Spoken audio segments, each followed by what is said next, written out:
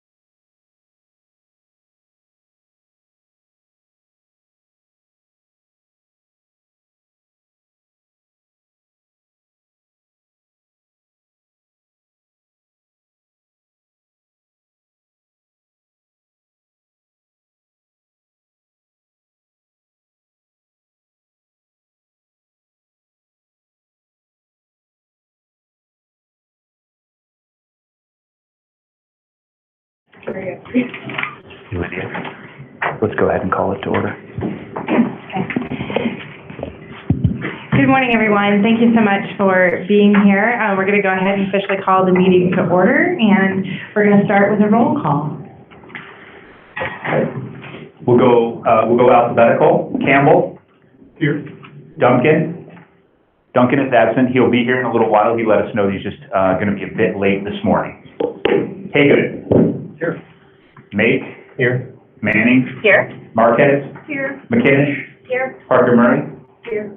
Petrak. Here. Sullivan. Here. Waligorski. Here. White. Here.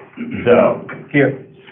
All right. Well, thank you all, and I know some of you made quite the drive to get here. So really appreciate you being here. It's crunch time for us all. So this meeting is going to be longer than the other ones, and I think it'll be as intense as the last one. So if I forget to say so at any point in time, take care of yourself. Right? It's a long meeting. If you need to stand up and stretch, if you need a glass of water, etc., please do so.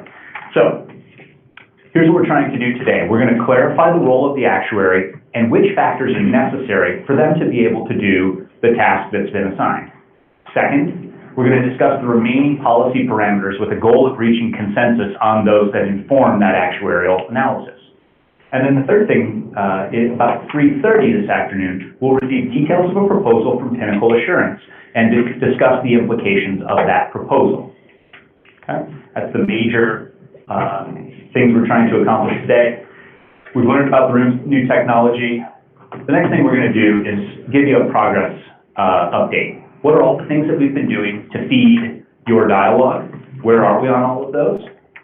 Then we'll tell you again about the requirements of the actuarial analysis and what that means for what we do today and a future timeline. Then we're going to get Bob back on the phone, as you all had requested in our meeting on Tuesday. Bob's made himself available, so at 10:30 we'll get him on the phone. We can clarify the requirements. He can ask any remaining questions of you because, as you would expect, the dialogue between you all is very valuable to him as well as it is to you. So any questions that you have at that point, we'll have Bob answer those. Then we're going to start discussing the remaining policy parameters. In some cases, we may have to narrow some of the ones that we've asked. Bob doesn't have infinite resource, so we may have to narrow some of the items that we've gotten through and then address the items that we haven't yet gotten through. I mentioned that Pinnacle proposal. We'll have that this afternoon. And we'll talk about next steps in the plan for future meetings. Okay? Public comment today, for those of you in the back, is going to be at 5:10. There should be a list circulating, but if there isn't, we'll get one back there very soon. We'll adjourn at 5:30. Any questions before we launch? Stacey or Lydia, any opening words? Pat Teagarden. Just one quick, simply for the record, Joe Barella, the Executive Director of Colorado Department of Labor and Employment. Joe Barella, this is Pat Teagarden. Joe Barella, the Executive Director of Labor and Employment, is traveling on business, and I am sitting in his place in the ex officio position, which is designated. And we have a second ex officio member, Monica Cortez-Sangster, is with us as well. Thanks. Any other thoughts before we start going?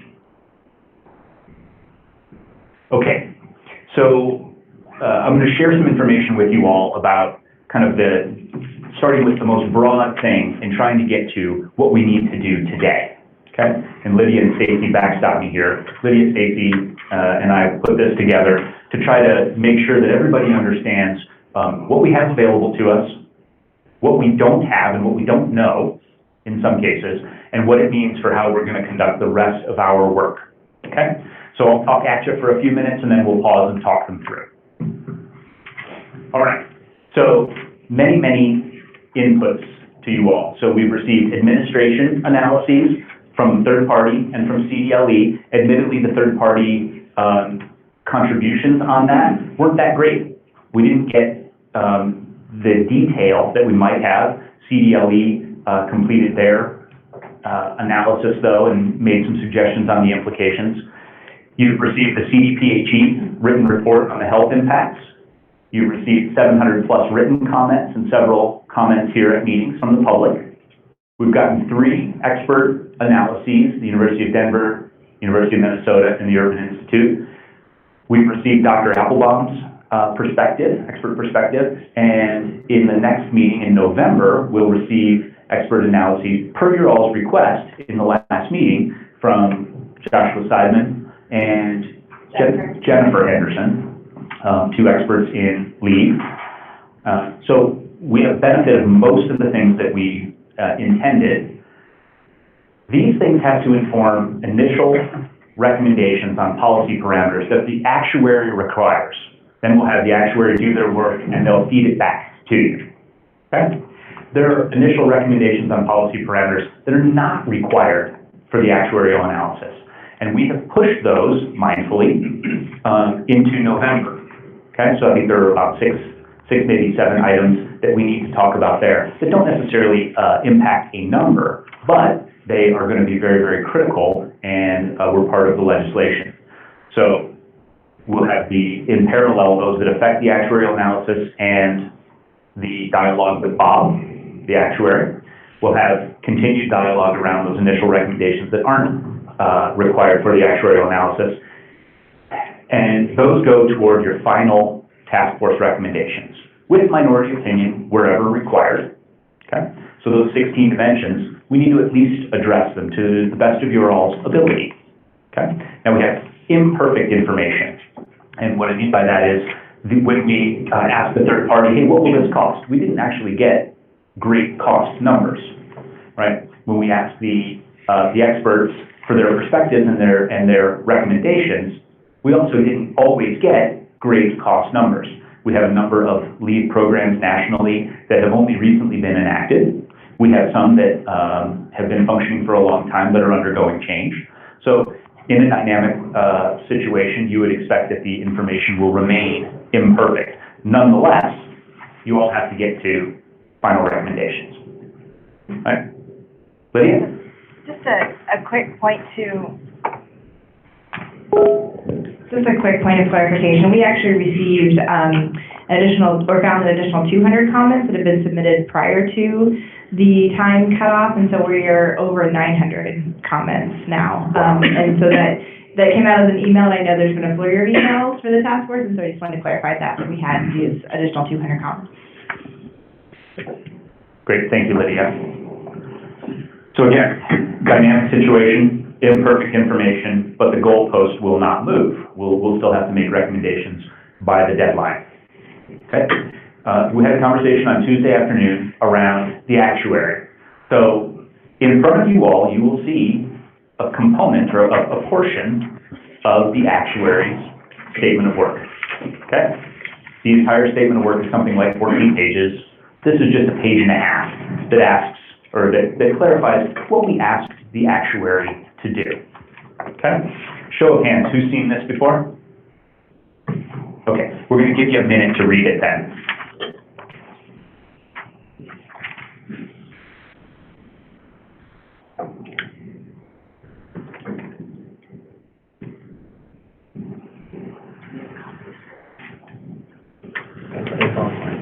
Oh, okay, great.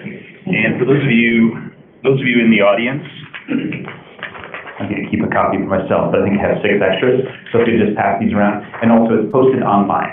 This again is just an excerpt. If you want the entire 14-pager, we can put that up there, but we figured not to bury the lead. We'll put the information that we think you're interested in into its own document.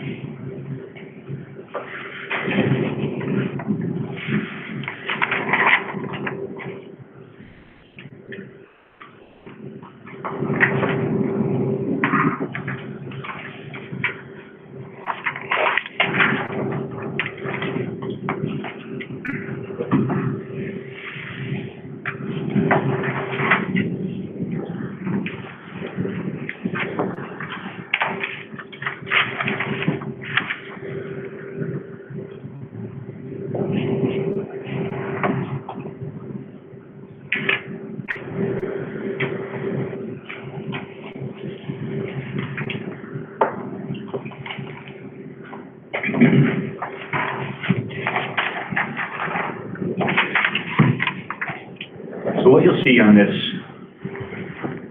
on this is that no later than November 1st, the vendor shall begin, it says conduct, but it should read begin, to conduct an actuarial study of the short-term and long-term solvency of paid family and medical leave program in the state based on the initial recommendations of the Paid Family and Medical Leave Implementation Task Force. So based on your initial recommendations, the actuary can give you numerical estimates of the total program cost. So we asked Bob, what does solvency mean? What does it really mean to you? And what we arrived at is, whatever premiums are collected must be greater than or equal to the claims cost, that is what's paid out to claimants, administrative costs, what does it actually take to administer the program, third party, state run, whatever. There are going to need to be people who process those claims, et cetera. What is that total? And then some solvency factor or reserves, some amount of money to guard against ups and downs, okay? And what we've heard from the experts is that the program initially will be cheaper or appear cheaper because people won't be aware of their benefits, and we need to do work to get that information out.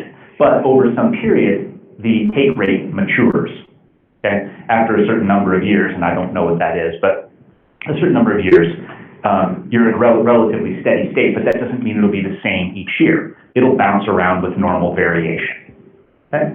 So that is what we've contracted for. As you all read this, what do you see? What's different from what you were expecting? We had a conversation the other day, but you didn't have benefit of this. So what is your take on it?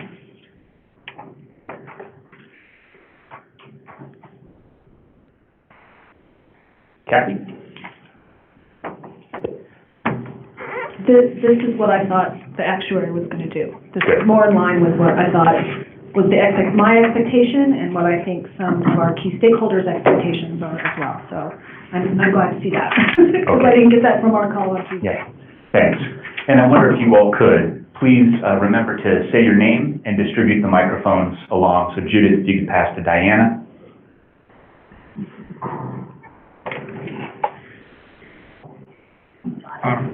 At the risk of batteries, I'm going to ask we just leave them on. Yep.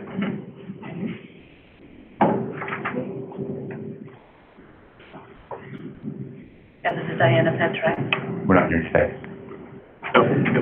All the way. There you go. Oh, okay.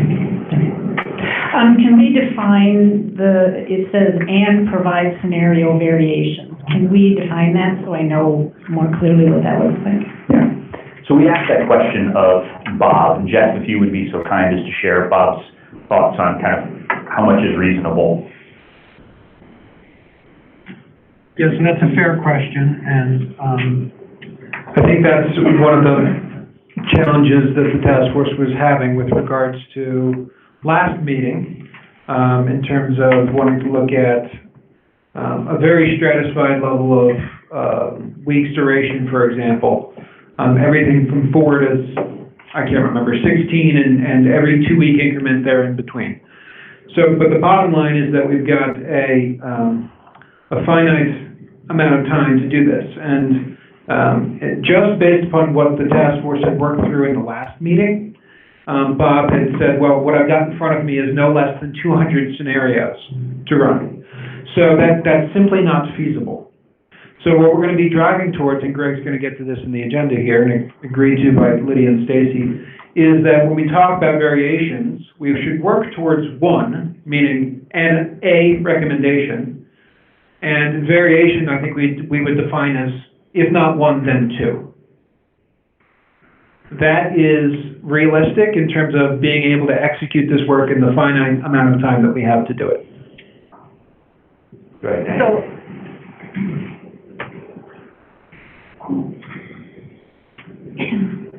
and I understand you're gonna explain that. Yeah, can we all just leave the microphones on? Yes. Okay. I'm not worried about batteries. Okay. So as we talk about each parameter, we have a potential second option for each parameter, or are we looking at, and I understand you're going to go into more detail about this, but are we looking for one complete optional scenario?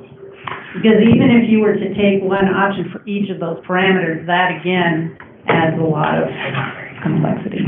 Yeah, so I think, Jeff, it's Joe, CD Lake.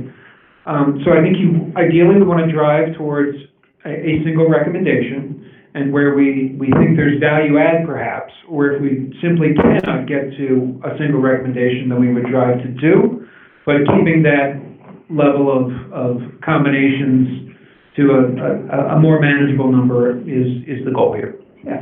And let me give you a very specific example.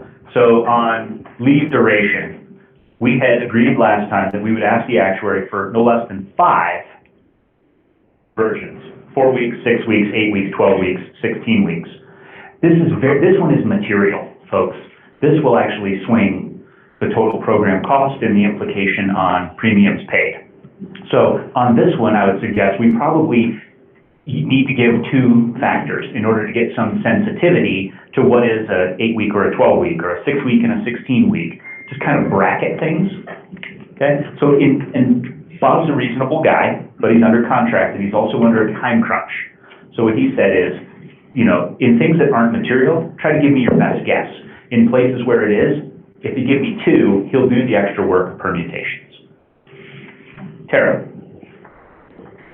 So I have a slightly different interest in sensitivity, so I agree there may be, on some of these parameters, a desire to ask how things differ. If it's set at a low level than a high level, I agree with that. But my other concern here, and I don't quite see whether it's reflected in these instructions to the actuary, is that the more I look at how our current cost estimates have been produced, I understand how much uncertainty there is on them. They're being done based on very rough data. And so one of my concerns about the actuarial study is, to the extent the actuary is directed to produce a single set of, you know, for any given set of parameters, is being directed to produce a single cost estimate and the TAC premium that goes with that and so forth, it makes it sound like there's a lot more certainty about the actual costs of the program than I think there can possibly be. Particularly because we may be talking about moving into policy space, for example, with the wage replacement formula that isn't currently being implemented anywhere.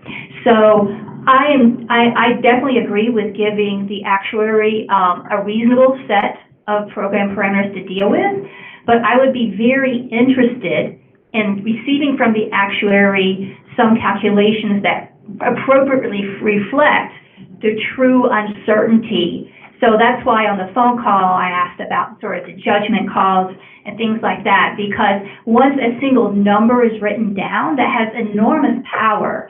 And I can tell you, looking at the cost, I've actually spent a lot of time figuring out the cost estimates we've received so far. There's huge uncertainty around the estimates we've received so far.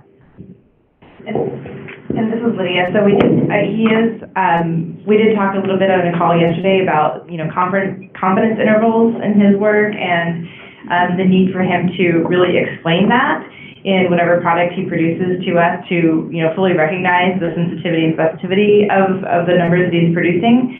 He'd also mentioned that, he would run an analysis, present that to us, and if we wanted to do another one, that might be possible, depending on the time that he had. So just if that information helps. Yeah. Edwin?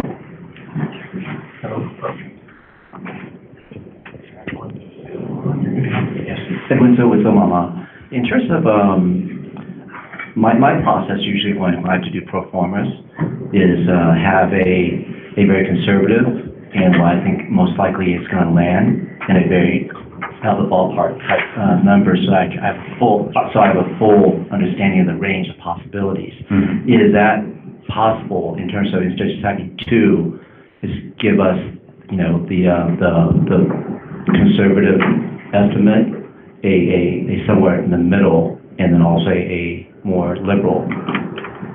Not for everyone is the short answer. Okay. Because seeing that for everyone, then you're going to get in your rule. For the cost. Yeah. And also the second part, when I talk about these estimates, I'm talking about actually having three sets of parameters. So not each one are dialing back and forth between each one, but establish three sets of parameters. So analyze this set, analyze this set, analyze this set. Kathy?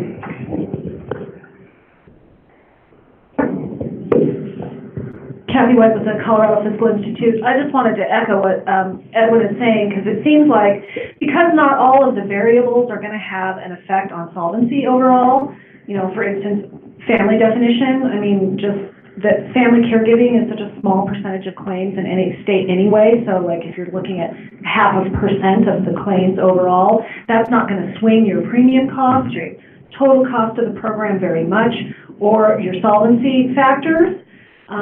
So if we are condensing down to just a handful of those 16 parameters that really do affect solvency, so duration of leave, your taxable wage base, your wage replacement levels, those types of things, eligibility criteria. So if we narrow down to those kind of financial factors, is it possible for Bob not to run a variation on all of them, all of those variables, but to give us a high, medium, and low? Because I think that is, again, something that our other stakeholders outside of this room are interested in having. They really want to look at where do they have decision levers, right? In terms of the size and scope of the program, the number of people covered, and how do they, depending on where they land with that debate of their own outside of this room, how do they make it a solvent program? I think those are their interests, and so any resources that we spend or time and Bob's effort kind of goes to waste if we can't give them what they need to make the decisions that they want. So just from a pragmatic perspective, if we can push Bob a little bit to do kind of a high, medium, low, to give them the range, and then to do the solvency analysis, which is what I think is his most important thing, then I think that we'll be meeting the demands of people who are outside of this room and giving them the tools they need. And if we don't do that, then we're not doing that. So, thank you, Kathy. This is Lydia, and I agree with that. And this is a question for our economists, cabinet, who's listening in. And so if we were able to give like a high and a low to Bob, could we then extrapolate that middle point on our own, or be able to figure out this is kind of that median, if were able to give us some highs and lows on parameters? Because he was very clear that he could maybe do two, but he's also very cognizant of his time and budget. So is that something that's possible to extrapolate from a high and a low?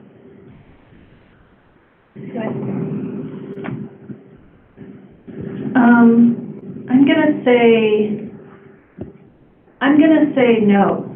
Okay. Only because for some of the factors, and Tara, please help me out here.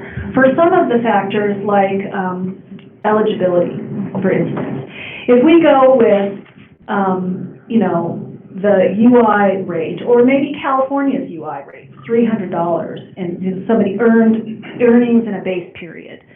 How many people are going to meet that? A lot, right? Whereas if we go to 3 times the Colorado minimum UI standard, right? I just feel like for some of the things, like a medium, you can kind of get, like, you're going to be okay, maybe okay. But even for, like, wage replacement, if you have 12 weeks of wage replacement, a lot of those things are going to work together. And so you're kind of midpoint. If that's where you think you might want to end up, I think you want that described so that you have a good sense of how those things are kind of working together. So I need to answer this question, I need to differentiate between 2 worlds. One world in which we actually do have the data and the analysis to really produce credible cost estimates. In that case, doing high, middle, low would probably be very informative because you would have the data available to really say in a rich and thoughtful way how, for example, changing the wage replacement formula will change people's utilization of the program, how long the program, all of this. It's clear that no one that we're accessing for cost estimates, whether these 2 reports or Bob, has the data to do that. So any of their cost estimates will be done in a very mechanical way that you can, in fact, infer the middle point from the ends because they simply don't have the ability to do the rich analysis. So for that reason, I'm perfectly fine with doing the high and low because their analysis is going to be, when Bob tries to use the data that exists to say what are the costs, if you assume, 8 weeks versus 12 weeks of leave, that's going to be done in a very mechanical way. Right? He's not going to have access to detailed claim data that allows you to make rich calculations. So that's why my preference would be to keep the number of parameters low so that we can also request, again, that because that the cost, once you have the set of parameters, the cost estimates you produce for even given set of cost parameters, he can do the things to really reflect the level of uncertainty, and that goes beyond confidence intervals. That goes beyond making different choices, different judgments, and showing if you make kind of a conservative judgment this way, you end up with this cost estimate. If you kind of acknowledge it could go much higher, it's, and the reason it's here. So we keep on talking high, medium, low, but we can mean high, medium, low for 2 different things. High, medium, and low on what parameters were given, and then high, medium, low on for any given parameter, whether he's being conservative or more liberal, what the ultimate cost could be. So you're varying both margins. Does that answer your question? I think I followed that everywhere. Yeah. And so I'm trying to be brief, but Yes. Thank you, Professor. Yeah, so I like the idea of somehow reflecting the uncertainty by basically delivering instead of single number ranges, which I think is what you were getting at. If you give a high and a low, this would be the range. This would be the range if you give it on these other things. I think that helps people understand. Here are some thoughts. 1, we can't really ask Bob to duplicate the task that we assigned to the experts and the actuarial analysis. Okay, so let's not do that. Second, we need to narrow the policy parameters presented to something like the high and a low, or if we determine that certain things aren't really moving the needle, we'll take a conservative number, lock that in, and then only throw levers on the other ones. Okay, that'll give us better information. So I'm going to ask today, as we're talking, if we determine that, adding something for this condition or that condition, and it's a small percentage of a small percentage, it just won't really move the needle. So I think that's probably more of a political discussion than a mathematical necessity. Okay?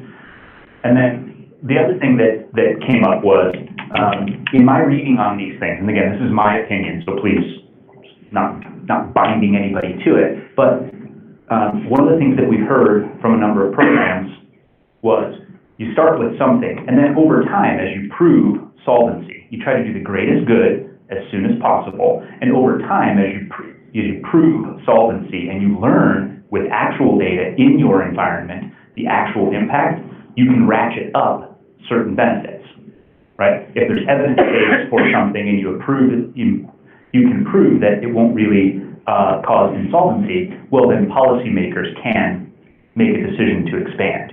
Whereas if you start with something that is uncertainty on uncertainty, then there's a risk there. So I'd ask you just to consider those 4 points as we go through our deliberations today.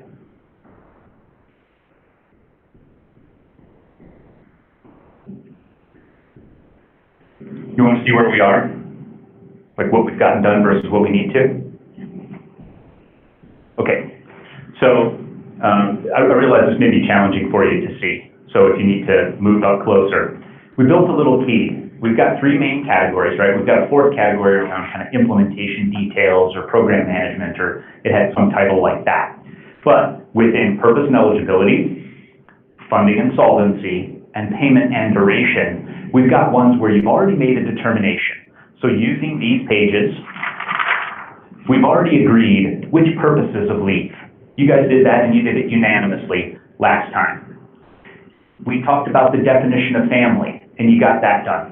You also agreed to allow self-employed workers, or to have the actuary model the impact of self-employed workers having access to leave and opt-in. Now, of course, Bob won't know what that is. He'll have to make an assumption on what percentage would opt in, but that was the determination you all made. Eligibility to to take leave, or that is collect benefits. The duration of leave for family and the duration of leave for medical. We talked about them last time, but we had, kind of five estimate numbers, or 5 numbers that we were going to ask Bob to model. So on that, I'm going to propose that we do a bit of narrowing. Maybe we get to a high and a low so that you can do some ranging. Okay? And then there were 5 factors that we really haven't made any kind of determination on. We dipped our toe in on a couple of them and tabled them. And those, just so that those of you who can't see it, were on the program funding side. On what wage base will we collect? That is, do we collect up to the UI maximum? Do we collect up to the Social Security maximum? Or do we collect on all wages paid? Another way to say that would be, is there a cap on wages on which you collect? The second item is an opt-out for equivalent private programs, which would give benefits to those people who are enrolled there, but it would also shrink the pool of people in the remaining program. Program funding, small employer exemption, or opt-in. Okay, we talked last time around, is it 15 employers? Is it the 50 employers that is consistent with FMLA? What is the number? Okay, and that may be material because it would greatly increase or decrease the number of people impacted by the program and the people paying into the program. Kathy?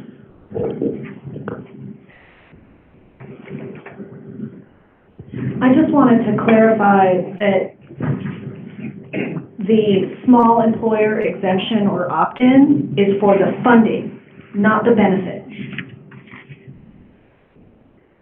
Right? I don't think we had a discussion, or at least we didn't have a very robust discussion about carving out the employees of those small employers, right? So that would have a big change. And right now, there are no states that do that. So, but there are states that exempt small employers from any kind of contribution to the program. And yet there are employers. Or for job protection. Okay. But the benefit itself, the ability to take the benefit, is something that extends to every worker, regardless of the size of the employer. I just think I think you're right. We haven't had the conversation. I think it's a conversation that we are going to get to hopefully today. Closer. Everybody move your microphone right up. Risk your teeth, because that's what it takes apparently for them to hear you. I think it's Kathy holding it straight up, right? This is Lydia, and to Kathy's point, I think that's something that, wouldn't necessarily work towards the actuarial study in terms of we're assuming that everyone has the ability to opt in versus the other pieces with the employer paying their share of the wage for the opt-out?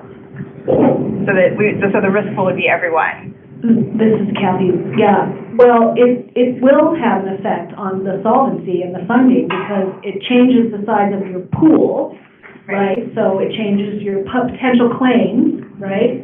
And it changes depending upon like small employers contributing, if they're gonna, if we go with some kind of a contribution model, then again, it changes the size of the number of people who are putting money in.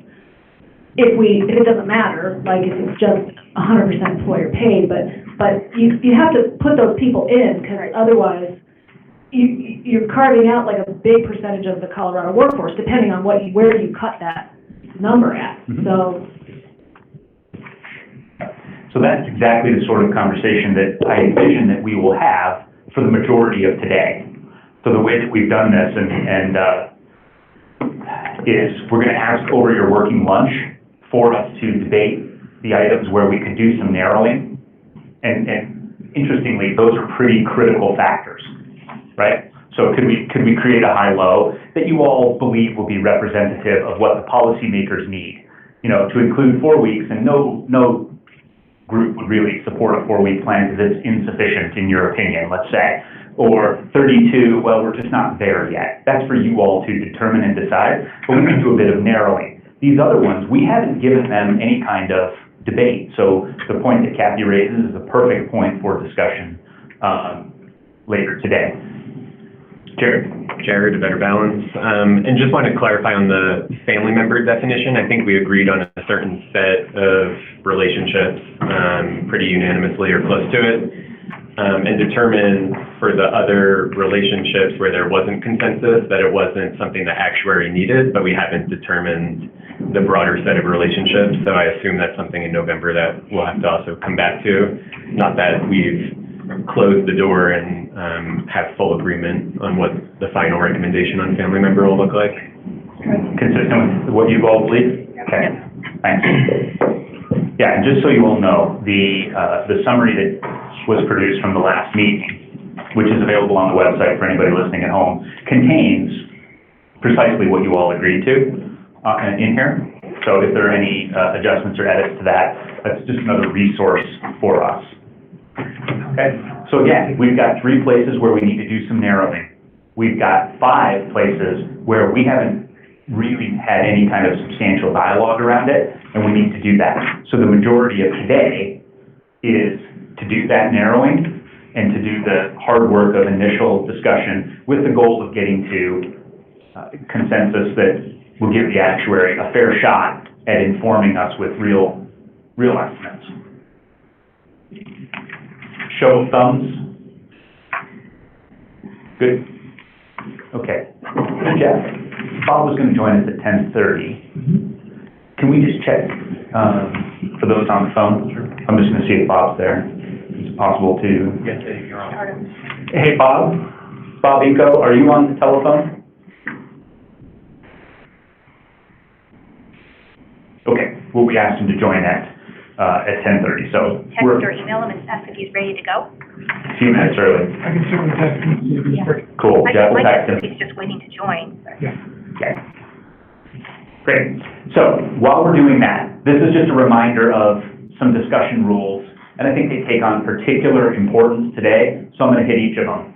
Speak plainly, do your best to avoid lingo. We have a long way to go and not very much time, so try to be as precise in your language as you can. Let's use the data. The expert reports had no shortage of richness. They just couldn't answer all questions. So wherever we can, let's use those reports to clarify relative impact. If there's an inaccuracy, please correct it. You guys are doing a good job on that, and I appreciate the respectfulness between you. Let's look for creativity when balancing factors and avoiding extremes. So let's not model, and my numbers, 4 and 32. If really you think the number is going to be something like 8 or 12 or 12 and 16.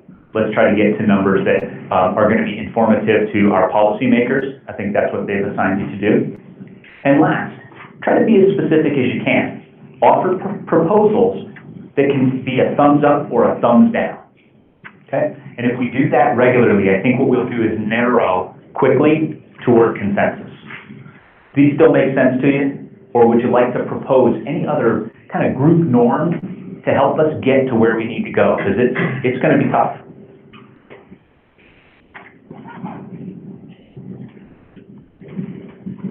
Take heart. You guys have been together now. This is your 4th meeting in person, 6th meeting, 7th meeting overall. So you start to know each other. And I would appreciate using that knowledge to try to be as productive and as specific as we can. Just went off. Okay. Haley, Hadley? While we're waiting to connect with Bob, I had a thought, and if I may just throw this out to the group for discussion, and it doesn't have to be a long discussion, but one of my continued concerns about other social insurance programs in other states and other countries has been that there's a lower relative take-up rate among lower income groups. And so I've been trying to think, what can we do about this besides really progressive wage replacement and good marketing? I think, as we've talked about, those things are important. And it's not just the lower take-up rate, but it's the redistributive aspect of programs like this. So people who are, middle and upper incomes tend to take advantage of the programs and take longer leaves and so forth. So one thought I had, and this is no other state that I know of does this, but would we consider an opt-out or opt-in to the program for people below a certain wage? And that would give people at the lower end of the income spectrum who feel that they have no desire to, contribute to the program through premiums, and they would not be eligible for benefits if they selected this opt-out. And I don't know what the administrative side of something like that would look like, but I thought this might reduce the tax burden on lower income people who just truly did not want to participate. And so I just wonder if there's a reason that would be out of the question, or if it's something we'd want to consider, or just a thought I had, and curious what the group thinks. Who wants to pick that one up? Jared? Yes, this is Jared, Make a Better Balance. I think all of the available research does show that addressing some of those policy parameters, both, as you mentioned, the wage replacement, the public education, also job protection, is what, once implemented, sees higher take-up from low-wage workers who might be afraid of losing their jobs if they exercise the benefit or can't afford to take the time off if the wage replacement isn't high enough. Because also, in addition to all of the available research, polling also shows this is something that low-wage workers really want in very high numbers and have a much greater need for. So I think the answer is more in the policy parameters based on all of the research that shows once you make those adjustments, take up increases for low-wage workers. So one other comment just to add to the discussion, because I want to hear from Judith too, is I hear what you're saying about the popularity and the demand and the polling, but that would mean that if it were optional, we would see very high take-up. So that's one sort of other thought that I had, because I agree that the polling shows that people like it as a popular idea. They're probably less enthusiastic about, the premium payments, but I guess if we had an opt-out, that would give people the ability to have a real poll, that showed exactly where their decision point was, if it was worth it to them. And I understand the reason for not giving a universal opt-out or an opt-out for upper income people, because those people are the ones who are more likely to have this problem solved anyway in the private sector with generous maternity or paternity or medical leave through their employer. But Edwin makes some really compelling points, like last meeting when he talked about what we're doing for the least of these in our society. And I think, well, I don't want to hit the people who are struggling to get by with an additional tax if they're not going to take advantage of the program. So that's just my thoughts, and I want to hear. Thank you. So 95 has been working on this issue for over 7 years, and we would work with low-wage workers specifically, and they know the premiums and they think they're really low, and they see the benefit a lot greater than that small premium. So it's not a concern for our members that are minimum wage workers or single mothers living in mobile home parks that have, again, in really struggling situations. I think that, people face homelessness because they don't have wage replacement.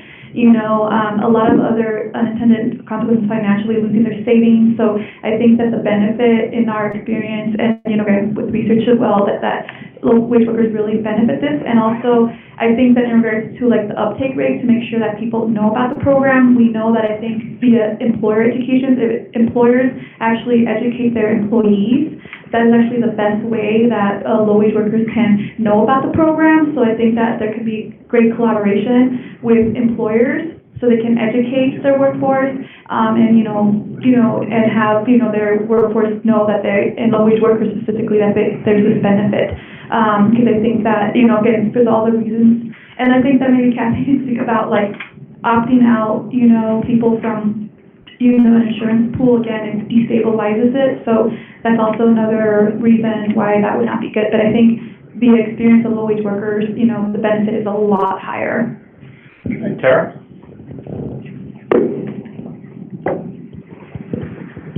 So sort of two different points here. One is that, while I understand the point you're trying to make, I think if you're going to have a social insurance program, right, that opt-out just doesn't work as a policy feature. I think the way to address the biggest concern is to have a well-designed policy that has two features. One is that it has the features that allow low-income workers to utilize it, but on the other side, and very importantly, the cost side is kept down to a reasonable amount too, so that the premiums the low-income workers are paying are also not too extreme. And so that means thinking carefully on each of these policy parameters about the cases in which being really generous with that policy parameter actually will cost the low-income workers more than sort of the benefit they will receive. I will say on this point that I've heard before about how when polls are conducted, the low-wage workers say, oh yes, that's definitely a premium I'm willing to pay. But part of the problem is that almost all those cases, the poll cites the premium that's based on this idea that the worker's only paying 50% and the other 50% is being paid by the employer. And to the extent that those low-income workers are foregoing wage increases and foregoing other benefits that the cost the employer are paying is being passed on to them, often in those polls they're not being told the full amount they'll pay. But anyway, but to go back to the original point, I think that the better way to address this issue is with well-designed and thoughtful policy and being really serious about the cost side. Sandra, did you want to chip in? I just kind of wanted to piggyback on what Judith said. Sandra Parker Murray, Communication Workers of America. I was thinking that it would defeat the purpose if those groups of people, low-wage earners, who are usually in those marginalized groups, if they were not included, it would defeat the purpose of having a paid program for everybody, workers in the state of Colorado. Can I clarify? Yeah, Headley, go ahead, and then I just Jared. wanted to clarify, I would not consider like excluding any group, I just wanted to give them a choice. Okay, Jared? Jared, A Better Balance. Yeah, so in addition to, just the workability and administrative factor, which is a real concern, in addition to, I think, being contrary to the model of social insurance, I think the reality is that particularly with low-wage workers, and this is informed by my organization's clients, we represent low-wage workers and have a hotline on these issues, that especially with low-wage workers, there's a power imbalance oftentimes between those workers and the employer. So I also really worry about the risks of pressure to opt out from a program that employers may have some concerns about, particularly when we're talking about certain low-wage workers and their industries. It really could open the door to some of those dynamics which we have seen, unfortunately, in other areas when it comes to issues like leave. Okay. Thank you, Jared. Diane? Well, Stacey's been trying to Oh, I'm sorry. It's interesting discussion, Judith. I hear what you say and what you say, Jared. A little closer. And I also hear what Hadley says, and I guess I'm thinking, if I were a low-wage worker, I'd like to have the option to decide if I want to participate or not. Because it may be that even though the money that it's going to cost me is not that substantial, it's still my money, and maybe I can do other things with it. And I think you make a good point, Hadley, that, you know, if the program is going to be that interested to low-wage workers, then if they have the option to decide whether or not they want to participate, they then will. I mean, it's similar to Sandra joining a union, right? If you have the option, you can join if you are interested in paying the union dues. And so I think we shouldn't dismiss the point that Hadley raises, because you could be in a situation as a low-wage worker where, you know what, I need to keep every penny I've got in order to make my ends meet. And I think that it's just something we ought to consider. Okay. Tara, then Dana. So this is the reason that you're not allowed to buy health insurance. Wait until you're sick to buy health insurance, right? So, so the idea of the social insurance model is if you, only basically have the opt-out so that you only opt in if you basically know you're going to need it, right? Then it doesn't work very well. So I understand the point you're raising, but there is no way to actually end up with a functional policy and have this work. So I really go back to the idea that if you're going to make a policy proposal, it has to be a functional one. It will not be functional with this opt-out, but you can be serious about how you design the policy to help address some of these concerns in other ways. Yeah. Okay, thanks. Diana, then Dana.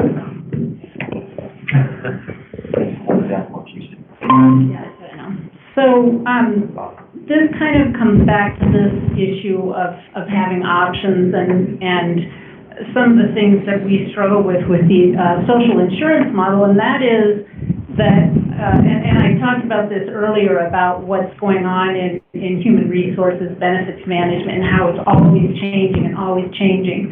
And my concern is that we're starting to see more personalization in benefits, and one example is an education benefit. And I'm going to do a call out to somebody who I actually haven't met before, and I do not represent her positions on family leave at all, but Rachel Carlson of Guild Education is a startup company that if you're not following, you really should. She is doing a tremendous job with a whole new concept where her clients are the business community, and she helps them to offer an education benefit to their frontline workers. So Walmart, Starbucks, Disney, and Guild Education provides them the support, and they help them. Do you need a GED? Do you need a certificate? Do you need to go to community college? And so and right now, these are large companies offering these kinds of benefits, but as this concept grows, it might be more accessible to different sizes of benefits. And to me, there are many, let's say it's a two-income household. Maybe one of the income earners chooses to be part of this program, and another decides to do something else with their employer. But you've taken those options off the table for certain businesses that have a limited amount of resources to offer a benefit.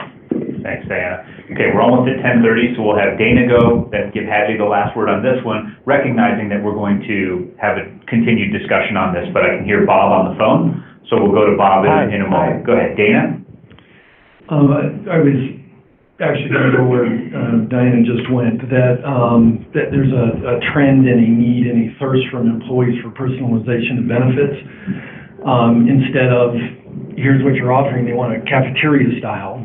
You put it out, I get a dollar amount, and then I pick what I'm going to use. I think you're starting to see employers starting to do that a little bit more. So this is a fascinating topic, and it's good that I think we're going to be in this one for a while. What I've seen with employees with the benefits that we're offering, there's always trade-offs that people are willing to do. So even though we offer robust benefits, the take rate is not great at times. So you do have to explain the benefit of it. So where I'm going with that is USAA offers a 401k plan where we match 8%, dollar for dollar. So you would think, because that's free money is the way that we talk about it, that all employees would sign up for it. We don't. For a long time, we were in the 60 to 70% range. So the company even went to an automatic contribution rate. The employee still has the ability to go in and stop it, and we're still nowhere close to 100% of the benefit, even though it's free money. And what you hear from the folks, our minimum wage at the company currently is $16 an hour, is about trade-offs in life. And I don't want, even though you're telling me it's free money, to contribute to that because I've got X in my life. So I correlate that to what we're doing. The opt-in idea is interesting to me. I do get the funding dynamics, but if it's really that important to people, they'll opt in. You build it, they'll come. But I have seen, even in our company, where really good benefits, people make choices in life, and they're going to make choices with this as well. Okay, so let's give Hadley the last word, and then we'll go to Bob on the phone. This is so interesting, because I think there's a lot of different things we can talk about when it comes to opt-outs or opt-ins, like we've talked about small employers and their funding, or we've talked about equivalency opt-outs, but I really appreciate the comments on specifically the idea of having, below a certain wage range, having an opt-out, and, some of you guys have mentioned things like the power dynamic that truly I would not have thought about, and I think it's just an idea I had, so if it's not something we want to consider further or submit to the actuary for consideration, that's fine. I just thought I would float that to the group because, I would love for Colorado to be the state that people say, wow, here's a state who really figured out how to not have this negative redistributive effect from the, lower income workers to higher income benefits. But, to address one thing that Tara mentioned, because I do think, you want it to be functional, and I am loath to compare this to health insurance, because health insurance is a different beast and it's private, but even the Affordable Care Act, although there was a mandate, and the idea behind the mandate was to keep low-risk people from fleeing the pool, there was a hardship exemption to the mandate. So if you were below a certain income level or you couldn't afford the health insurance, then you didn't have to pay the penalty, even when the penalty was in effect. So that was one thing that I was thinking about is, what kind of, is it sort of like a hardship exemption that if you're below a certain wage range, you could decide on your own not to participate. And if we wanted to have it be optional, then similar to the option we've given self-employed people, there could be some time period where they had to decide, I'm going to participate for 3 years at a time so that we can avoid the big behavior where people only buy the insurance when they think that they're going to need it. So those are just some thoughts I had, and I know we have to put a pin in this discussion, but thank you for sharing all your thoughts with me on it. Great. Thanks, Hadley. All right, so Bob, do we hear you on the phone? Yes, I'm here. How are you guys? Doing well. So in the room, you've got 12 of 13 voting members and 2 ex officio members of the FAMLI Family Task Force. So we've had a discussion so far, Bob, and we covered the pages of the factors that you need in order to be able to do your analysis. And there's been some discussion of, well, could we phrase it this way, or could we structure it this way? So for those of you listening at home, the gentleman on the phone is Bob Inco. Bob is president of AMI Risk Consultants, Florida-based actuary, and Bob has been contracted to do the solvency analysis based on the initial parameters provided to him by the task force. Okay, so should we just go directly to Q&A? Is that the right use of the time? We've got Bob for nominally an hour. Should we do that? So who'd like first question to Bob around what we can ask of him and what he's capable of doing within the time and budget that's available.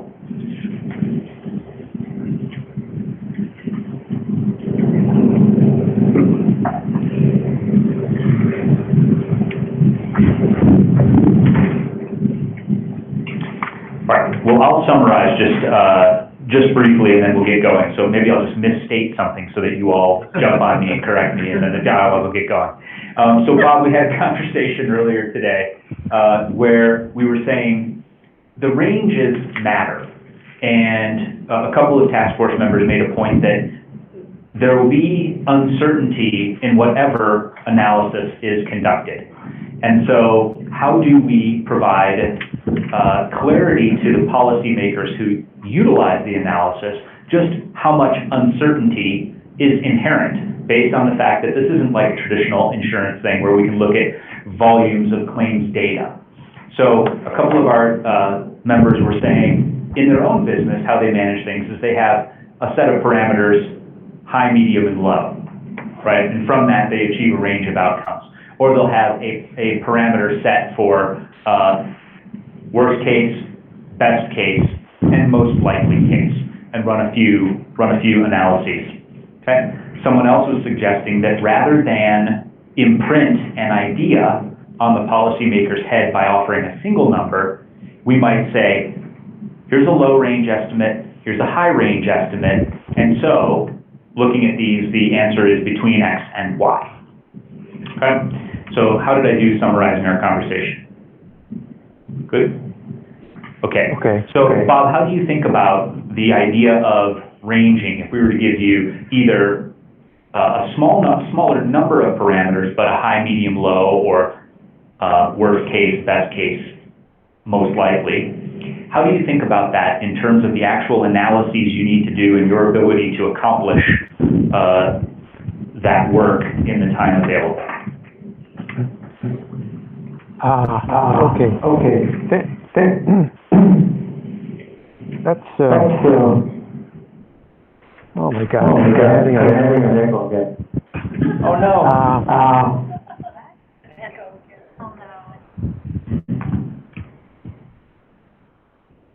I don't know why I'm having an echo. Are you on the computer, Bob, or are you on a telephone? I'm in a computer. I wonder if you could just grab your mobile phone, dial in. Sign back in again, maybe? Yes, go ahead. Okay, hopefully it won't take that long. Yeah, no problem, Bob, go ahead.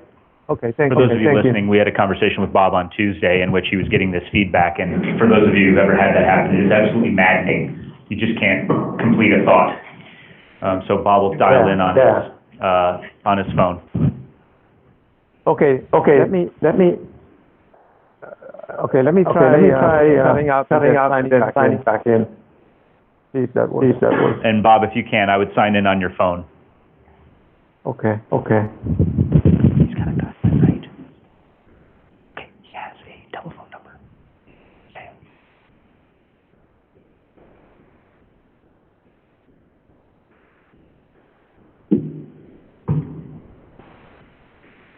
Well, 5-minute break for any of you who need water or coffee.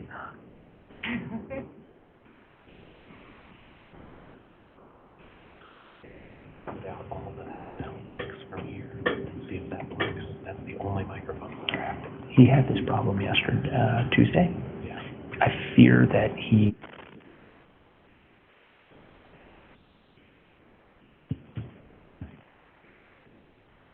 All right, we'll start with Bob here in 5 minutes. So please, if you leave, come on right back.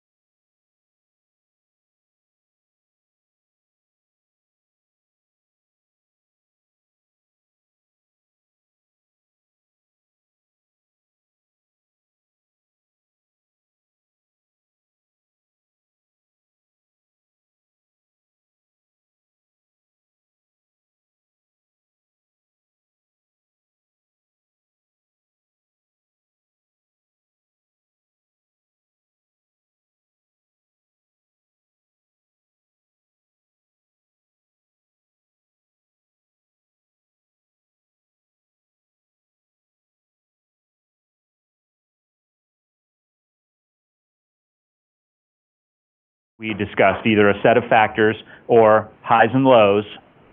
So go ahead, Bob, and give us your opinion on that. Yeah, I think that would be very useful for me, obviously.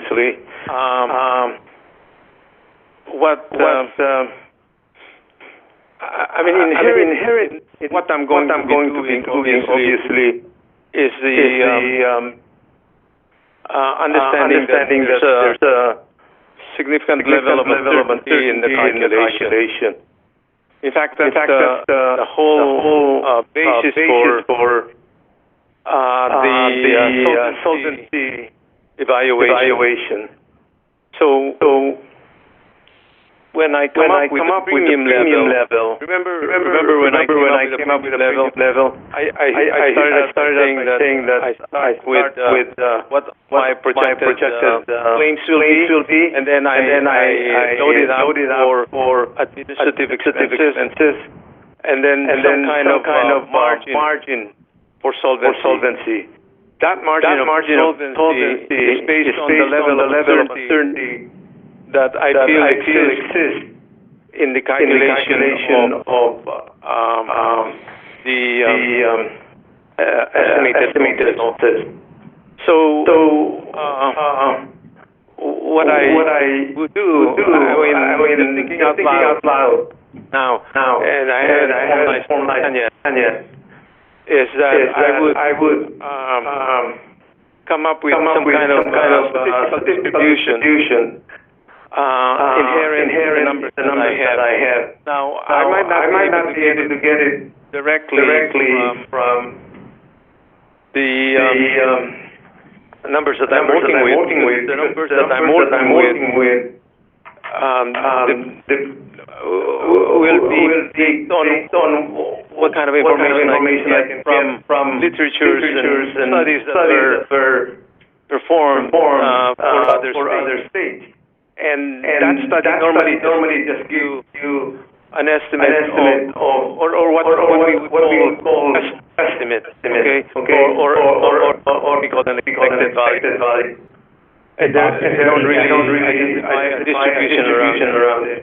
An expectation. But at the same time, we work with various types of claims, and there are distributions that we have able to develop. And so basically I'm going to use my background and experience in that area to come up with a distribution for the expected losses for the plan. And then having done that, this is going to be part of our discussion.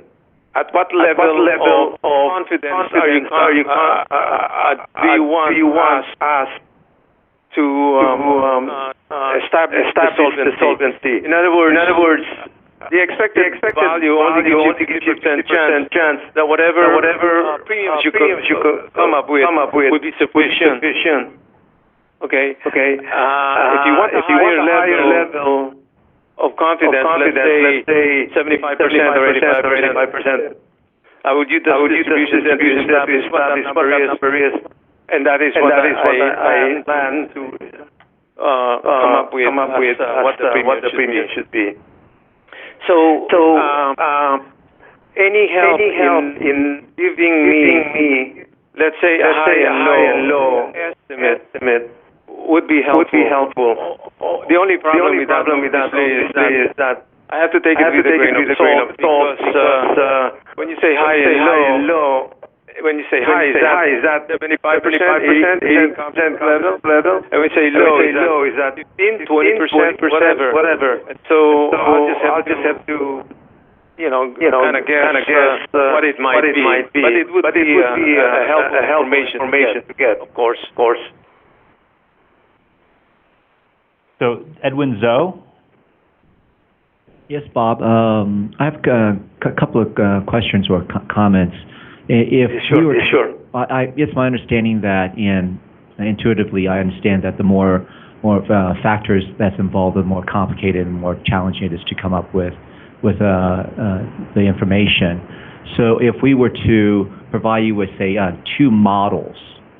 Okay. And within those models, the parameters are set.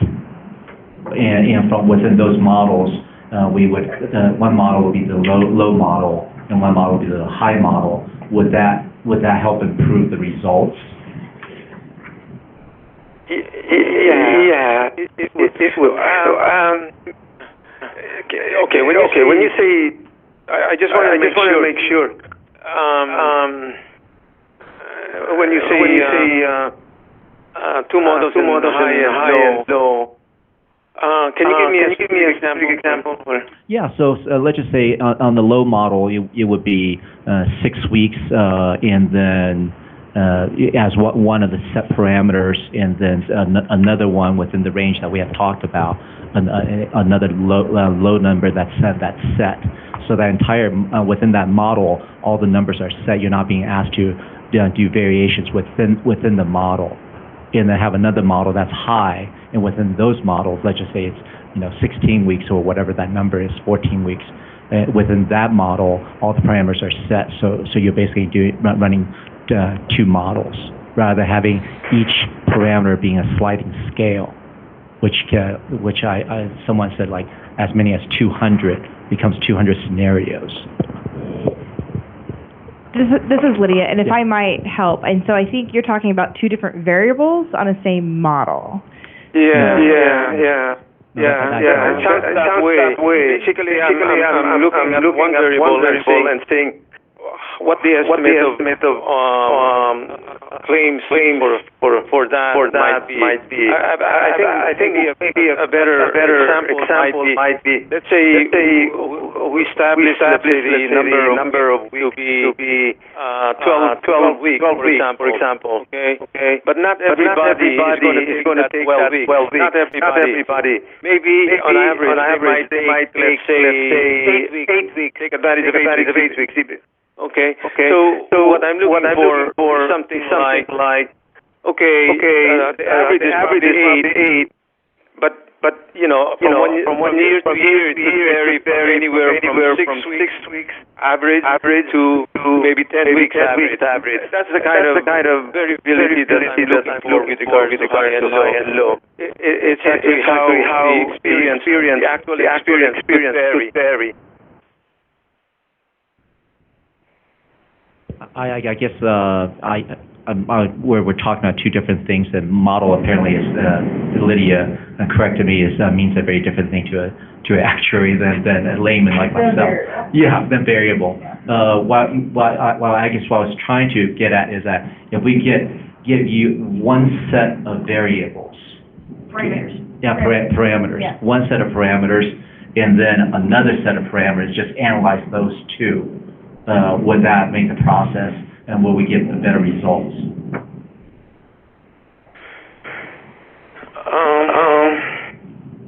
I'm not sure, Will. That's the type of information I'm looking for. When I'm talking about variant, I'm looking at how my prediction could have a higher level of sufficiency. And that's a function of how the numbers could vary from year to year. And in fact, Edwin, that is what thank you. Can I want to interrupt and translate, I think, or try to. So what you're describing for us is basically if we give you a particular program, we lay out parameters for a particular program recommendation, you're describing to us your process for coming up with estimates, coming up with a range for those cost estimates, and then the solvency analysis. And we understand that.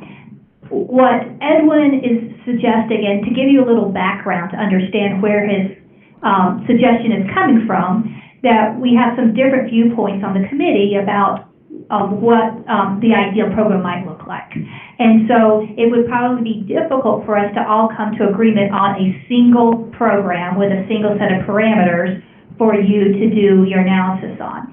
But we also recognize that it would be too much to ask to just give you, as you kind of already saw us trying to give you, just a bunch of different options for most of the parameters. So what Edwin is recommending is a compromise, where we create one policy with a set of parameters. Let's call that maybe the more generous policy. That tends to be higher than, kind of on the higher end on a bunch of the eligibility, duration, wage replacement. And you do your analysis for that one program, just as you've described. And then we give you another program, right? We'll call that maybe the more conservative, right? That has a different eligibility, just one thing for each parameter, an eligibility threshold, a maximum duration, a wage replacement, but that's different. And so you do the analysis on that. So rather than doing your analysis for a single program, you basically do it for two potential different program designs. Am I translating what you want? Yes. Does that make sense? Okay. I apologize. I understand now what you're saying. I can do that, but it doesn't directly help me to perform the SOW that you originally signed up for. Basically, what I was looking for initially was to have a well-defined program, and then for me start figuring out how much the expected cost is, and how much premium, what the cash fee, what the revenue would be, that kind of information. But now basically you're saying you're going to give me two different programs. And then I would run the SOW as originally agreed on. So instead of one program, I will run two programs, or maybe three programs. That is true, but presumably, the work you do to do one program and figuring out the costs and everything, that doing the second program, right, you'd be building on the data and, estimates and everything you did for that. So it wouldn't be like twice the work. It would presumably be like 10% more of the work, because once you've done the work to get the data and make the basic calculations to estimate utilization, duration, average benefit level, that going through that process for a slightly differently designed program would build on a lot of that initial investment. So that's why we're making that proposal to you, because we're anticipating that it wouldn't be like doubling the work, it would be a reasonable increase in your work. But please, if we misjudge that, please let us know if you don't think that is feasible. No, that's feasible as well. I'm just stating it's a different problem than what because I thought the question was more like, does it help me? And all I'm saying is it actually gives more work and it doesn't increase the accuracy of the calculations I come up with. But I understand as well that it helps you guys make a decision, obviously. Okay. Yeah. My only question is, how many scenarios will we end up doing? And I guess it depends on what the numbers come out to be. We're hoping to make it two scenarios. Okay, so let me suggest then to make it more palatable. Bob, this is Stacy. And I read the scope of work for the project that you bid on as to say no later than November 1, 2019, the vendor shall conduct an actuary study of the short-term and long-term solvency of a paid family and medical leave program in the state based on the initial recommendations of the Paid Family and Medical Leave Implementation Task Force. I read it as you bid on one program and doing an analysis on one program. I want you to tell the task force what you believed you bid on, and I think that may help us in trying to figure out what we may get from you. So what did you understand you were bidding on when you bid on this contract? Okay. What I understood was a well-defined program, meaning that all the parameters are identified. For me to then estimate what the cost of that program would be in terms of potential claims. And then converting that into what the premium should be charged for the program for the benefit, and then some kind of structure so that we maintain the solvency of that program. But it all starts out with a well-defined program.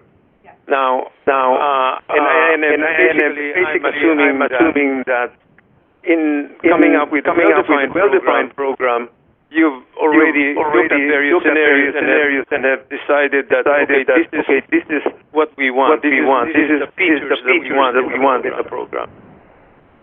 Now, as I see it, basically what we're saying is that, well, we haven't reached that point yet, and therefore we want to test different parameters and then choose which one to run with and then go forward. So I just want to say this. So, Tara, we're going to create a program, but we want to give two examples, kind of back to what Edwin was saying. Here's, I think you said 8 weeks, and maybe here's 12 weeks. But not on each parameter, two separately designed programs. Yeah. With all of the parameters in each set. I think we're all on the same page. We're just, there's different terms mean different things to different professions. I would also present that a lot of the parameters. Can I describe how this might work and Yeah, go ahead, Bob. It might be helpful. This is just an idea that I had as we were talking about it. Okay. I can do what you're suggesting. Okay. Meaning, you give me two different programs. Okay. Maybe one 12 weeks. One 16 weeks program, for example. Okay. And I go through the process of calculating the cost. Cost meaning the potential claims that will come out from that program. From those two programs. Sorry. Right. I present that, and you guys then decide based on that which program you want to go with, which well-defined program you want to go with. Once you've done that, that's when I go through what is required in SOW, in the SOW, instead of having the program and going all the way to. But so basically, I will give you a cost comparison, and that would be your basis instead of a full-blown SOW work on each program. I mean potential program. Okay. Does that make sense? Yeah, Bob, for a second, I'm gonna explain. We've got a simple, on page 8 of the PowerPoint that I had sent to you. Yes. We've got a simple equation. The premiums that we must collect, right? So the collected amount must be greater than or equal to claims cost, admin costs, and solvency factor. So what I'm hearing from you, and perhaps I'm wrong, is we can do, for two sets of parameters, Bob can calculate claims cost. We then use that to inform his subsequent work on the administrative costs and the solvency ratio. That's right. I mean, claims cost is what I'm going to give you. You can make a comparison for the various programs that you want to consider. And then once you've chosen which program, then I move forward with the rest of the SOW or W requirements. Okay, thanks, Bob. We're going to hear from Kathy White. Hi, Bob. This is Kathy. Hi. Thank you. This is really helpful, and the call that you had with Stacy and Lydia in the department was also very helpful in clarifying sort of expectations. I think with what you're talking about now, though, is that we aren't the deciders of that final program. We have stakeholders outside of this task force and outside of this room who really do want to see.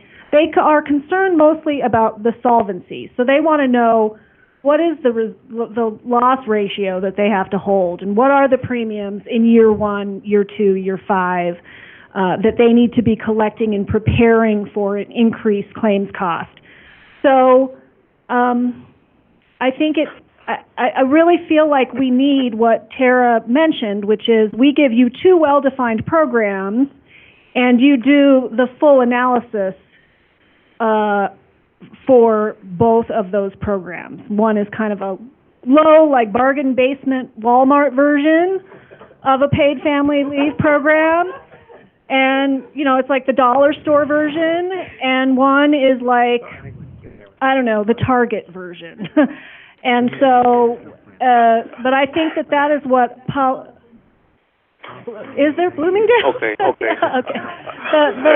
The Bloomingdale's version of what the paid family leave program looks like. So one may be more generous, meaning eligibility thresholds are lower, the wage replacement is greater, the number of weeks is allowed, the maximum number of weeks is higher, because I think policymakers want to see what their options are in terms of what the program looks like, the sort of generosity of the program, but then based on that, they really want to see what they need to do to make it financially solvent and sustainable over time.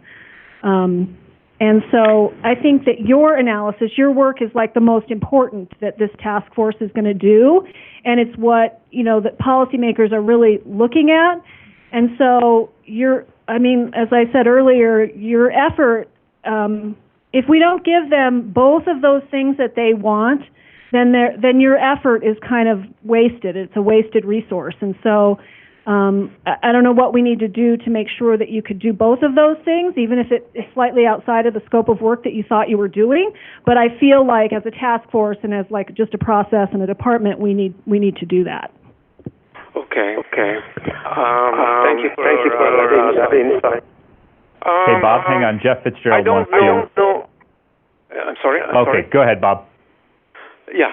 I just wanted to say that I'm not really sure that you need all the information required in the SW to help you make a decision that you want to make. I think at the end of the day, the driver there would be the cost, the comparison of the cost. And what I mean is the projected claims that will come out. The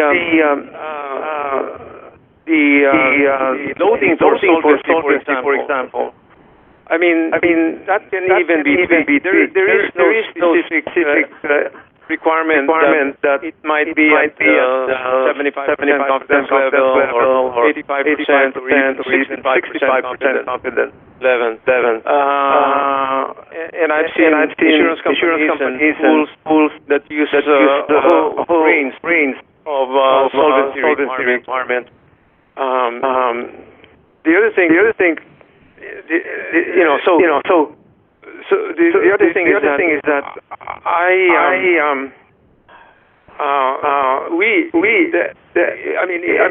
it could be even later on. I guess.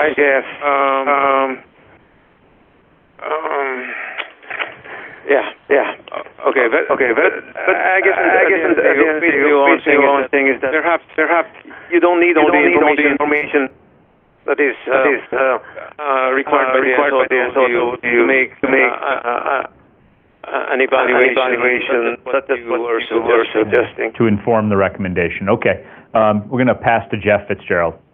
Hi, Bob. Hi. Hi, Bob. Good morning. Thanks for joining us again. Thank you.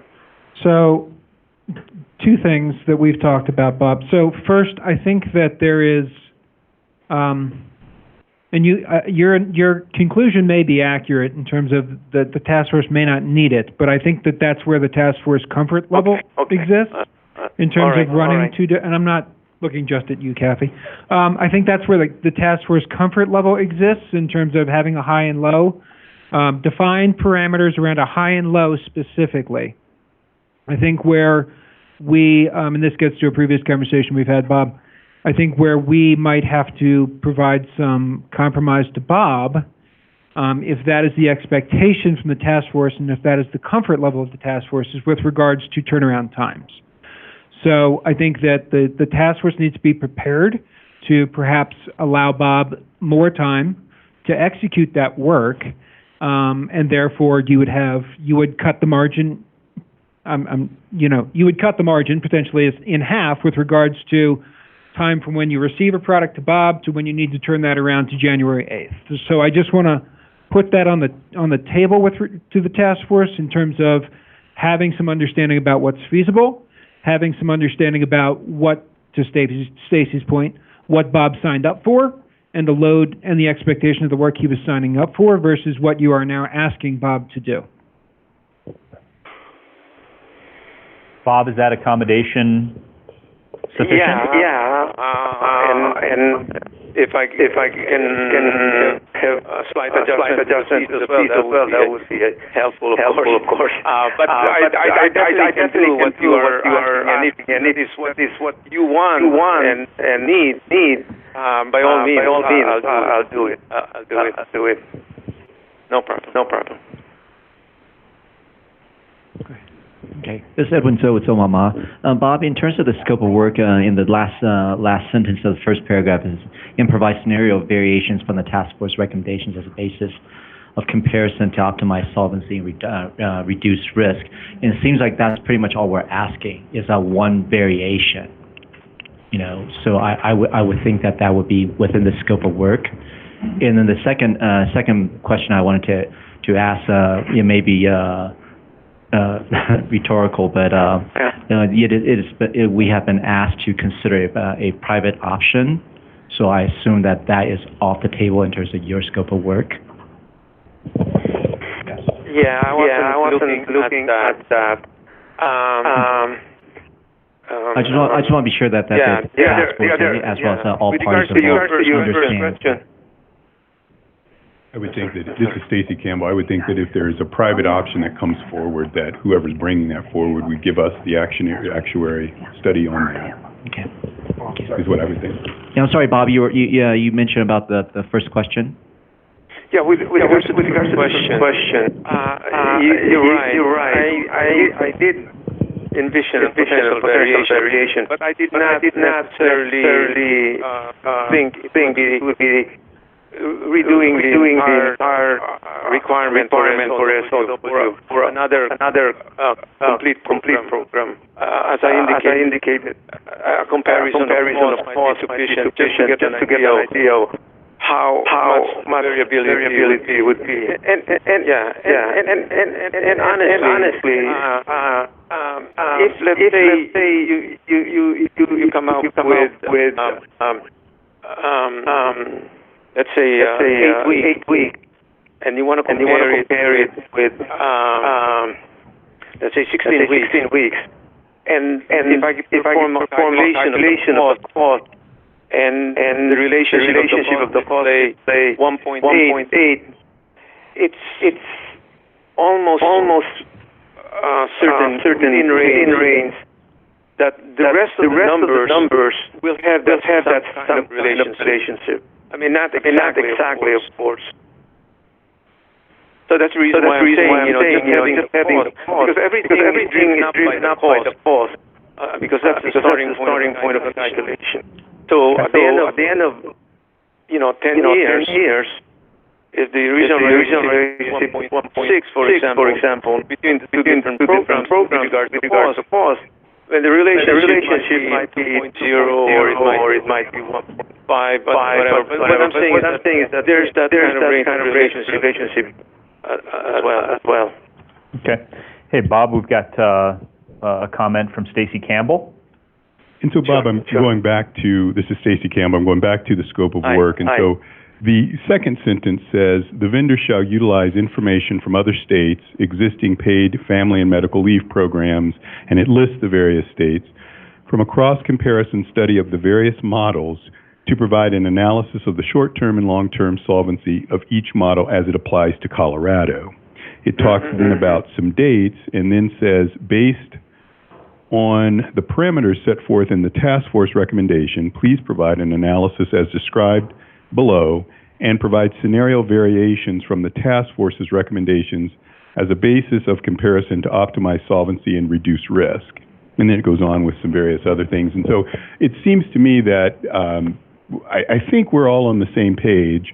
I think what probably makes sense is maybe an offline conversation between you and the state need to happen about kind of, if we're within the scope. As I read it, I think we are within the scope from what we're asking for.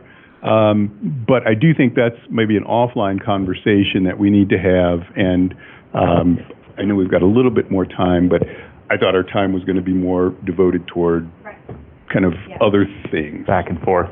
Yeah.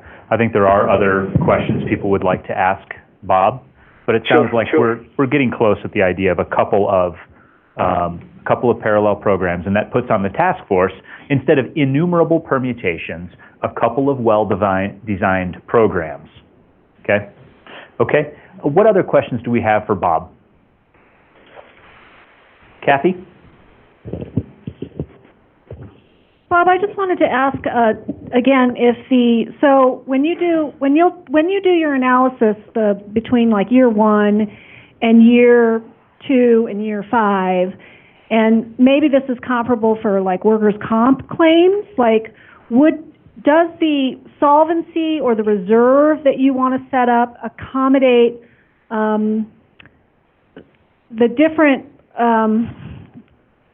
factors like technology costs may be greater in the first year, so that those would go into administrative costs. If you're planning for sort of increasing utilization over that 5-year period, or so the take-up rates that people or the claims cost is expected to grow over the first 5 years, does that change your solvency factor or your what you think of as your reserves, or is it possible to do that so that you're kind of building a ramp? Is that part of the analysis that you think about in terms of solvency over time? I'm just curious. Yeah. No, it will be part of the analysis. Great. There has been observed increasing trend of utilization in most programs. People are more aware of the program. So we'll interject that as well. Will integration, of course, but at the same time, maybe some technological efficiencies to offset that inflation.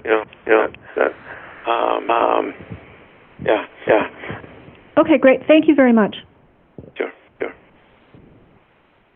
Who else has a question for Bob?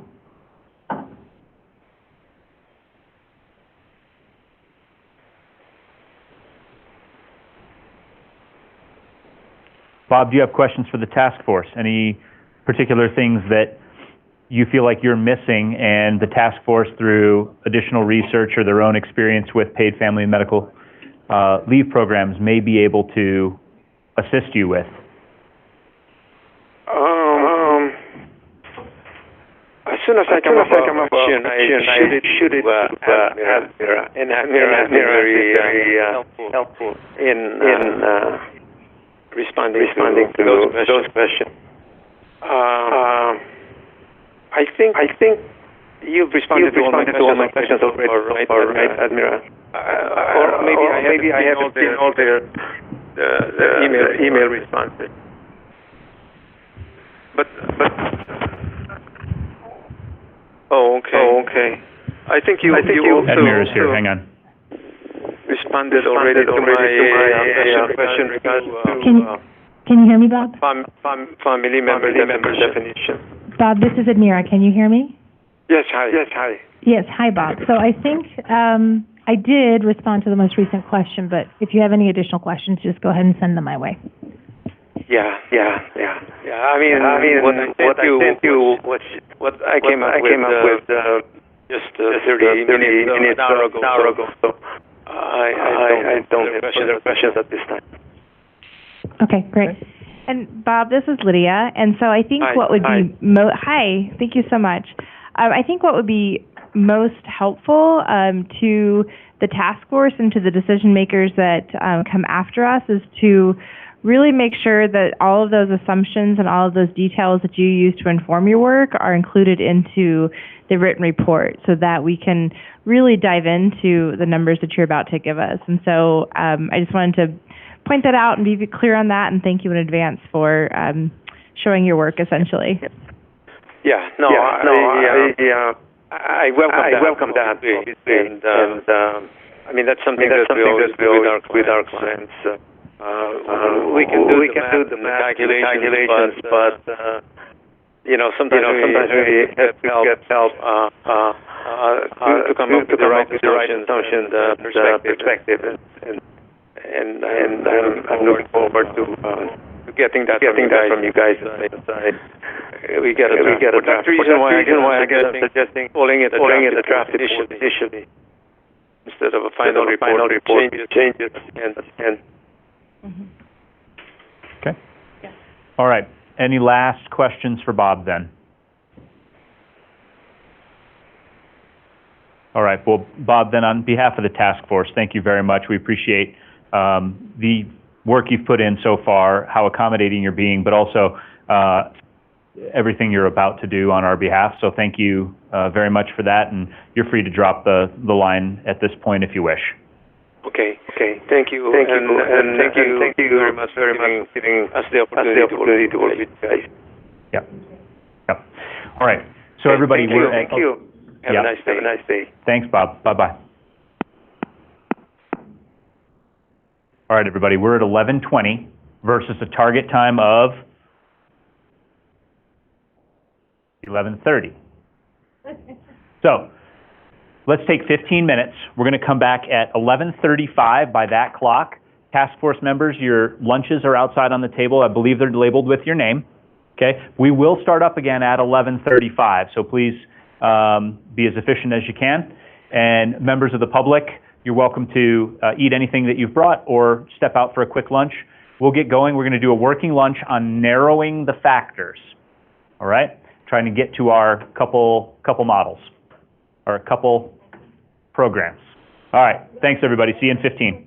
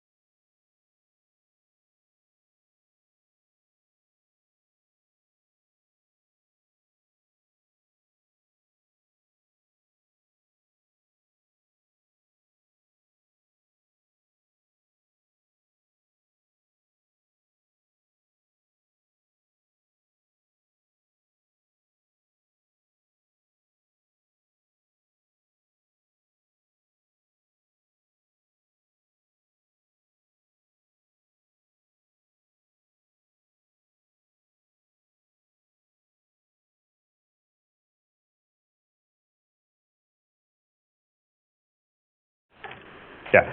Well, at least you're hopefully somewhat fortified against the endeavor here. So, we're a couple minutes ahead of schedule, which is great news. We have a lot to cover. That's the tough news.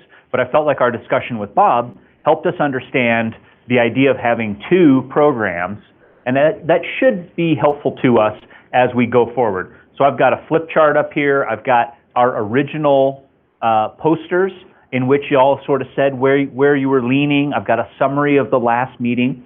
So we've got resources that we can use to help us out.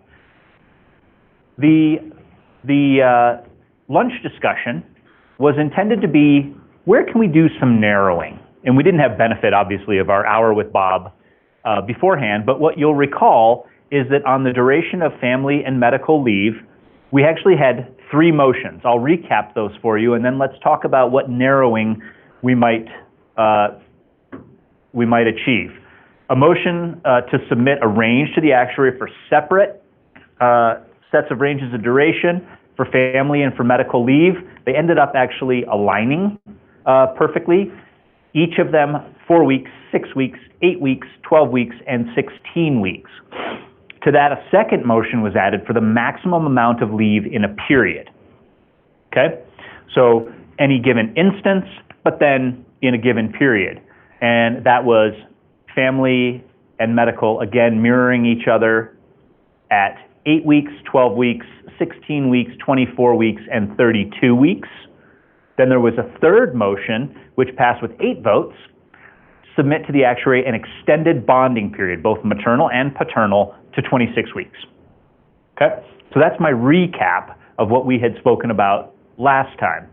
Based on the discussion with Bob, your subsequent deliberations, does anyone want to plant a flag on what they think the conservative number and the less conservative number? I don't know what that other term is. Anybody want to say what they think those 2 numbers should be for the duration of family and medical leave? Edwin? Yes, Edwin, so Mama, based upon the exercise that we went through, the numbers actually came in between, it was 8, 10, and 12. If I understand correctly, that the actual range, the additional range that was proposed of 4, 6, I think was proposed by Kevin, and then the 14 and 16 was proposed by me. Your memory may be better than mine on that, so. So in terms of, I think, a reasonable range that we would like the actuary to consider, I feel comfortable with saying 6 weeks to and 14 weeks, because that would still balance against the proposal that people have put forth. So bracket? Yeah, that bracket, yeah. Okay. And you said 6 and 14? 6 and 14, yeah. I'm sorry, I'm not sure I heard you. 6, 10, and 14? No, just 6 and 14. 6 and 14. Okay, so Edwin's proposal would be to submit, if we think of this as I'm going to call it the low model and the high model, because some of these other terms tend to be leading. Quick clarification. Yeah. Yes. Is this for family leave or medical leave or both? I think because those numbers mirror each other, I don't recall actually seeing the 32 weeks. But this is just for the family leave. Family. Yeah. Family only. Yeah. The 32 for maximum for a year. Yeah. That was Okay. doubling. I see that. So Yep. this would be for both, family and medical. Okay, so are we family only or family and medical? Family and medical. Family but, or medical. Yeah. Yeah. But does not speak to the maximum. Thank you. Okay, so in a given event, Edwin is proposing 6 and 14. Okay. Quick poll. Who thinks those are good numbers for a per event, low number for Bob the model and a high number? Just quick show of hands, not a binding vote, but where are you parked? Does that seem right to you? Who likes it? Just hold up your hand. 1, Okay, 2, 3, 2.5. Sarah? So, one thing in these deliberations, I really want to reiterate that any of the cost estimates will not be fine precision. So, I'm gonna be very kind of open-minded about what parameters we send, because the idea that putting in 6 instead of 8 for the low is gonna have some sort of real substantive effect on what we get back out is just not true in this situation. So I'm definitely not gonna spend my energy on arguing whether the low number should be 6 or 8, or the high number should be 12 or 14, because this actuary analysis definitely does not have the ability to distinguish between those in any informative way. So just to kind of tell you where I'm coming from, when I'm gonna be pretty chill, right, about exactly precisely what low and high number go in. Thanks, Sarah. Anybody have an alternative? Oh, let's go with Judith. And Judith, your microphone's on the other side of your box.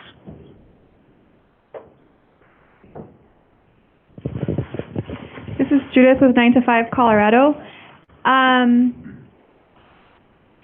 I think the range that I want to propose is definitely, I would say 10 as the low and 16 as the high, just as another option. Okay, let's do a quick poll on that one. Who likes those as the low and high? Show of hands. 1. I'm assuming Judith is a second hand. Kathy's Okay. Does anybody have an alternative? This is Stacy Campbell. I would say 8 to 12.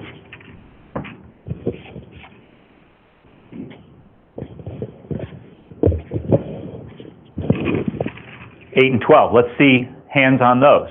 Who likes the numbers 8 and 12? 1, 2, 3, 4, 5, 6. And if you voted before, that's okay. I mean, it's the latest. Right. Kathy White has 3 hands. Okay, Jared? Yeah, I appreciate you guys using the microphones. Don't worry about the battery, just leave them on. And Jared, a better balance. I think part of why I'm shrugging with my hand up is, for me, I'm not really, I need to think about the family and the medical leave together in terms of, I'm not sure if we're only talking about the family leave or if we are talking about the maximum, but to me, that's critical in how I'm going to come out on this. So. Yeah, I think we need to talk about the event number, then the maximum number. What Edwin was saying is the fact that they mirrored each other, he would be comfortable with the same. And am I correct, Edwin? Okay. Separate things. Event family, event medical maximum, right? Yeah. So I think right now we're talking about sending the same numbers for medical and family. Correct. Yeah, I mean, if we are, then, yeah, that helps to shape. I just wasn't sure if we were all on the same page on what exactly we were voting on, or if we're not voting, indicating. Yeah. Hadley? Well, my question is, so if the event is, I just had a baby, do I take medical leave for myself and also take family leave for bonding? And that means the low is actually 12 weeks because I'm taking both. Is that right? If we're saying 6 on the paper, it's really 12 in real life because I can take 6 for my medical recovery from childbirth and 6 for bonding with my baby. Is that In the what we're event of talking about? childbirth. Okay, that's what we're talking about. Yeah. Oh, shoot. I made the mistake and turned it off. So that's a separate policy parameter. So Greg's right. There's event for family, event for medical, and then there's maximum. In some cases, right, the maximum is different for the case of combining family and medical into a single childbearing thing than the total maximum of the year. We kind of glossed over that in our earlier discussion. I recommend that we first just start with single family event, single medical event, and get to the maximum issue next. Yep. So we've got suggestions on the board for lows of 6, 8, and 10, and for highs of 12, 14, and 16. So this is Stacy Campbell, and I just want to make sure, because when I put my number there, I am doing it for combined, that you get 8 weeks, whether it's family or medical, and you get, well, we might have the number 12, whether it's family or medical. Okay. So let's distinguish between high and max though.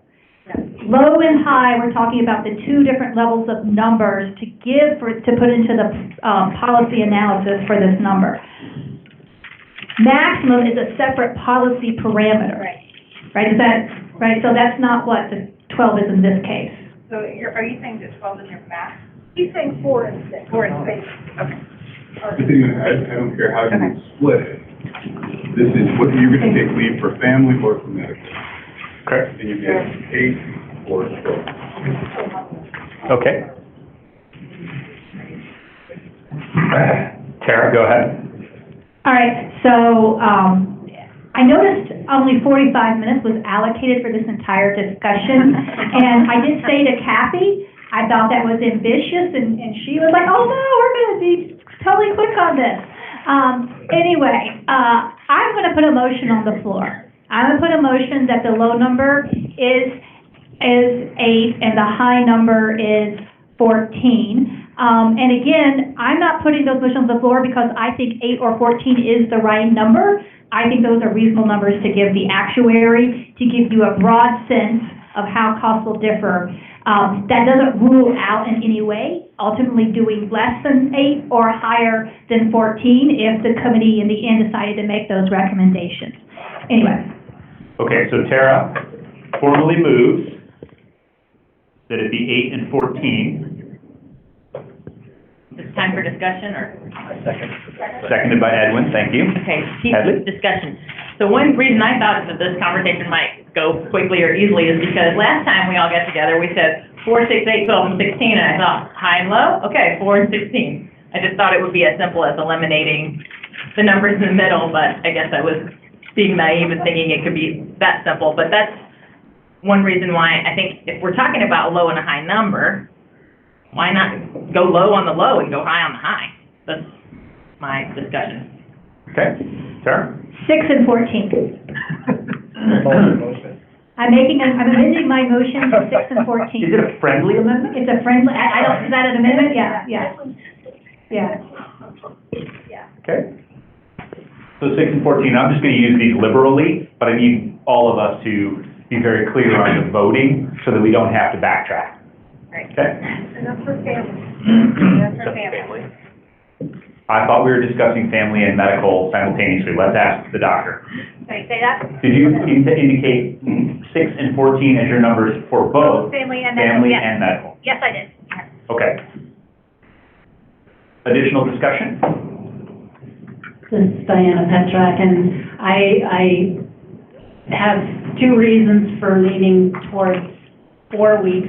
The 4 and the 6 are good suggestions to me. The upper limit, I understand 12 or 14, but I'm thinking of two things. I'm thinking of the small businesses and putting this whole thing on them as a brand new, layer for them. And I'm also thinking of the ability for businesses to opt out who already have plans to leave room for more agility there. So those are my reasons for thinking that 4 and 6 are good lower.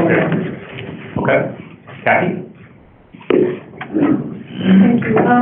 While I appreciate that, I do think that there's also something to be said for the fact that, none of the expert reports came back that said 4 weeks would be adequate for either your caring for your own medical needs or for bonding with a child. So none of the needs that we are outlining, it wouldn't be an adequate benefit.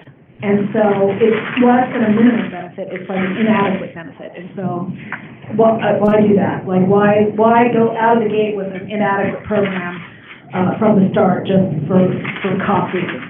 Okay. We'll go with Judith and then Jared.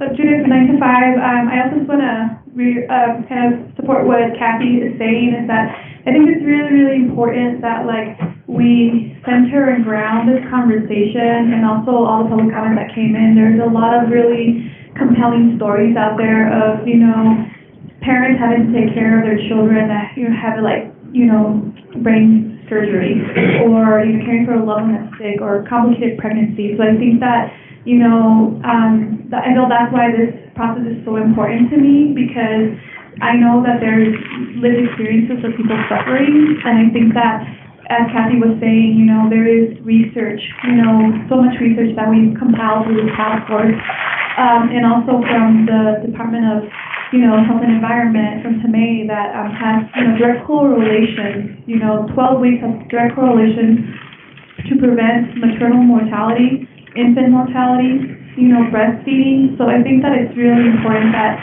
we ground that in the research and the stories that we've been hearing. And then I think that, I'm not sure if, for the 6 weeks example, if we're saying that then people will only have 3 weeks of paid time off to bond with their babies, if that's what we're saying, and then 3 weeks to bond with their babies and 3 weeks to maybe be with their dying parent, So I think that, again, we should go by the research, and I do believe that 6 is still too low.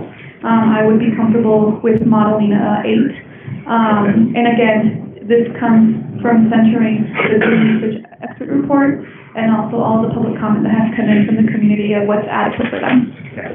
So one point of clarity, the dying parent versus the bonding baby would be the difference between event and maximum. The discussion around total for a given event is a separate one. Jared. Then Kevin. Yeah, so this is Jared, A Better Balance. So I think you got to that point with the clarification, but I still think there's some confusion about exactly what we're talking about here. So we are saying there's 6 weeks in the low for family leave, 6 weeks for medical leave for separate events, and we're not addressing right now whether that can be combined to 12 Correct. separate Correct. maximum. Correct. Okay. So We're I not just talking wanted. about 3 weeks for anything. Right. So I just wanted to make sure that was clear. Okay. Yeah. Pretty nice. Kevin? I appreciate what Judith is saying. We should keep in mind, in the interest of speed, that all we're providing are rough cost estimates. We're not designing an optimal program. We're just going to give the legislature an idea of what a bare bones and another bare bones plus would be like. So I think if we just keep that in mind, the legislature's going to decide on what they want. We're just giving a cost estimate. And I would suggest, and I'm not a member of your task force, but I'm a thinking guy. If you get 6, then you learn something about 8 and you learn something about 4. If you get 4, you don't learn very much about 8. Right. Do you know what I mean? The choice of those points, and I think that's kind of what Tara was getting at. This tells us about 4 and 8. This tells us about 12 and 16. Am I following your logic, Tara? Yes, although I'd probably. Even wider. Yeah. You have got my voice. Okay. Yeah, all right, let's vote. Okay. Somebody? So, Call the motion. okay, so we have a motion on the floor that has been seconded by Edwin So. We've had some discussion, so the vote is, shall we send 6 weeks and 14 weeks? Okay. Okay, we're going to do a roll call vote. Ayes and nays, please. And do we have, who's the recorder for this particular vote? Daniel's not in the room. And Mira, thank Mary's you. recording all votes. Thank you very much. Figured I'd ask. All right, here we go. Campbell. Aye. Duncan. Aye. Haygood. Yes. Make. Aye. Manning. Aye. Marquez. Nay. McKinnish. Yes. Parker Murray. Aye. Petrak. Yes. Sullivan. Yes. Waligorski. Yes. White. Yes. Zoe. No. Okay. 11 ayes, 2 nays. 11 ayes and 2 nays. All right. We carry. Let's move the discussion to the maximum. And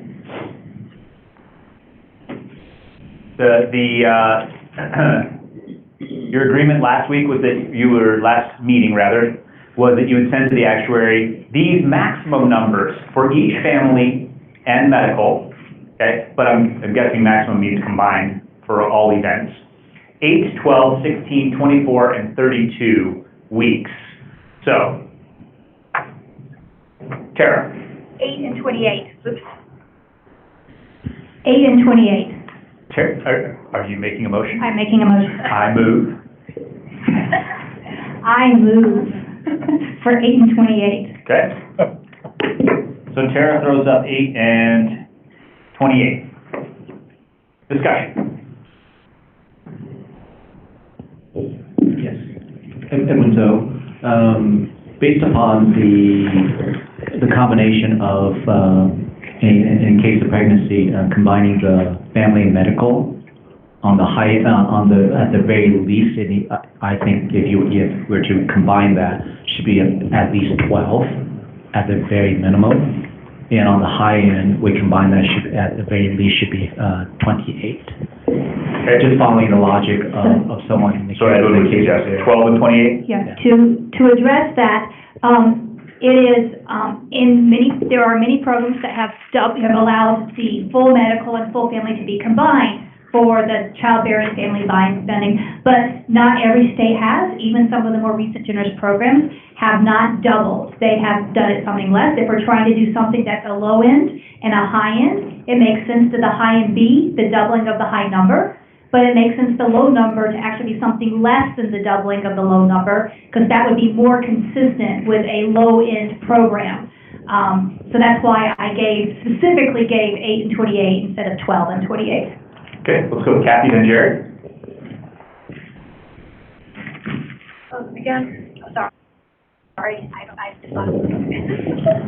This is Kathy. I'm just going to say that the 12 at the low end for all combined reasons is the lowest in the country. And so, except for the outlier District of Columbia. So again, anything below that is not only an outlier in terms of other state programs, but again, it kind of contradicts the best expert resources that we had. CDPHE, was very clear about, here are your benefits at 6 weeks, here are your benefits at 8 weeks, here are the benefits you forego at each of these. And so again, anything below that seems like an inadequate program. And so why go through the brain damage of setting something up that's inadequate out of the gate? You're just betting on a lame horse. And so I think 12 should be the minimum, and then I'm fine going to 28 for the maximum, or 24, again, based on expert recommendations, but they all came in around that 24 level for combined usage. So that's what I think. Okay, don't turn the microphone off. Jared, a better balance. I was going to make actually a very similar point, that, 8 of the 9 programs are all higher than that. And again, just the DC is different because it is 100% employer paid, and certain restrictions because it's not a state. But I do think, like Kathy, the fact that all of the expert reports go beyond even 12, so having 12 as the total minimum feels better to me. And I also think the reason that 8 causes some concern is for a new parent who delivered a child, you really are eliminating the bonding time, essentially, when you look at the need for the medical leave, which for a C-section is seen as 8 weeks as a typical recovery without complications.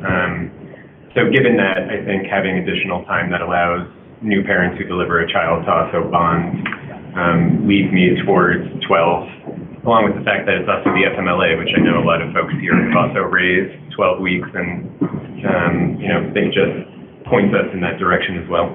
Okay, thanks, Jared. Kevin? Bob would use 6 and 14 as far as duration to figure out costs. Tara, how would the maximum be used in calculating costs? The maximum, Kathy made you back. The maximum, right? The maximum would figure prominently into cost, because what this whole discussion is about is that for the case of childbearing and family bonding, people would be combining medical for the childbearing and family care for the bonding, right?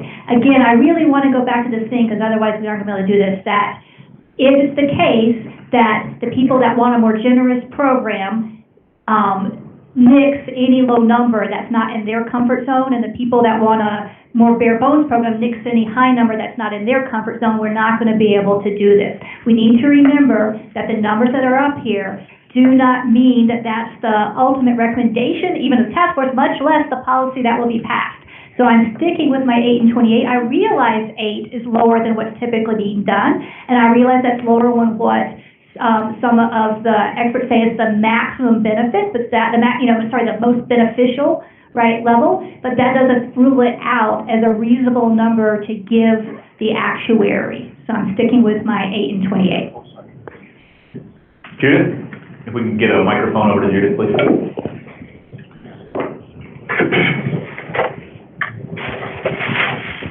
And Tara, this is a question, just to understand, so, in that proposal around 8 being the max, so how would you see like just give me a scenario of how you would see that being divided? Because I guess for me, I'm seeing it more that it makes sense if it's,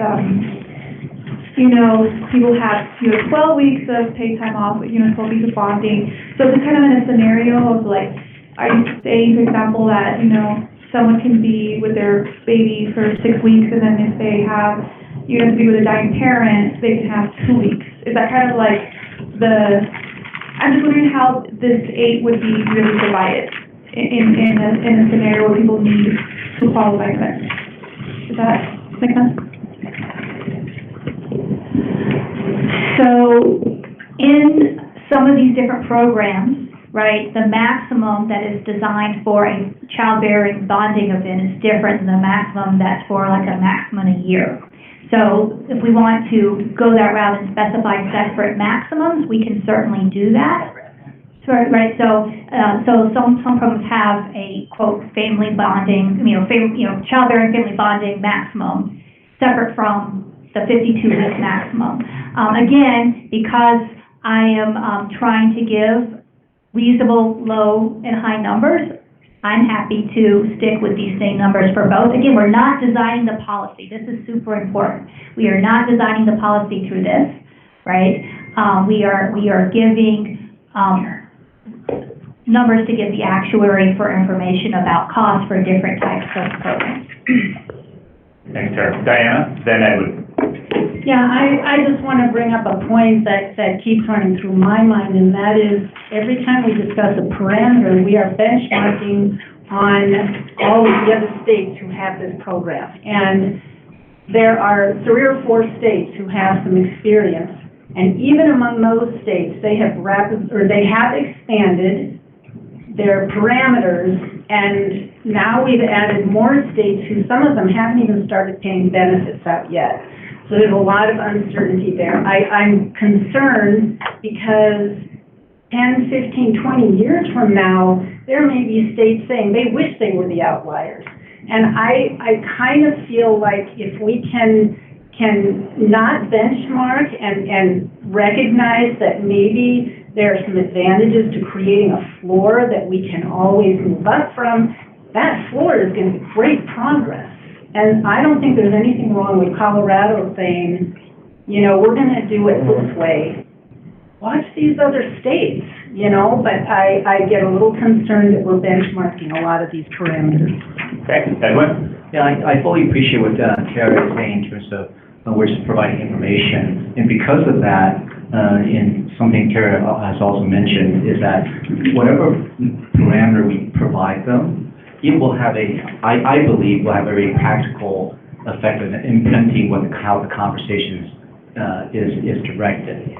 So if we provide them with an 8-week number, then that's where like the classical negotiation strategy is at that starting point of one side, and then that's going to the high number is going to be the negotiating strategy the other side. But all this comes back to the practical matter, which Judith has brought up, is that, as well as Kathy, is that what are the benefits and the reality of that time frame. For me, the idea of 8 weeks for a mother who may have gone through some complications to have to face with possibly 2 weeks or even no time to bond with their children, to me, is unconscionable. So And then as far as, you know, I was the person that proposed the 26-week bonding, exemption, you know. Yes, that's on the table, but there's no guarantee that that's gonna become part of the legislation, the final legislation. So I think it's very important for us to craft the parameter. You know, I strongly advocate that the task force consider 12 to 28 weeks. Thank you. Jared, then Tara. Yeah, I did, Diana, want to follow up on the other states because, you know, just for clarification and for those who are listening, the states that started with temporary disability insurance approaching 50 years ago have all started with leave that exceeds what we're talking about here. So it's where there have been expansions, there have been expansions and recent expansions in terms of additional weeks for family leave, which is much lower utilization than the medical leave. But Rhode Island is a maximum cumulative of 30 weeks, California 52, New Jersey is in the 30-ish range and it's going to go up a little bit. New York has been 26 weeks.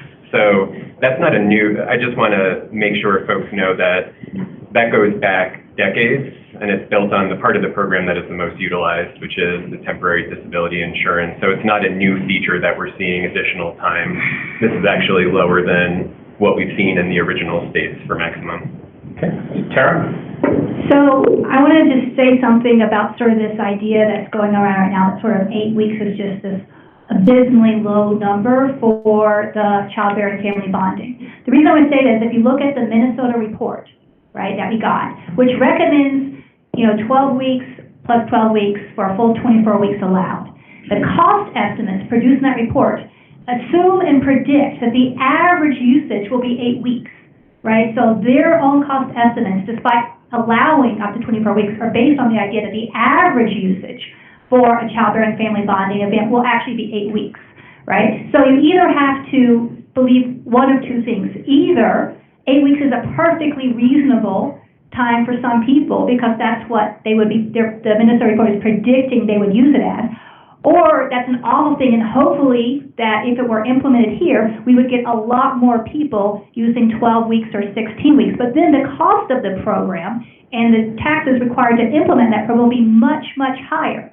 So you either have to believe that 8 weeks is not so bad, right, for the average person, and that the cost estimates aren't too far off, or you have to believe that what you're hoping is a lot of people will use the leave for 12 weeks or more, but the costs and the taxes required are much greater, right? My point here is that putting 8 in as a low number is not unreasonable, even given these reports, right? If it's what these reports are saying the usage would be, right? And so I think that this fight over whether 8 is a reasonable number to put in is sort of misplaced. Kathy? I just wanted to say that I think that if you look at California's experience, and you look at New Jersey's experience and Rhode Island's experience for birth mom claims, they are almost always at the maximum, right? And I would have to look back at what University of Minnesota and the IWPR model did for this particular report of a recommended program, but they have done a model based on the original draft of Senate Bill 188 that shows that if we allowed, what was it, the 12 weeks plus 2 extra weeks, then almost every birth mom would take the maximum amount of time allowed under the law for bonding. So if you allow 6 weeks, birth moms are going to take 6 weeks. If you allow 12 weeks, birth moms are going to take 12 weeks. And then it's the medical side of the portion. If they will take 6 weeks if they have a natural, healthy birth. If they have a cesarean, they will take 8 weeks because that is what their claims rate is at. So I just feel like, at least for birth moms, unless you want to carve them out, 8 weeks is too low. It just is. And even IWPR's model, I think, and I will go back and look, but even their model assumes that birth moms are going to take the maximum that you allow to them. under the family bonding period. So to say that they would get, 2 weeks of family bonding period or none is not, it's just inadequate. It's just not an adequate benefit. Lydia? I think we've had some great discussions. We've also had discussions on this, that we're continuing on, that we've had last time. And so, there was a motion for, 8 and 28. I didn't hear a second on that. Does someone want to bring a motion to, or I'll just bring a motion. I'll second. Okay, so there's a motion to that. We can do several rounds of voting, right? And see where we're at with that. Okay. Should we go to a vote? Okay, so we've had discussion. So, the vote right now is Tara's initial proposal of, 8 and 28 weeks. Okay. Admira, are you ready? Campbell? Aye. Duncan? Yes. Haygood? Aye. Make? No. Manning? Yes. Marquez? No. McKinnish? Yes. Parker Murray? No. Petrak? No. Sullivan? Yes. Waligorski? No. White? No. Zoe? No. How many do we get? 7 nays and 8 ayes. 8 ayes. Don't add up. Wait. And It should add to 13. I think it's 7 and 6. Yeah. Yeah, 7 and 6. 7 and 6. 7 nays and ayes. 6 ayes, 7 nays. Motion fails. Would anyone like to offer an This alternative? isn't a policy recommendation. This isn't a policy recommendation. Sorry, I thought it was 7 nays. Was it 7 ayes? 7 yeses, right? No. Yeah. 6 ayes, 7 nays. I'm pretty sure that's miscounted. Can we do it? Okay, should we do it again? I'm pretty sure 7 yeses. You need a revote. Okay, quick revote, and this time please loudly. It's hard to hear in here, the aircon. Can we say yes and no? Okay, yes and no, good with that? All right, here we go. Campbell? Yes. Duncan? Yes. Haygood? Yes. Make? No. Manning? Yes. Marquez? No. McKinnish? Yes. Parker Murray? No. Petrak? No. Sullivan? Yes. Waligorski? No. White? No. Zoe? No. 7 ayes, no. No, because Diane did, she said no. Diana said no. Does she want it lower? If we can go to a 6, I would say 8. Okay. But motion fails. Edwin, go ahead. Motion on 12 and 28. Edwin moves 12 and 28. I'll second that motion. Discussion? Let's vote. Okay, so, for the record, we're voting on 12 and 28. Admira, let me know when you're ready. Yeses and nos, please. Campbell? No. Duncan? Yes. Haygood? No. Make? Yes. Manning? No. Marquez? Yes. McKinnish? Yes. Parker Murray? Yes. Petrak? No. Sullivan? No. Waligorski? Yes. White? Yes. Zoe? Yes.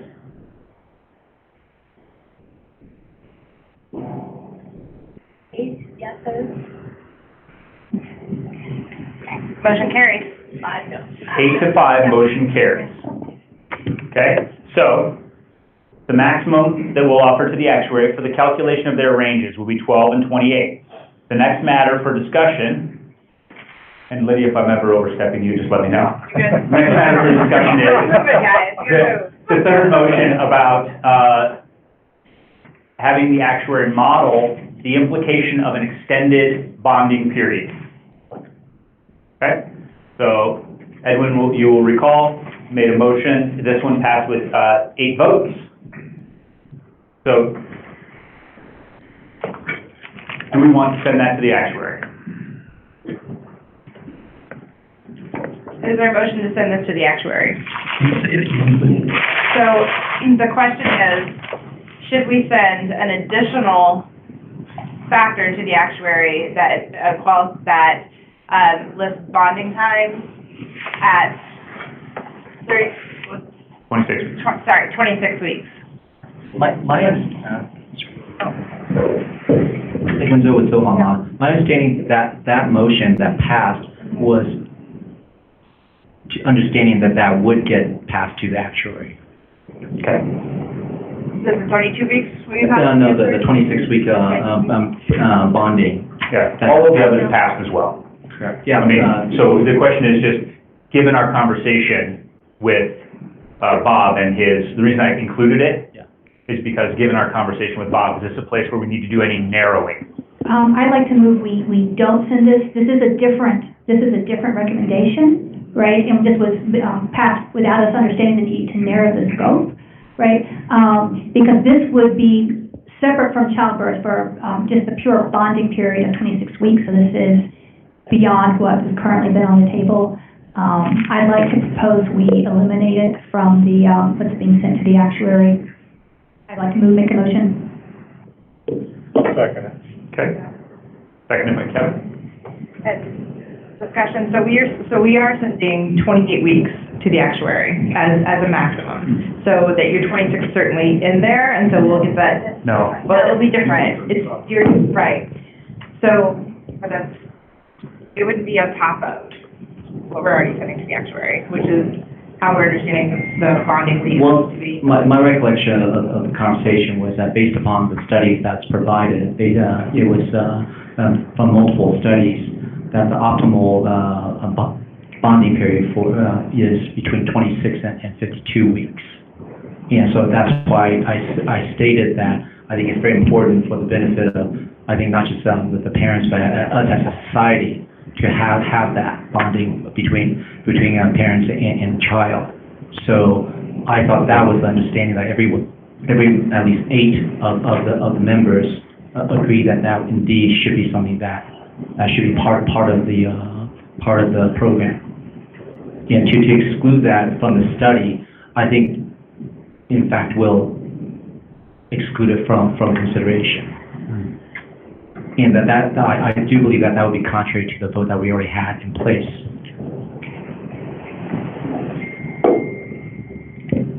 Other discussion? Can we have a second? Yes, Kevin. I want to make sure I'm clear. So, Edwin, what you're saying is, we're already sending 12 to 28 weeks, but you're saying we need an extra bonding period of 26 additional. That's not what I'm saying. I'm saying that if, let's just say hypothetically, it passes at 28 weeks. So 14 of that will be for, it's already built in for bonding, correct? So they, For that. But they would get an additional up to 26, up to additional 12 weeks, which would fill it up to 26, which is the optimal based upon the study's optimal time period for bonding. Sure. So I think my framework for thinking about this is bonding can apply to both parents, right? And I know there's been a lot of discussion today about how many of your weeks are you recovering from childbirth if you're a woman who's just had a baby, and how many of those weeks are bonding with your baby. And I think practically, when you're on leave, you're doing those at the same time.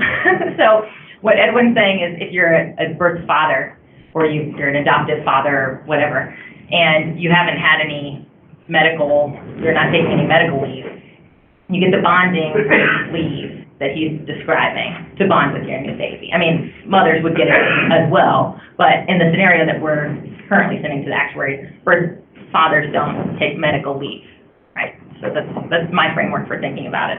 And I like the idea of a gender-neutral policy where moms and dads both get the same amount of time to welcome a new child.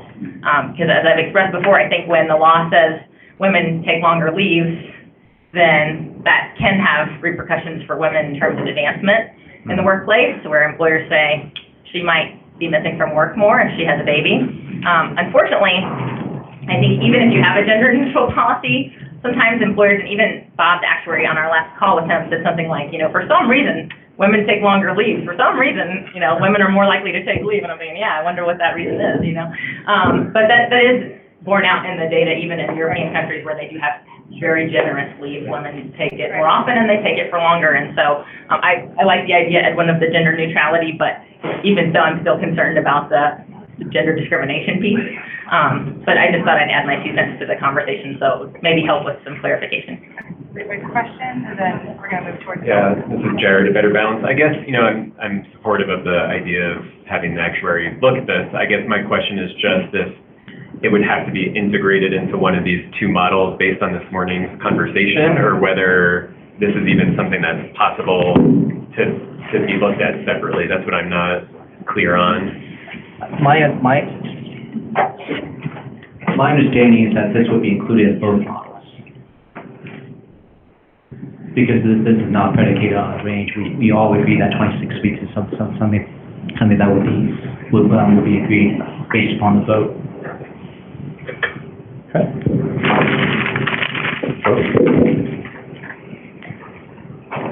I'm seeing a lot of confused looks, and so I feel like we need just a tad more discussion to clarify. Can I add my 2 cents? I'm gonna, if we do vote on Tara's motion, I'm gonna vote yes to Tara's motion because, and I voted no last time, but I think it's also, we have new information from the actuary about what he is able to do. And this sounds like a third question, because I think there are many of us on the task force who would like to see the actuary give us numbers without this bonding leave. And so if we're choosing with or without, we either have to include the bonding leave in one of, in the upper end or not, right? That's my understanding. I just don't think it's I just want to clarify there. feasible.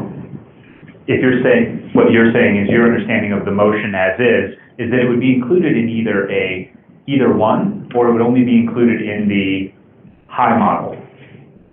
Well, it would necessarily be high because it's 26 additional weeks for bonding. Right, and we have 28 weeks as the high on family leave, right?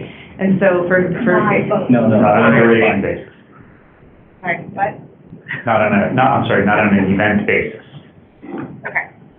So I think, like, if the medical is 14 on the high, then Edwin's proposal is to change the combined to 14 plus 26. Is that right? If the high for medical. The high for family. the high. I'm confused now. So I think we should, I'd like to call the question and place the vote. The reason is that for the people that want the high end to represent a plausible thing, this is going to blow your cost estimates through the roof. So I would think that there might be some agreement across the spectrum on whether you want this in your group. So I propose we take a vote and see where we are. Can you restate your motion, please? That we eliminate the 26-week additional extended bonding period from consideration by the actuary. Yeah, as a point of order, I do question whether that should even be allowed, given that we already had a vote of approving this previously. The reason I want to speak to that is I think someone else already made this point, is that we have new information from the actuary about what's possible. So for example, this means that there would not be any cost estimate for the high program without bonding, which I would think that the people, which before we would have assumed there would be, right? Before you would have had a range of programs, and that would have allowed us to see, a more generous program with 14 plus 14 plus 28, but without this extended bonding. Here, there's only one shot at a high program, and the question is, do you want it with this additional piece on it, which will be quite costly, right, or not? That's up to the people that are anchoring off of the high one. That's precisely my point, that without that information, they would not be able to make a decision on this. And I say, but anyway, I call the question. Okay, and that's been seconded, so. Ready to vote? Admir, are you ready? Yeses and nos, please. Oops. Again, on confused as to why we're not even interested in my point is that we already had a vote on this. We have to address. We had votes on the other ones as well, Right. right? So I think Narrowing the scope. the objective was to narrow the scope. I think Stacy may be arguing the point of parliamentary procedure and review. I'm not qualified to comment. Tara made another parliamentary point, which was we have new information. Yes. So what this is reconsidering based on the new information we have from the actuary. So so to make a discussion point, so our actuary this morning said, here's the options that I can model, and here's the variables that I can handle under a model.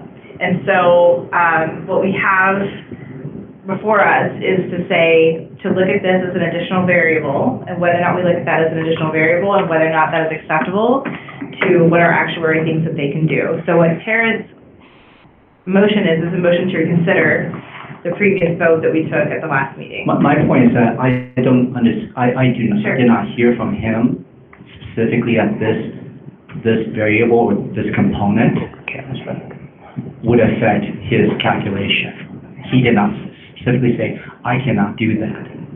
Did anybody hear him say, I cannot do that? So let me clarify that what I was saying was not at all that the actuary cannot do that. Of course the actuary can do it. That's not what we're saying. The new information is that rather than being able to give a menu of options and getting the actuary to produce cost and analysis for a large menu of options, we're down to 2. Right, so before, it would have been reasonable for people voting for that option to expect that they would both get analysis of a fairly generous program with, 12 plus 12 or 14 plus 24 weeks, both with and without this extended bonding option. So they would see a generous program, or a generous program with this extended bonding option, a generous program without this extended bonding option. That's no longer available to us, right? That we can only have one shot at the high end. So the question is whether people want to see the high end only with the additional family bonding option, or without it. The actuary can do it. The question is what information we want. And to clarify, you're saying that you're proposing that we exclude that information from the high end. Is that correct? That is correct. Okay. And my feeling on this is that if we indeed to provide the information that the legislature would like to see, I would like for them to be able to see what that cost is. Instead of just presumptively saying it's going to blow it out of the water, therefore not even examine it. Because we're here to provide information. So that's why we're having the vote. But then you won't have the information. Yes, we won't have a vote. So that's why we're having the vote, and people can decide whether they want that definitely in or not. Are we still in discussion? Yeah. Yeah, my point was just that if you add the extended bonding, then you won't have the information about the generous program without the extended bonding. So that's the choice before us, I think. That's correct. Right, so I don't know how to. That's why I was thinking that it may not So be. your motion is to exclude the extended bonding. We can vote on that motion, or we can, I guess we can vote on the motion. We can see what we come out So with. I call the previous question, which I believe is Tara's motion to reconsider Edwin's motion that we add bonding leave to the actuary report. So to be clarified, are you doing the full parliamentary procedure, or we're going to vote to whether reconsider and then vote on it?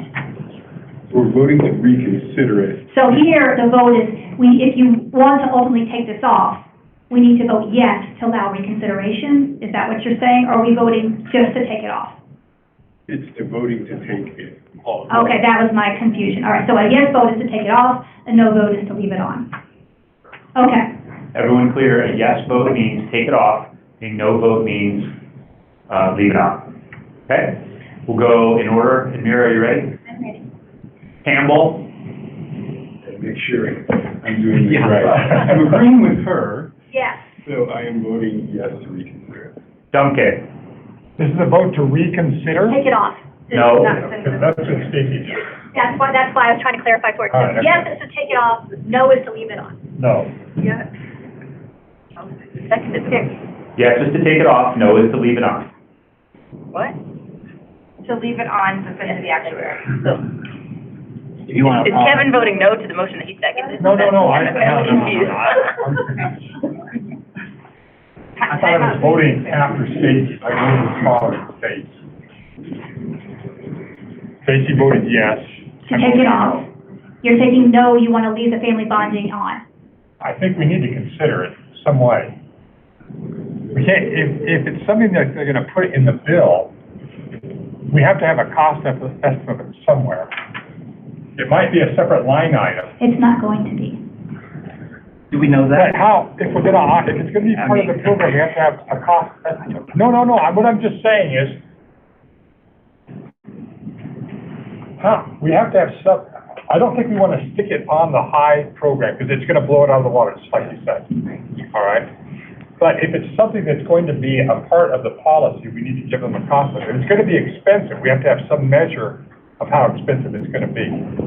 All right, so I'm going to modify my motion to explicitly say, I want to take family bonding off of the current low and high-end proposals. If someone then wants to make a proposal to give it to the actuary as an additional parameter, which we've been trying to avoid, right? I'm happy to have a separate vote on that. This is to take it off. This is so that we have a high-end estimate without it. So, okay? Okay. But right now, it's not that we don't have family bonding in here at all. No. It's subsumed right now under the maximum. That's under the family care, right, the bonding portion, which is at 6 weeks at the low end and 14 weeks at the high end.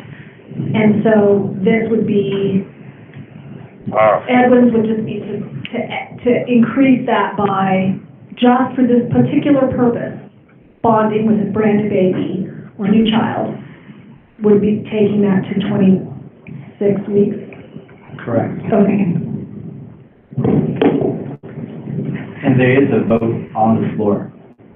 So I don't understand why there's still Well, there's, because continued there's discussion. confusion about what the vote's on, and so I was, You amended it, right? Yeah. So, Stacy voted yes?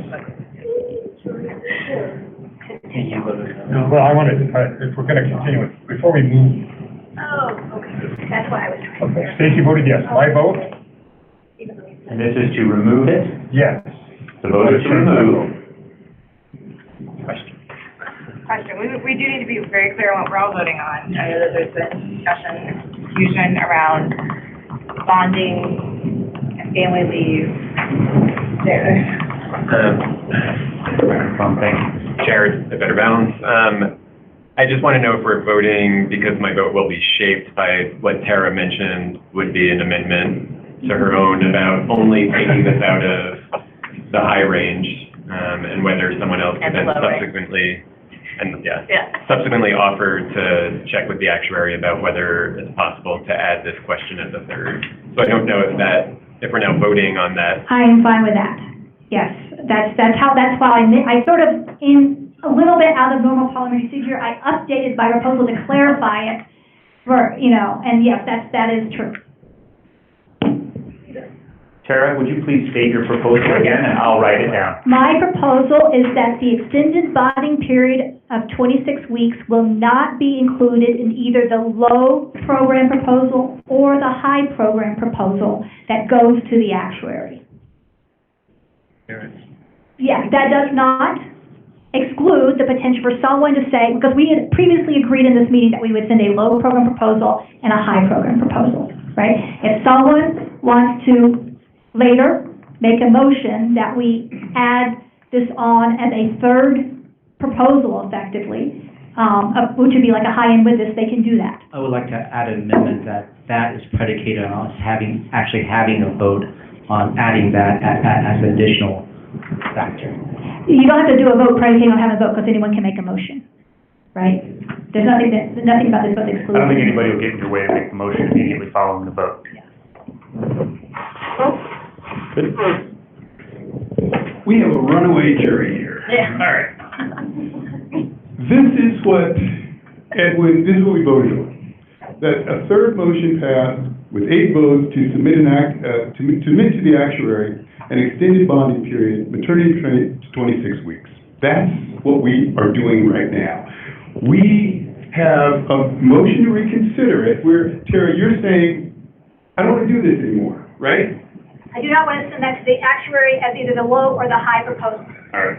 So it's a motion to reconsider, it takes a second, and it's a majority vote. So is there a second to? A simple majority? It's a majority vote. Why wouldn't all of this be? Well, like a reconsider is like a closer vote, right? Like a vote to get to the vote, right? But that's why Stacey keeps on using this language reconsider, right?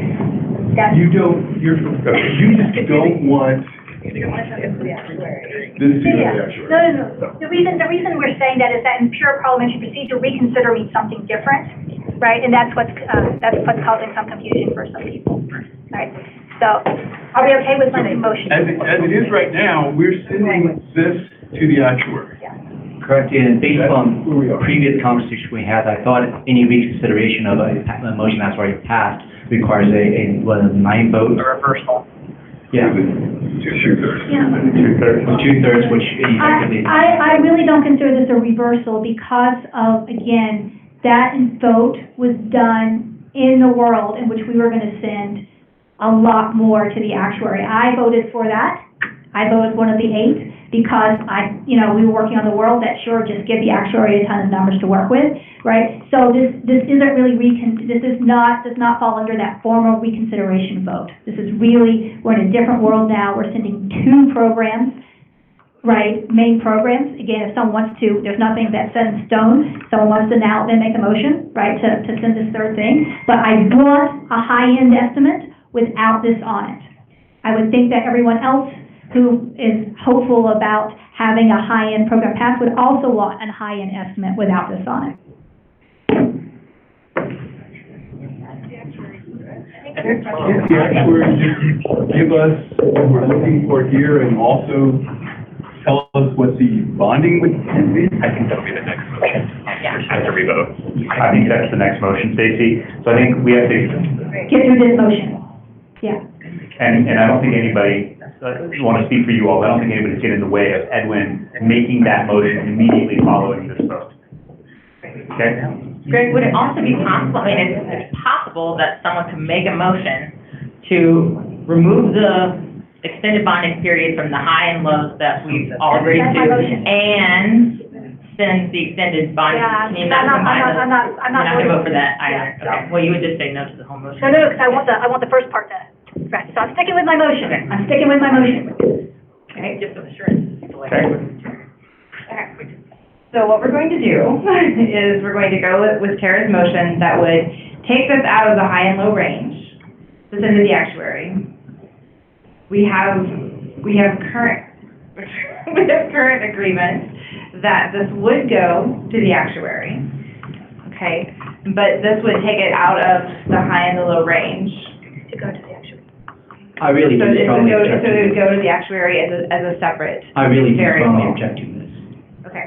Okay. I wanted to be beyond record and I strongly object to this, because if we take this path forward, then pretty much we're making an assumption that somehow this situation, the new information that's presented is somehow, different from other new information that people may say, well, this is some element that's different.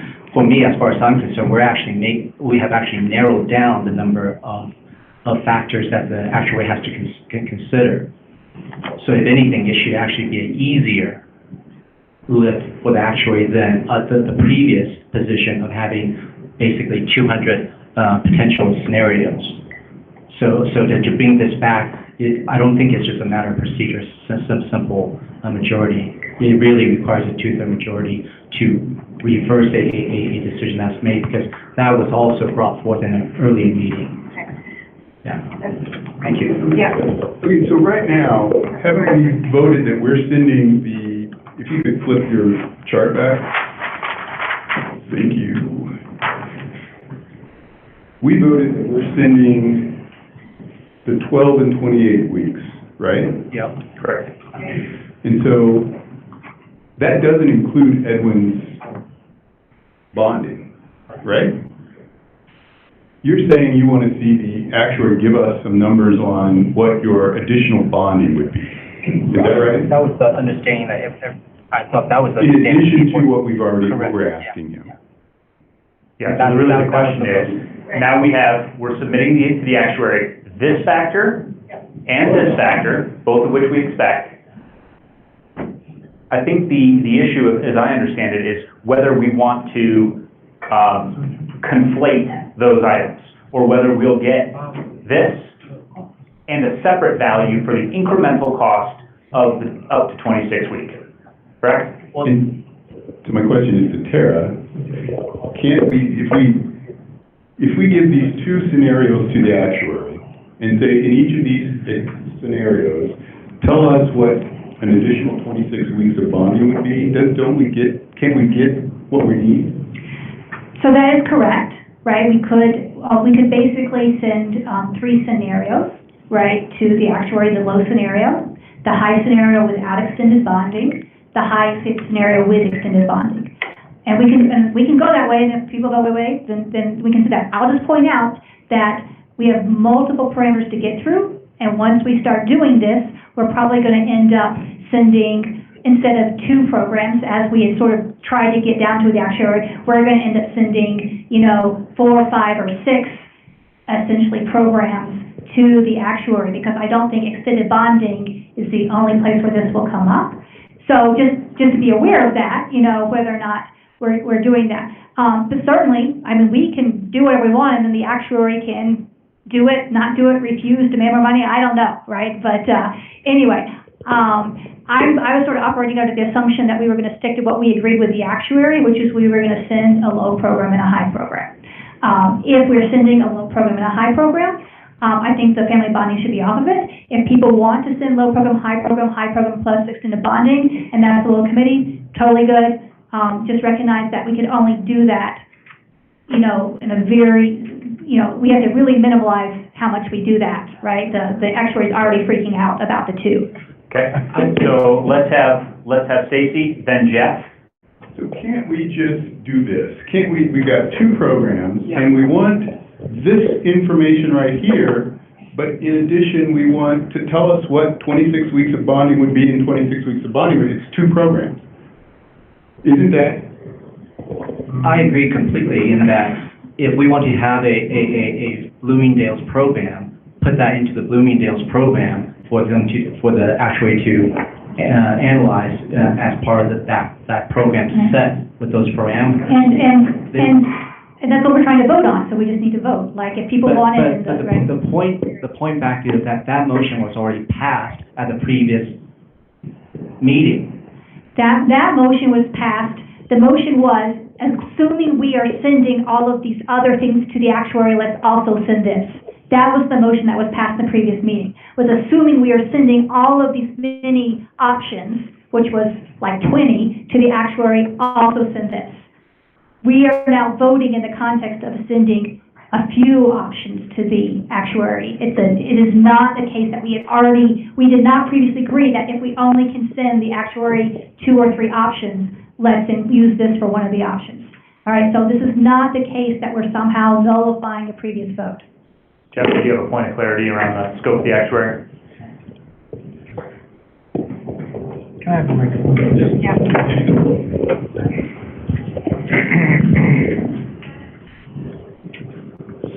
Yes, it's basically around the product I envision you all will get if this is a parameter to be considered. And so I'm not debating whether it should be or not. I'm just trying to clarify what you'll likely get in terms of delivery from the actuary. I would imagine it would be rolled up in total cost as opposed to an isolated cost. I would imagine, I imagine the product you will get would be a total cost relative to this 26-week bonding. And I assume, I would predict Bob could provide an assumption line with regards to what the utilization of that third rail, if you will, might be. I have no intel on whether Bob could isolate that cost associated with that. So I just want to be clear about the product you may receive if this is a parameter on top of the low and the high.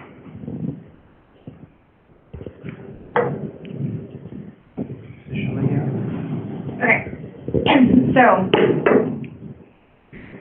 to clarify Tara's motion, and again, to echo Jeff's comments in terms of, we can send this, but we don't know if he can isolate this cost.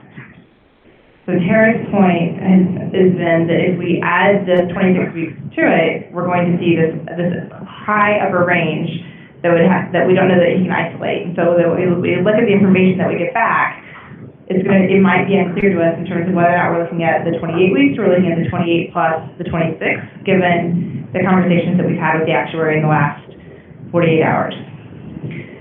So we're going to vote. Tara's motion is to whether or not, and Tara, you say your last motion again, you say it more eloquent than I do. My motion is to send the low and high programs to the actuary without the extended bonding period of 26 weeks. We send those to the actuary as the lows and the highs, and then we could vote to send, and we have currently said that we would send the 26 weeks as a separate factor, but we're not sure that we can get that as a separate factor now. Is that? We are not voting currently on sending it as a separate factor. Right. Yeah. Okay. So yes means exclude, no means keep it in.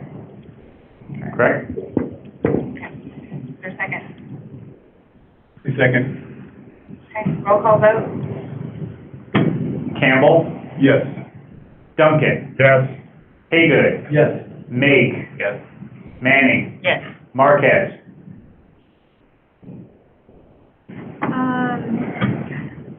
I'll support your motion, so, yes.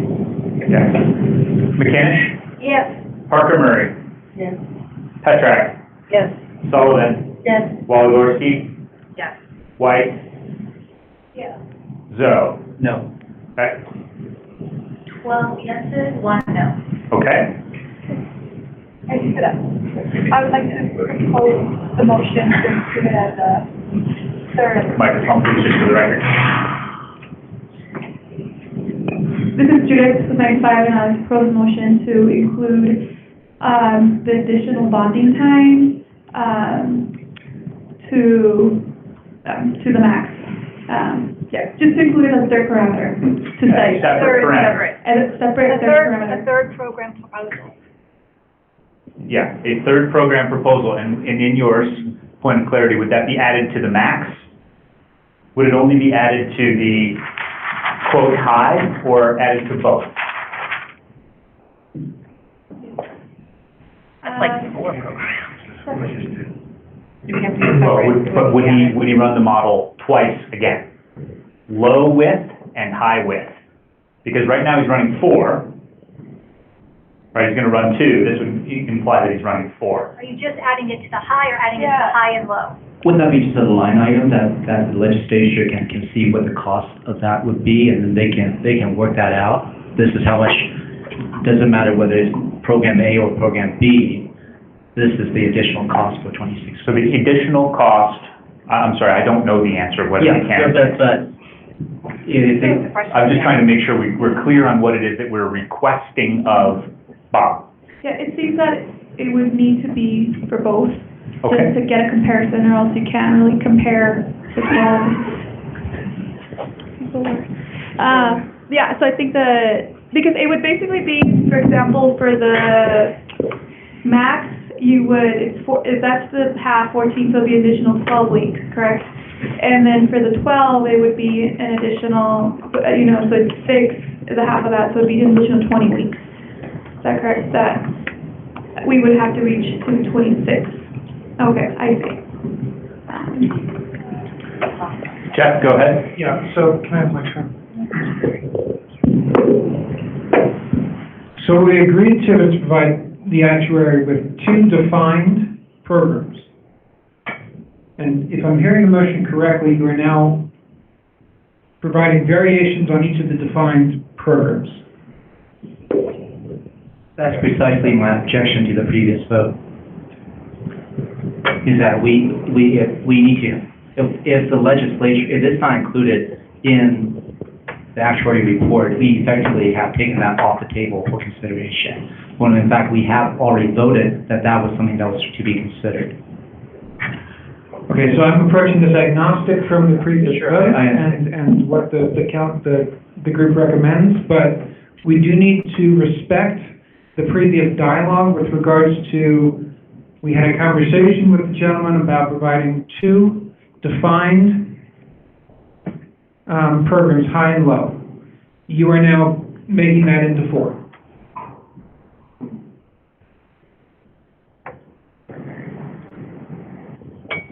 My motion is to add it to the high end only.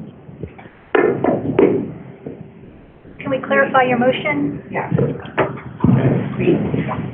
Is your motion that what you're asking for is low end without it, high end without it, high end with it? So you're saying 3 programs? Yes. No. That's your motion? That is not consistent with what we... I agree, I'm just clarifying what she said. How about I modify your motion to say what you said with consent of the actuary? So basically, only if the actuary agrees to, right? Like I said, I think we need to tread very lightly on this as a way to solve our disagreements, because I think we're asking more of the actuary than's possible, given the recent actions, but that's... Yeah, I accept the friendly... Okay, I'll second it, so we can vote. I recommend we vote without discussion. I call the question. Okay, great. Alphabetical. Yes. Campbell. Can we clarify what the vote is, please? Yeah, I was just... Okay, so we're going to, as a separate line item to both programs with consent of the actuary. So the actuary is going to say, yes, they can do this, okay? So to clarify, we're going to restate the motion. So my motion is to include on the high end the additional bonding time with, consent with actuary, that's feasible. Okay. All right, roll call vote. I really would like a discussion on this, because I have one thing that's very important to me to say. Yeah. Tara, I do apologize that you seem irritated by this. I'm just watching the time, Edwin, I'm sorry. For me, an hour or 2 that we spend here, whatever it takes, has real impact on a lot of people in the state of Colorado. And that's why I want to impress upon all the members here. It is not easy to be here for any more time than we have spent. But the fact of the matter is that if this number does not get on to the legislature, it will have a very real effect of not being considered, period. If anyone thinks otherwise, we really come from a different school of thought. If this number is not included, then the parents who have to suffer through this will not have even consideration to have this benefit. So I really implore the task force to have this number available for the legislatures to discuss. Thank you. Kevin? This may not be the only issue that we run into this problem. It seems we can proceed with outlining 2 programs and identifying what we can measure, what we can't, and maybe we ask Bob if there's some things he can do as a line item. So in the interest of kind of proceeding, maybe we think, I don't know how this plays with Judith's motion, but let's just move through and let's have a bucket of what we call Ask Bob, the Ask Bob bucket. If you can measure some things as a separate line item. Edwin's right. And then let's revisit the bucket later. It might get resolved. Bob may say he can't do it, so all this discussion's wasted. So we have to submit a report that says our costs are based on these things. We do not include the cost of these other factors. Good deal. Okay. All right. So, and I think, and to Douglas' point, I think that is in line with Judith's motion in terms of consent to the actuary or ask Bob as a separate line item. Okay. So we're going to vote on the motion that says we will ask Bob if this is a separate line item. If he can do it, this will be included in the estimate. In the high In estimate. the high estimate. Okay. All right. So a yes means that we're going to send this to the actuary based off of his consent, if he can do it, on the high estimate. Okay? Roll call vote. Campbell? No. Duncan? No. Haygood? Yes. Make? Yes means we're sending it to Bob. Yes. Yes. For the high program only. With his consent, yes. He says he can do it. Manning? Yes. Marquez? Yes. McKinnish? No. Parker Murray? Yes. Petrak? No. Sullivan? No. Waligorski? Yes. White? Yes. Zoe? Yes. And what on it?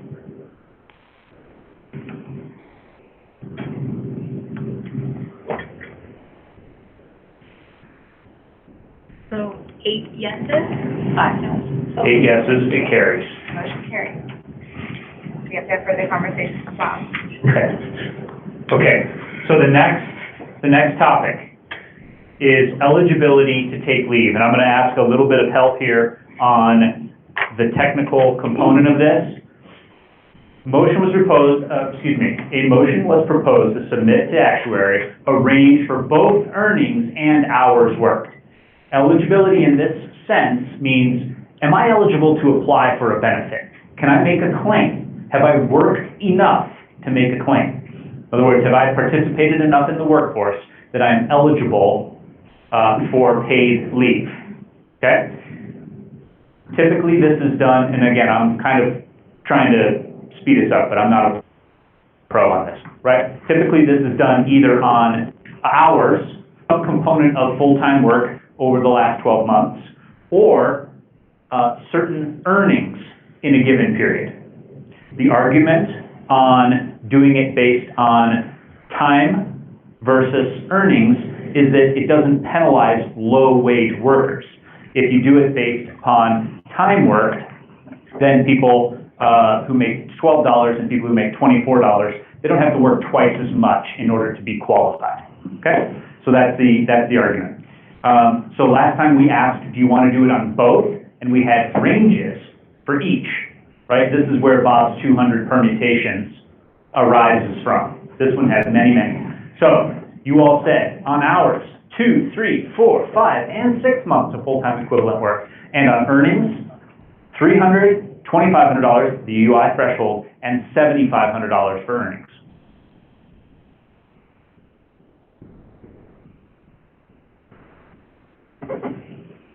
So, my understanding, having talked with the actuary and for other folks that are on the call, please let me know if this is incorrect, is that he reflected that earnings is much easier for him to model for this, in terms of he has access to those, that's something that we keep track of, it's already reported, and so that was his consideration that he brought up to us on the call.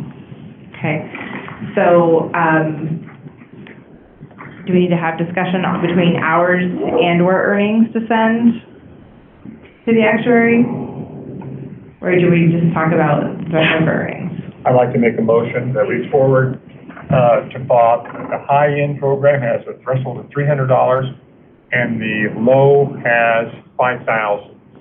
It splits the difference between $2,500 and $7,500. I second that. Okay, any discussion?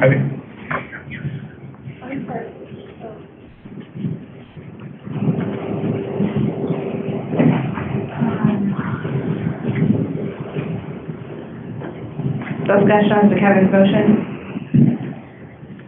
This is kind of splitting the baby.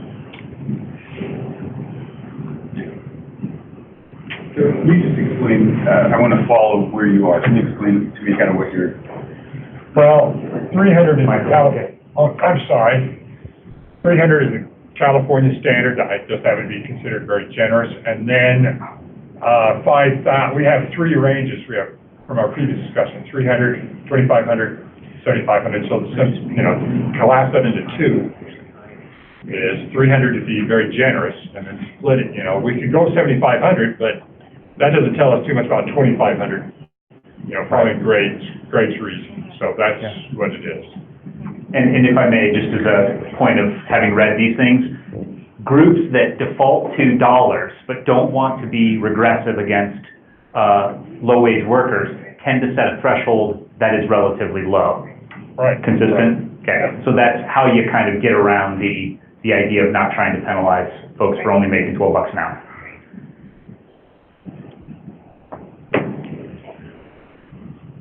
Any more discussion in terms of whether or not these are acceptable ranges to send to the actuary? Jared? Jared, Better Balance. Yeah, so I think that makes a lot of sense. Also, you know, seeing that the expert reports seem to be around the 2,500 UI threshold as a recommendation because of ease and it's already calculated. So presumably if it's double that on the lower end, that should be easy, and by going with 5,000, I think the point of it gives some insight into what it would look like on each side of that. I do just want to clarify, make sure that we're all on the same page that this is, and it's the parentheses up there about collect, that this is just about the benefit, and the way that this functions in all of the state programs is it establishes that you're sufficiently connected to the workforce in Colorado. So this is based on your earnings within Colorado could be 2 jobs for somebody who has 2 part-time jobs. This is different than the job protection piece. I just want to make sure sometimes leave gets conflated. So we're just talking about access to the insurance benefits. This doesn't address job protection, which will be I'm guessing a November or a subsequent conversation. But I think that split makes a lot of sense, especially since California is at 300 and it's probably the high model that we have. Additional discussion? Trish, could we get a microphone, Trish, as well? Trish Sullivan, Steamboat Ski Resort. And just for clarification, does this take into account whether or not there's portability? And being in the seasonal ski industry, which takes into account a lot of workers here in Colorado, we have people who are very transient. And so, and this may be for a later topic as far as policies or any clarification. Does this take into account employees that move from one employer to another and say, and it's separate, I think, from job protection, because if we're trying to accommodate family leave for someone who just started working, it's really challenging to backfill those positions, especially with record low unemployment. If that's my question. Yeah, so, you know, this does ensure portability. Again, it wouldn't necessarily be a question about backfilling. This is just somebody getting the benefit. This doesn't mean a job has to be held open. That's a separate conversation. But it would mean, say we go with 5,000, if somebody is a seasonal worker at a ski resort and only is there for a very short period of time, makes $3,000, leaves, goes to another part-time job in the off-season, makes up the difference and hits that amount of $5,000, they're entitled to the benefit that they've been paying into. That doesn't mean anything about job protection. Right. So I think, Trish, your point is well taken, but it is separate from what we need to send to the actuary in terms of this is what the threshold is to be eligible for the program, whether that's made up of, you know, work at multiple places or whether it's just work within the look-back period, which we still have to determine. But I feel like that's more of a policy decision, not necessarily an actuarial decision. And if that's incorrect, let me know. Pass the microphone to Diana, please. Yep.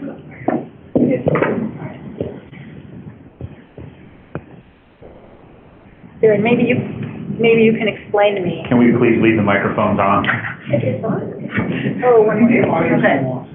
Is it?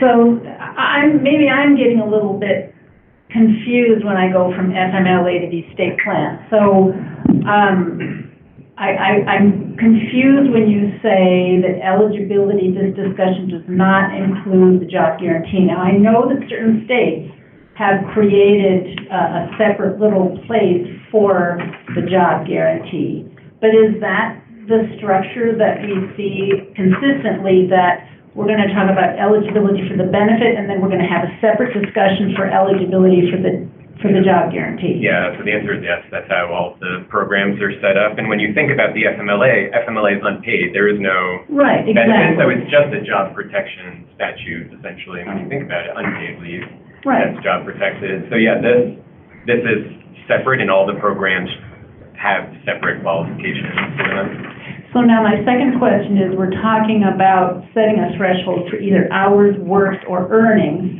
Now, is that an either or, like either this or that threshold? Because I'm trying to understand in terms of compliance. I have heard that it's easier to track hours worked, and I don't have complete confidence on that, but that is what I have heard from a compliance point of view. Well, so I think the issue with the tracking here is that as a social insurance program is what information a state-run social insurance program, what the state has. So this isn't, this is information that already is collected by the state in terms of unemployment insurance, just hours worked. So that's why the actuary seem to prefer this model, because it's easier and the numbers already exist. Whereas my understanding, although Jeff or Kathy, may be able to respond to this, is that Colorado currently doesn't track your hours worked across multiple jobs. So that seems to be why the actuary indicated, to Lydia's point, that earnings threshold is much easier to calculate. So there's no compliance requirement for an employer to track hours worked. This is already baked in the cake. Right. Kathy? Diana, employers right now already report earnings for all of their employees under unemployment insurance. So every quarter, when they pay their unemployment insurance premiums, they report earnings by employee. So the state is already tracking that, and so it's easier for them to say some threshold of it, whether it's the UI standard of 2,500 or a multiple of that, as was suggested on our last meeting. But hours worked is something that many individual employers don't track. Like we don't track hours worked really for any of our employees. They're all, professionals. And so it would be difficult, I think, for some employers to move to tracking hours, but this is something that almost every covered employer in the state is already doing, so going by earnings. So that's why it's just administratively easier. Yep. Okay. It's like are you ready for a roll call vote on this issue? I think some head nods. Okay, roll call vote. We're going to send to the actuary a signature with highest. Nope. So high being a more generous program. Yeah, you're right. I have a question. Yes. I want to make sure. It's again, for me, it's, I think this is where things are like tied together, and so for me, my question is maybe to Kathy or Tara around so will the 300 and the 500 give us a good comparison with, like, for example, the weeks that we just voted on? Like, 5,000. Sorry, 5,000 and 300, yes.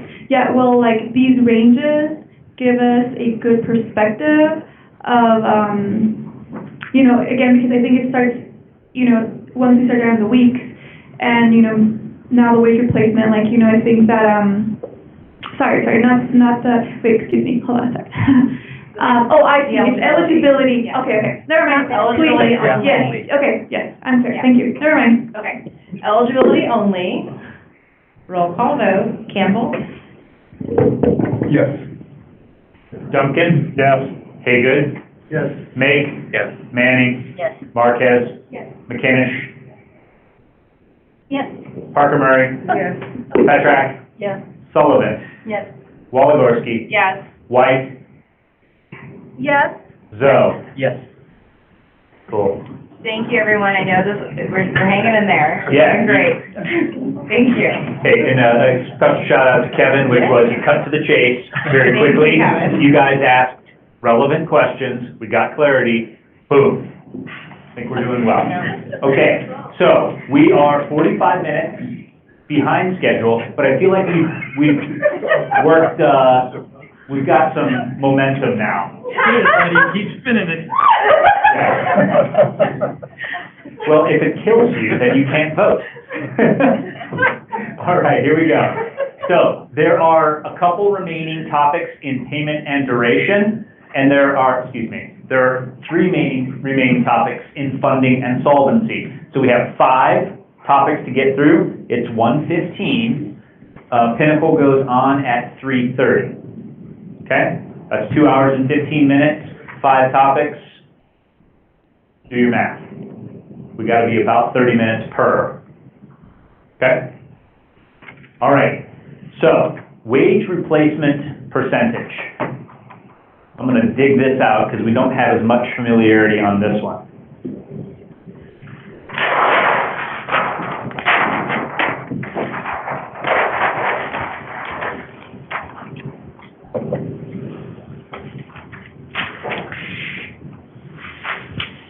All right, so this is in the back of your summary of the last meeting, if you happen to bring that with you. But what we have here are progressive ranges. Everybody looked like they were voted for a progressive range, which would mean a lower income worker would receive a higher percent of their wage, because that's what would be necessary for them to actually accept the benefit. Okay, and again, always stop me if I muff it, but I want to get us going here. The ranges in the various expert reports are sort of flopped, meaning this Campbell's was 60 to 90%, meaning that a high income worker might only receive 60% replacement, where a low income worker would receive 90% replacement. As I read these, we see 60-90, 50-90, 60-90, 95%, I don't understand that one, SSDI, 95 to half of the average weekly wage, and then 50% above that, 90% to half of the average weekly wage, 50% above that, 60 to 90, progressive, but if small employer, they can opt out at a lower threshold, 60% to the max, and the max being the average weekly wage, 90% average weekly wage, 95-50, 95-50, 50 to 95. Okay, so all over the map. What you're hearing in there is that some of the states have a formula where they say a certain percent up to a cap, and then a certain dollar over that cap. Right? And I'm not fit to explain that in any greater detail. Okay? So, enough kind of grounding on the topic. This is the benefit side of the equation. Yes, this is payment side. Amount of wage replacement. I will say, however, there is a cap, right? So the next thing, which is maximum weekly wage replacement amount. And as Kevin is doing, you are all encouraged to get out of your chair. And man, those people at 3M, they make a fabulous tape, don't they? Here's the second component of the conversation, and this is one of those places where we may wish to consider them in concert. Okay? So, what you see in the second part is that there's a percentage up to a cap. Okay? 100% of state average weekly wage, or $1,000. Average weekly wage in Colorado is $1,100. Right about there? Am I right? Really? Average weekly wages is about $10.50. $10.50. Okay, thank you, Tara. Okay, so again, a percent up to a cap. The two kind of go together. This is very important to the actuary in terms of determining those claim costs. Kathy White. Ask Hadley a question about your limit, because that's the only one that I don't know about. Okay. So what is the equivalency of that?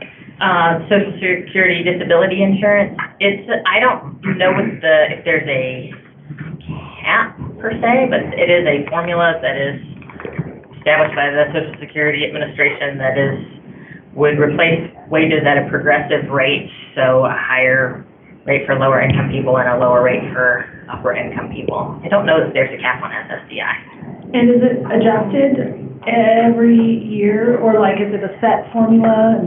It's a set formula. I don't know if it's indexed, like Social Security retirement benefits are indexed to, what, CPIW or something. I don't know what the index is for SSDI. The reason I put this forth is because I like the progressive nature of it, and it looks like that meshes with what a lot of other people are recommending, and also because SSDI is already something that the federal government calculates, and so I thought there might be some administrative benefit to using a formula that's already out there. Okay. Thank you. Thank you. So this is Lydia. My only question to that would be, if we send that to the actuary and we're tying it to SSDI and we have to then make policy recommendations, how vulnerable are we to change this at the federal level?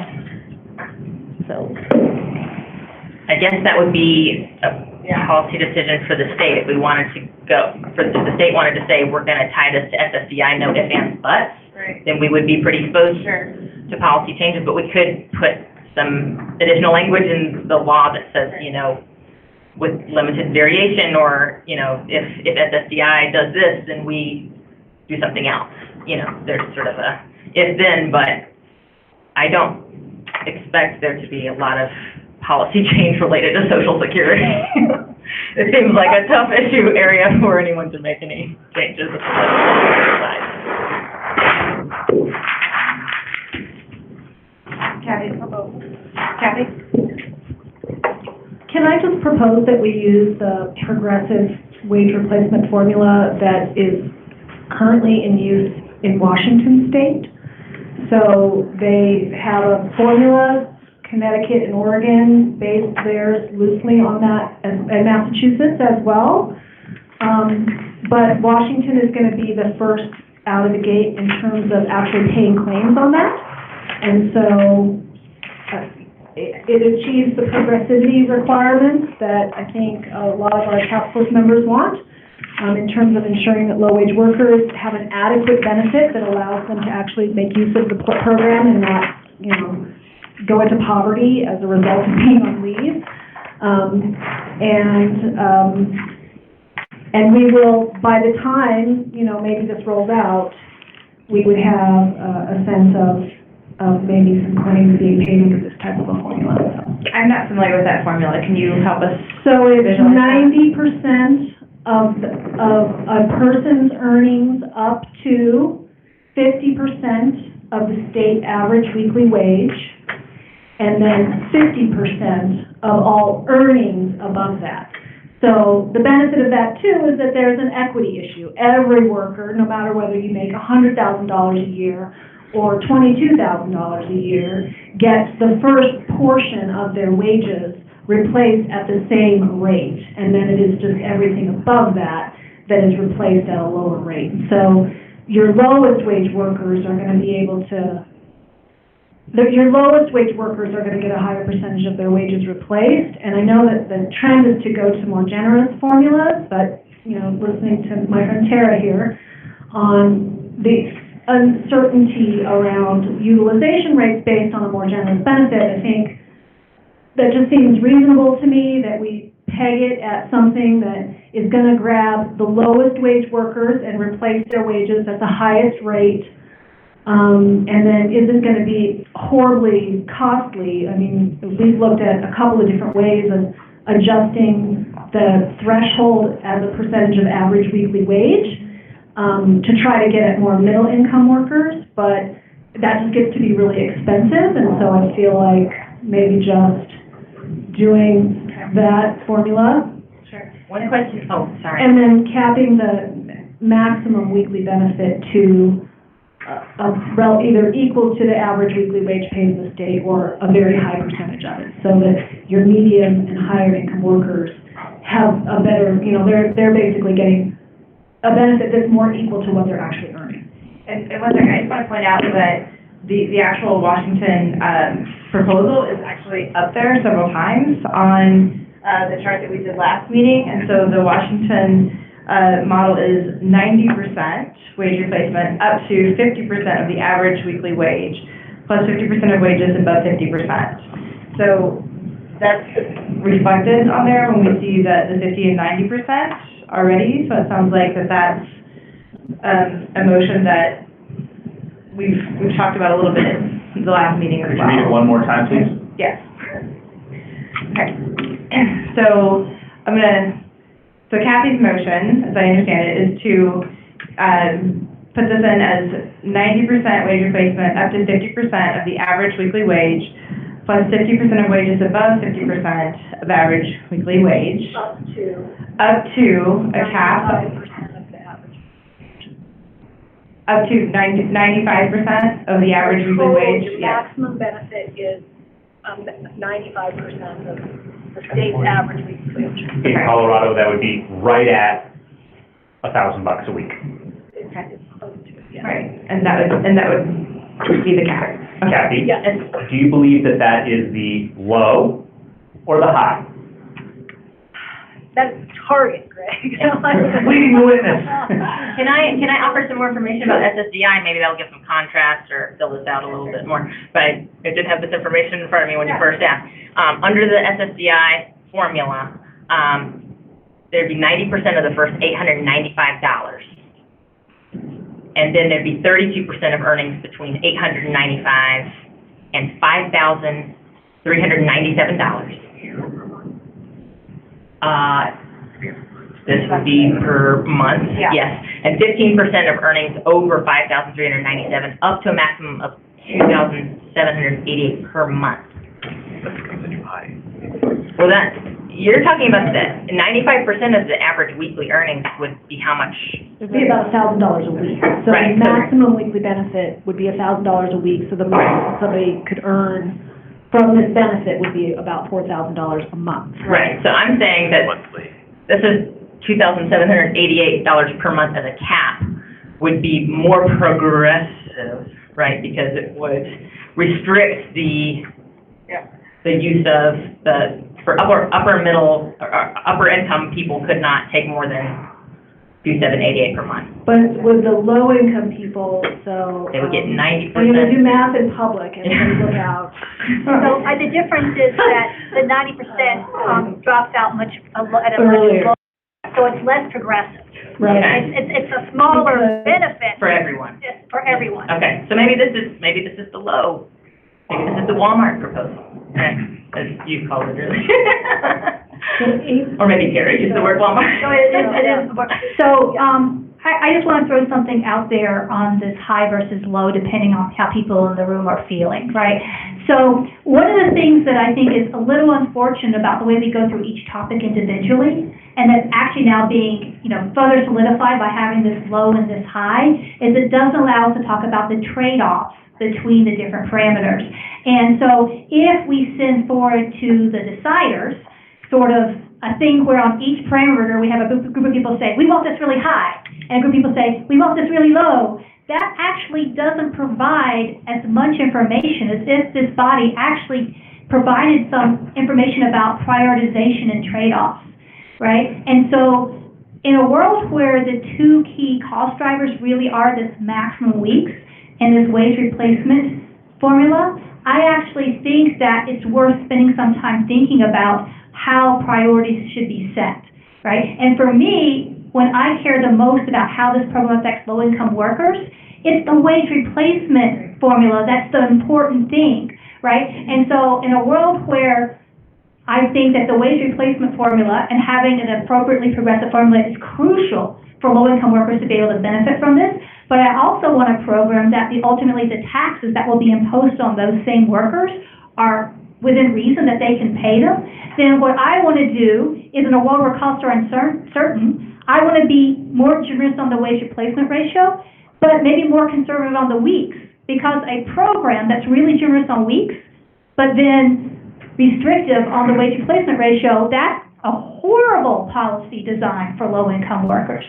So my question to the people out there is, do we really need to go low on this wage replacement thing? I mean, if there's a general sense in the room that you want the program to work for low-income workers, right? If you want the program to work for low-income workers, there may be less of an idea that that's where we really want to be restrictive, and maybe the places to be at least more conservative initially till we know the cost, or more restrictive are on things like the maximum weeks. That's certainly how I view it. So anyway, so I actually like the Washington State proposal certainly for the high end, but I'd like to throw out there that for the low end, maybe we don't need to deviate that far from it. So maybe if we could either keep the same one, or we could use like 80% of the average weekly wage as the top, or something like that.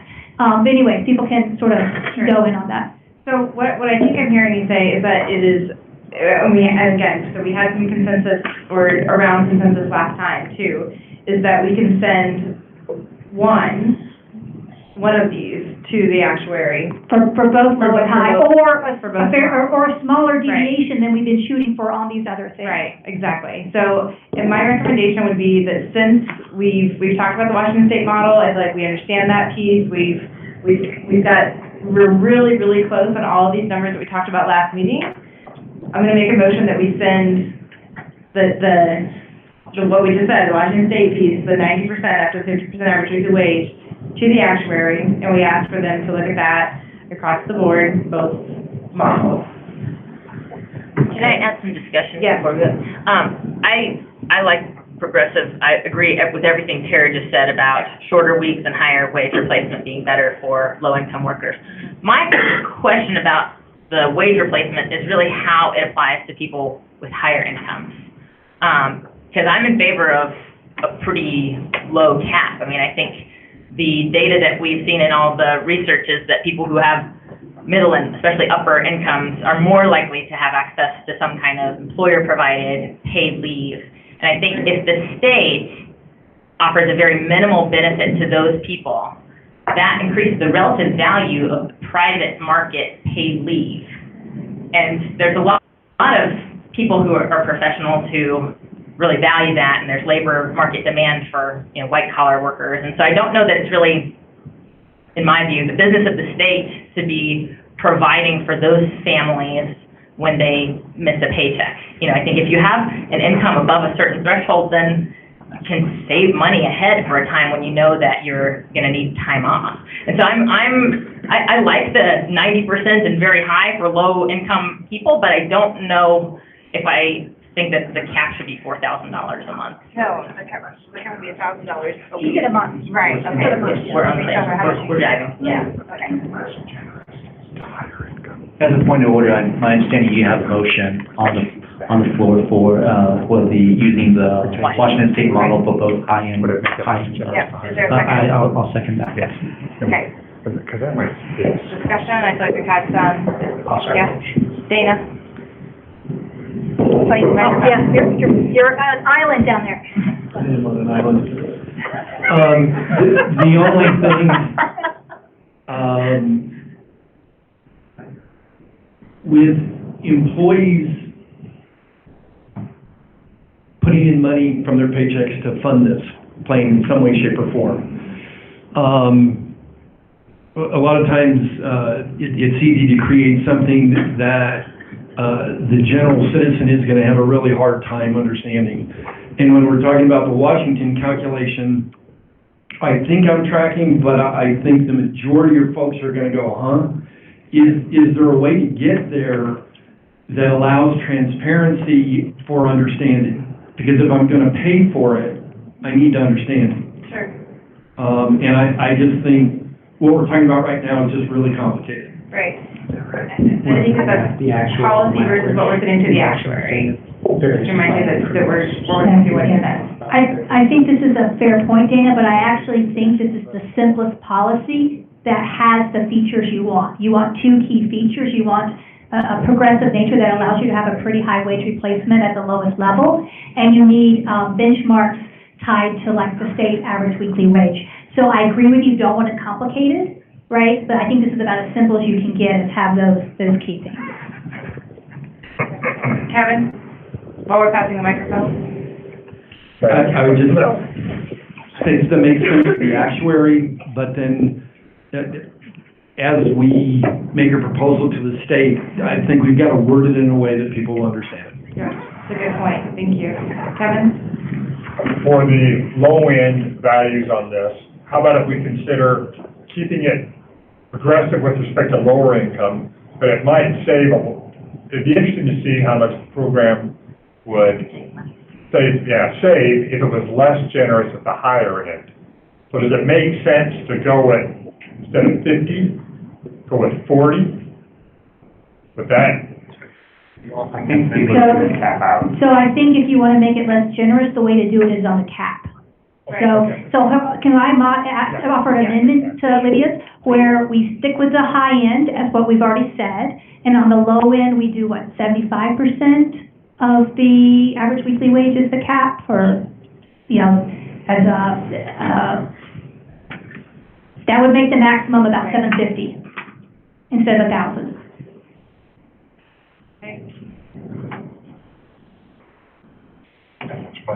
No, she's saying 90% and then 75. So 90% up to the 50% of the average, state average, 50% above that, capped at 75% of the state average weekly wage. Right, so then the maximum would be $750. Yeah. So for Go ahead. yeah, so for a low-income family of only $30,000, Right. what would that look like? So I have a little table for the base case. I'm happy to pass around. It's almost as if we are like coordinating this conversation. So under, I don't have the calculations for the modified ones, but we could right? So for the Washington State one, annual earnings of anyone up to $28,000 would be getting 90% of their weekly wage. $50,000 a year of earnings would translate to a benefit of $700. $70,000 a year would translate to a benefit of $891. So what you would see there is under the Washington State proposal, you would go up to about $90,000 a year before you would hit that maximum of about $1,000 benefit. Under the alternative of capping it at 75% of the state average weekly wage, you would hit that maximum about $60K. Does that? Yeah, but how would that affect the low income, the 28,000? So that's the point. What I said, the reason I said what I did is the cap won't affect the low income, Okay. right? Thank you. Does that? I just wanted to say to Hadley's point, it is true that it seems like those are high income earners that are earning at, 4,000, you know, like at the, basically it's at $60,000 a year, but it really isn't that much higher than average, than the median wage in Colorado and average household income. And as we know, and we heard from a lot of roundtables that we did with a lot of businesses, Good Business Colorado members, they were really concerned about their middle income, sort of middle manager level people who are spending, you know, yes, they might be earning $60,000 a year, but they're spending everything they earn on living expenses, including housing. And so I think just as an equity issue, like in terms of those workers getting as much of a benefit as they're going to put into it as possible, you know, still making sure that your taxable wage base is broad enough that you don't have solvency problems, and you get a little bit of this redistributive effect that Tara talks about a lot. But I just think that the $1,000 cap or some average weekly wage, like some percentage, like close to what people are actually earning, because we just know that whatever you're earning, people in Colorado, they're spending it on like basic things, like healthcare, housing, you know, basic stuff, so. So team, before you chip in, Tara, things aren't as simple as we thought. So we've looked at the actual language for Washington, and I'm going to ask Tara to pass the microphone to Admira and explain the difference here. I've got the language on the screen. It's in the lower rightmost box for workers paid. Okay, so we were initially just discussing the second part of Washington's model, but the initial part is for workers paid 50% or less of the statewide average weekly, the rate is 90% of of all their earnings. Yep. And then the next one, for workers who are making, and I'm just not sure if that's what I was hearing you stated as I was taking notes. The next, which is what I heard. This is exactly So what we said. workers paid more than 50% of the statewide AWW would get 90% up to 50%. And then the remainder. That's correct. Okay, so just to make sure that those who are under that 50% get 90% of all of their wages. Otherwise, the formula won't make sense. Right. But so does everybody. So even people who are making above that get 90% up to that earning level. And I think that's the earning. So, I agree with what Kathy said. I still think that this is a good proposal for low and high because, first of all, I know there's this question whether we should use other states as benchmarks, but this is actually well within the range of what other states are doing. So New York just passed, they're going to go up to 0.67 average weekly wage. Massachusetts is going to go up to 0.64 average weekly wage. So I think that having the low end be up to 75% of the state average weekly wage using the same rates, and then the high end going up to 95% of the state average weekly wage, I think that's a good proposal. I'd like to make that motion for if Lydia would allow that. Yeah. Okay.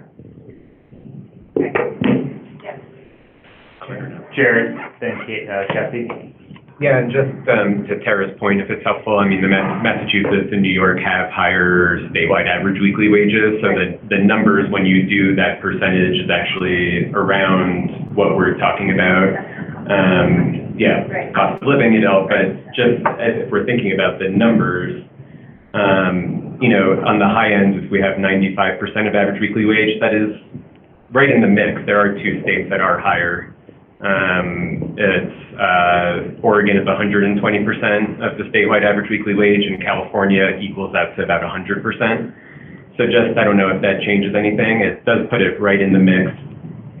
What's equal right now to 75% of the average weekly wage is pretty much equivalent to the lowest that we see in states right now as well, in dollars. So near low. Yeah. Okay. Kathy? I just wanted to throw this out there, that rather than looking at the cap being some modification of the state average weekly wage, that in terms of cost, if we change that formula from the 50%, so those earning up to 50% of the statewide average weekly wage, if we move that up for the high end, so it's like 60% of the average weekly wage, because we're coming close to what the state minimum wage is anyway, and for some places, like Denver, they're considering a higher minimum wage. So, do you see what I'm saying? Like, the who's going to get 90% of their wages replaced? As you move up that percentage of average weekly wage being the threshold for who gets that 90%, you're grabbing more people who are earning close to the minimum wage and replacing more of their income. Does that make sense to everybody? So that is going to be costly because you're just adding more people who are getting a higher percentage of their wages replaced, and so that could be a high rather than thinking about the cap on the other end. Or to do both. These are sliding pieces, and that's why, I'm sympathetic to the middle managers who are spending all of their monthly, they don't have a lot of disposable income left to save because it's a expensive cost of living. But if I have a pot of money and I'm forced to choose the family that's at minimum wage and missing 10% of their income for 6 weeks is going to put them in all manner of other anti-poverty programs and expose them to dire poverty, then I'm going to give them a higher wage replacement and cap it at 75. Because ultimately, these are all trade-offs. We live in a world of limited resources, and so I hear your point. I like grabbing more people up into the higher wage replacement, but I'm okay with capping it too. Edwin? Well, it seems like, I agree with Kathy, and I think most people here that middle managers or medium income families would struggle, but however, in order to make the program solvent, then it seems like we would have to, not talking about the number of weeks, but in terms of the progressive nature, maybe have to be a little bit more aggressive on the higher end in order to be able to grab more people on the lower end. Yeah, I don't know if Tara or someone else have ideas in terms of how we can adjust the formula so that we can achieve that, grab more people in the middle, and then offset that with a little bit more aggressive, progressive funding. Okay. So let's, I think I'm hearing that we have some agreement on the low range of that 75, right? And then. I have a question. Okay, yes. Yeah, so, I want to understand, because like this high and low range, so, because the original proposal that you put is that it would be 90% of, up to the, 50% of the average weekly wage and 50% over 50% of the average weekly wage. That was the original proposal for both the low and high. That was the original proposal. And so that's my question, is that like, and it's kind of to my previous point that I made that I was a little confused about, is that, how will, it's like, how is the actuary gonna model this in regards to like the weeks? Like, are we gonna, for example, do this model of 90/50, for the low range weeks and the high range weeks on the same 90/50? Because that's what I wanna see. I wanna see, the cost for the weeks on the low end and the weeks on the high end on the same, wage replacement. And maybe there's a question around like how, because I want to see the comparison of like low weeks and high weeks on the same average weekly wage, in the same model, versus like how, I guess the question is like, are we going to go like down the line of high, this is the formula, low, here's the formula, or how is the actuary going to actually, model this? Can I ask a question? Are you asking, Judith, whether all of the highs go together, and that's model 1, and all of the lows go together, and that's model 2? Yeah, that's what That is what we agreed to with the actuary this morning. The incalculable number of permutations is beyond the scope of time. Hadley? And I think that what you're saying earlier, it's unfortunate that we have to group them in all high or all low, but I hope that people reading our report, including lawmakers who have to actually, create the program, will understand that the high program has bells and whistles, all of which can be pushed up or down, and that we're kind of asking the actuary to come up with a premium or cost estimate, and the ultimate program might be somewhere in between, but at least they'll have a high end and a low end. Am I right? So at this juncture, my suggestion would be that either we vote on this wage replacement high and low as it is on the board, or if Kathy would like to change the high end to include 60%, we could do that. But it's up to you. I think there was a motion actually to vote on what was on the board, but I hear Judith's concern about crossing across models and seeing all the different breakdowns, but it sounds like that's probably outside of what the actuary will provide, but hopefully can be at least, people can infer or extrapolate what the different changes to the program would be that would raise or lower premium costs. So simple question, do you all want to vote on up to 60% as that amended idea to gather more people and make that the high number? Or do you not want to do that? I didn't understand whether that was really on the table or not, just a proposal. So actually, I've been sitting here thinking about this, and here's I'm trying to think what will be useful to us and what's going to be useful to the policymakers. I suspect that both us and the policymakers are in large agreement about having a fairly progressive, fairly good benefit formula, and there's more disagreement under, the maximum weeks, which is as the cost driver. So in that sense, I think what you're saying makes a lot of sense, that the closer together we can have the wage replacement ratio so that we see better the cost effects of having the higher weeks is more useful, because I think that might be the bigger point of contention with regard to the cost. So I actually want to take back my friendly amendment. I'd like us to actually go ahead and vote on sending the same wage replacement formula, the Washington State one, for both low and high. If the people really want to see a low end wage replacement, then I will happily make a motion to put back in the low end.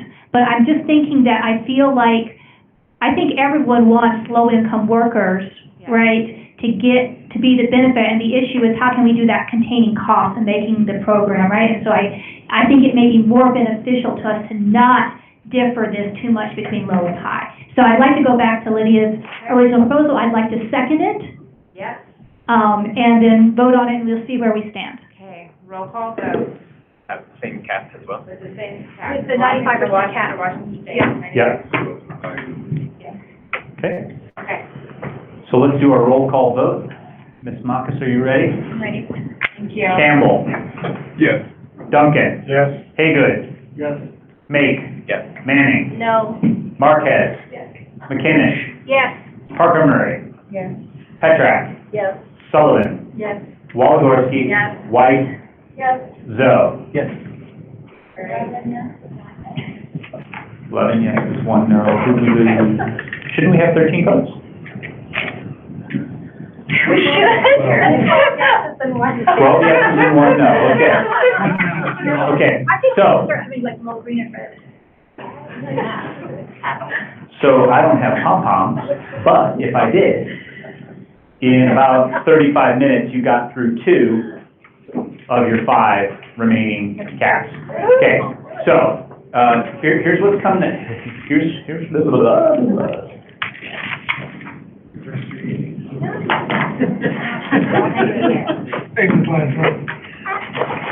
Okay, so we handled the payment component of that, and I appreciate the spirit with which you all did that. Good on you. We have a break in the afternoon originally scheduled for 2:15, and then we will roll on until 3:30. Do you want that break now so as to be able to talk about these in concert with each other? Or do you want to get into it, take the break? What's your preference? Do you need the break now? I think it might be more fluid if we take it now, because it seems like a natural play. Yeah? Yep. Okay, so, we're gonna take 12 and a half minutes. I was gonna. We'll start up again at 2:05. Thanks, 2:05 by the clock in the back.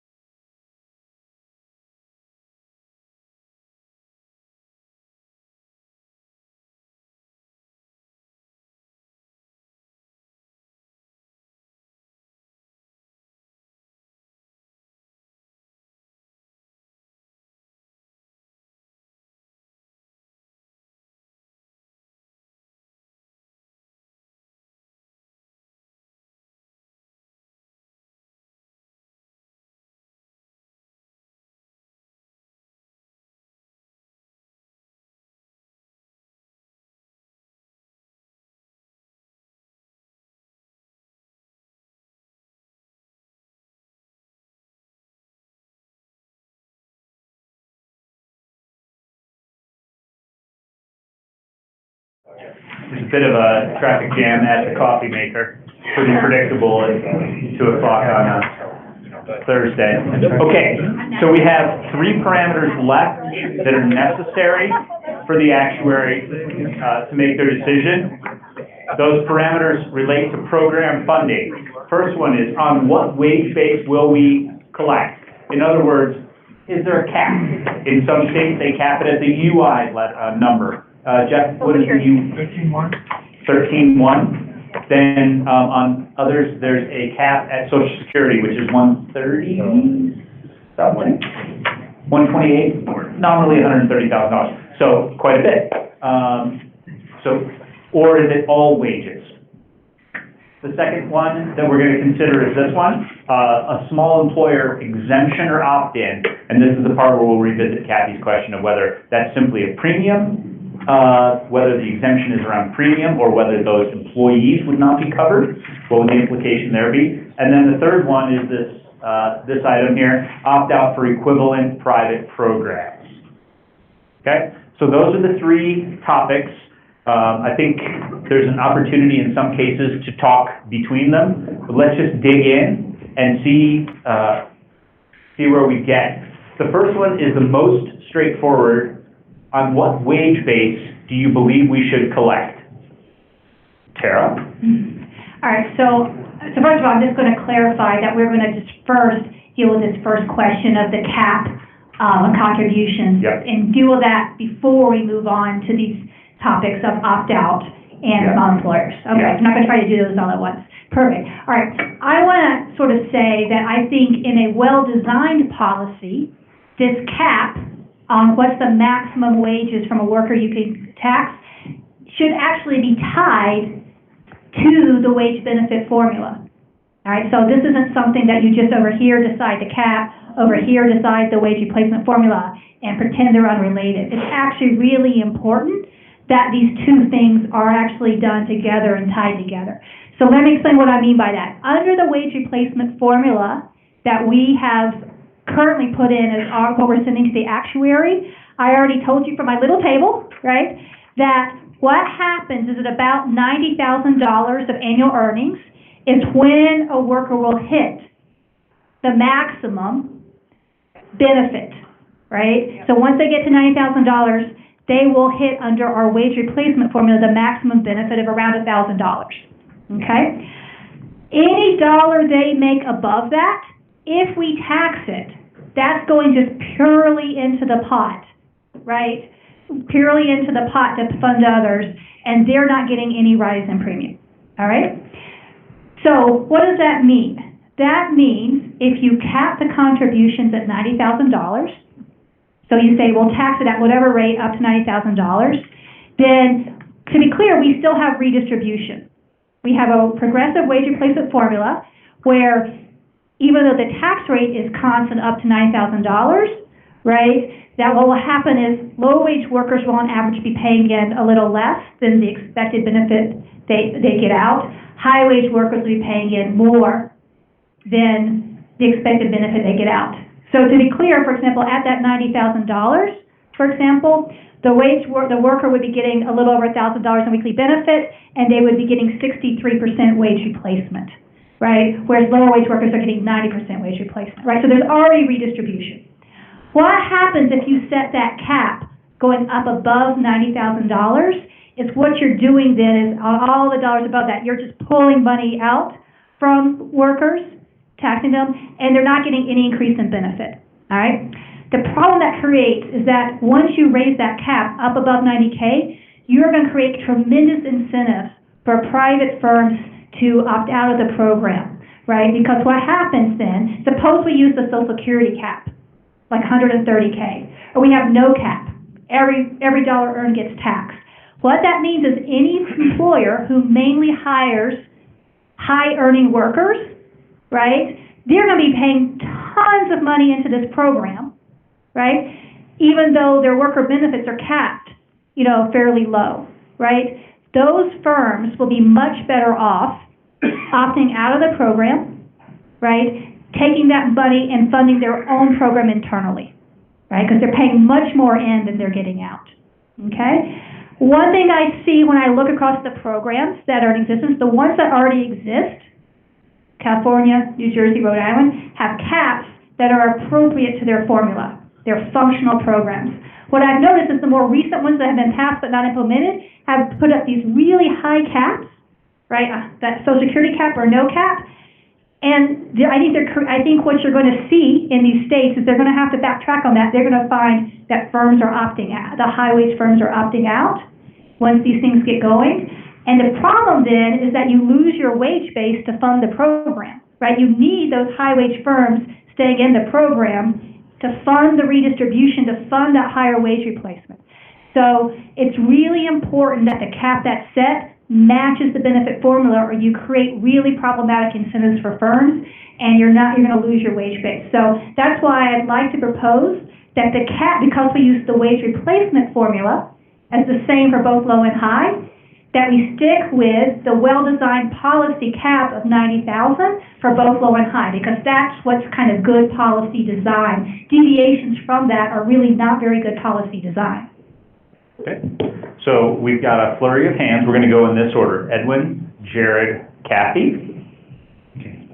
So unless, Terry, you're privy to some information that I don't have, it's my understanding that opting out is not set in stone right now. Is that correct? So to base the argument that it should be on that because firms are going to be opting out, I think would be to put the cart in front of the horse. You know, in terms of, I certainly think that for someone who's making $130,000, and from a social justice perspective, having to pay a little bit more based upon the numbers that we've been talking about. We're not talking about 10% of your income. We're not even talking about 5%. Sometimes some numbers I've heard is not even 1% of our income. That in terms of social justice, in order for us to provide for the least of our brothers and sisters, that may be, that may not be such a big price to pay. Okay, thank you. Jared? Jared, A Better Balance. Yeah, so I agree with those sentiments too, in terms of also not having yet had this conversation about private plans and how they may factor in or not, or may factor in differently to low and high. But yeah, I think the other piece and why I'd be more inclined to support something like that for a low plan, but go with the Social Security wage base for high is, there may be some policy considerations, and I think questions of social justice and the issues that you raised as well, Tara, are a policy consideration, but, I don't want to discount the pretty extensive modeling that was also done in Washington, Massachusetts, Connecticut, and Oregon, some of which was funded through U.S. Department of Labor studies, to discount that without, providing some of those numbers to the actuary to at least see what comes back. So I would be interested in seeing that as a low, but given that a lot of the modeling that was done over the course of the last few years did land on Social Security wage base, I'd still like to see that as something that we get back. Okay, Kathy? I would just like to say, I hear what you're saying, and I actually agree that in a perfect world, it would be great to tie your maximum benefit for workers to the wage base. I think Social Security tries to do something similar. There's a lot of reasons why you want to do that, from an equity perspective, from a messaging perspective, from a whole, from the creating perverse incentives for employers who are able to opt out, so mostly wealthier, high-wage worker, larger firms who are able to do that kind of thing. But on the flip side of that, there's two things. One is an administrative thing. That would require somebody, whoever's administering this program, to do math every year, and I think that is more difficult.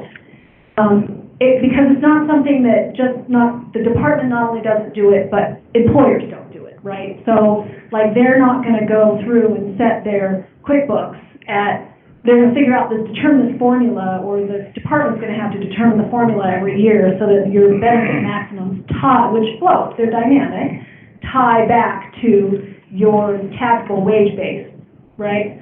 And then, so and employers are not gonna do that, workers are not gonna do that, so it just makes it a little more difficult, even though I understand the reasons for it.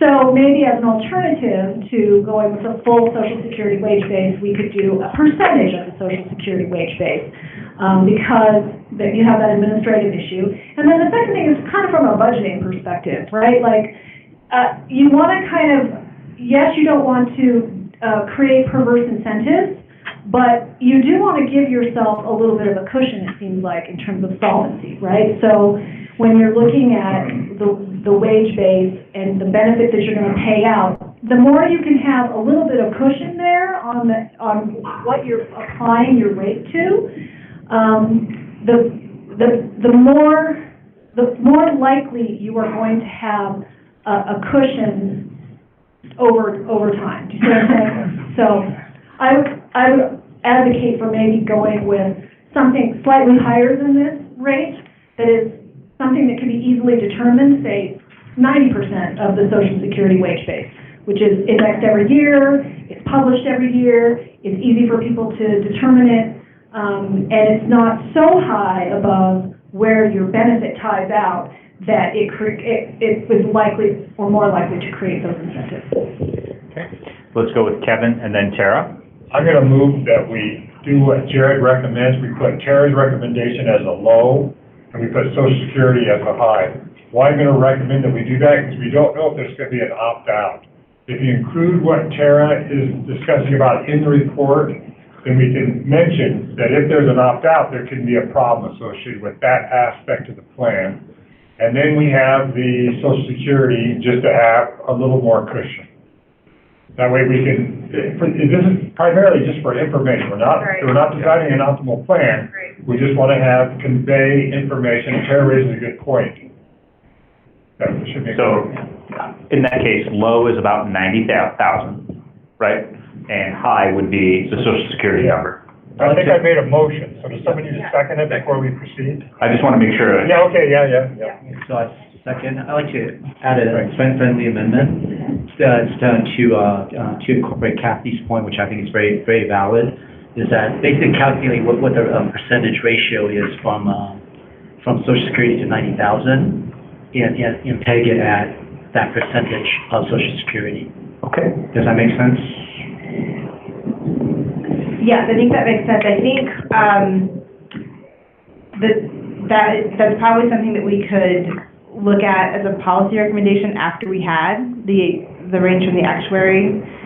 If we do the low range that Kevin's looking at in terms of the 90K and then pegging it to the Social Security. Okay. So I think we'd be able to talk about that as a policy piece, but we have the information from the actuary. Sounds good. Thank you. Okay, and so that's the second. And then I just have a quick clarifying question. Not to bring up Tabor, but we already have in other places in our state constitution like concrete numbers. And so if we're putting in a concrete number that doesn't fluctuate, if we're just putting in the 90,000, is that an issue if average weekly wage moves? No, you would need, in the end, right, in the final bit, you would need to tie that. It would be tied. You would tie it, yeah. You would, in terms of, I was giving an example of what it currently is, and what would match the current. Got it. Okay, so do we need to send that to the actuary, or are we confident that we can send him that hard number and that that would be okay? I'm happy to send you the language that actually produces the 90K from the formula, so you could actually send the formula that produces the 90K. Okay. If that clarifies your question. Great, and it sounds like there's consensus on that, so we're not setting a number, okay. Okay, And yeah, I just want to kind of make one point of discussion on this. So I just want to get clarification from Kathy and Jared. My understanding was that there's no program passed yet that does not allow opt-out. Is that correct?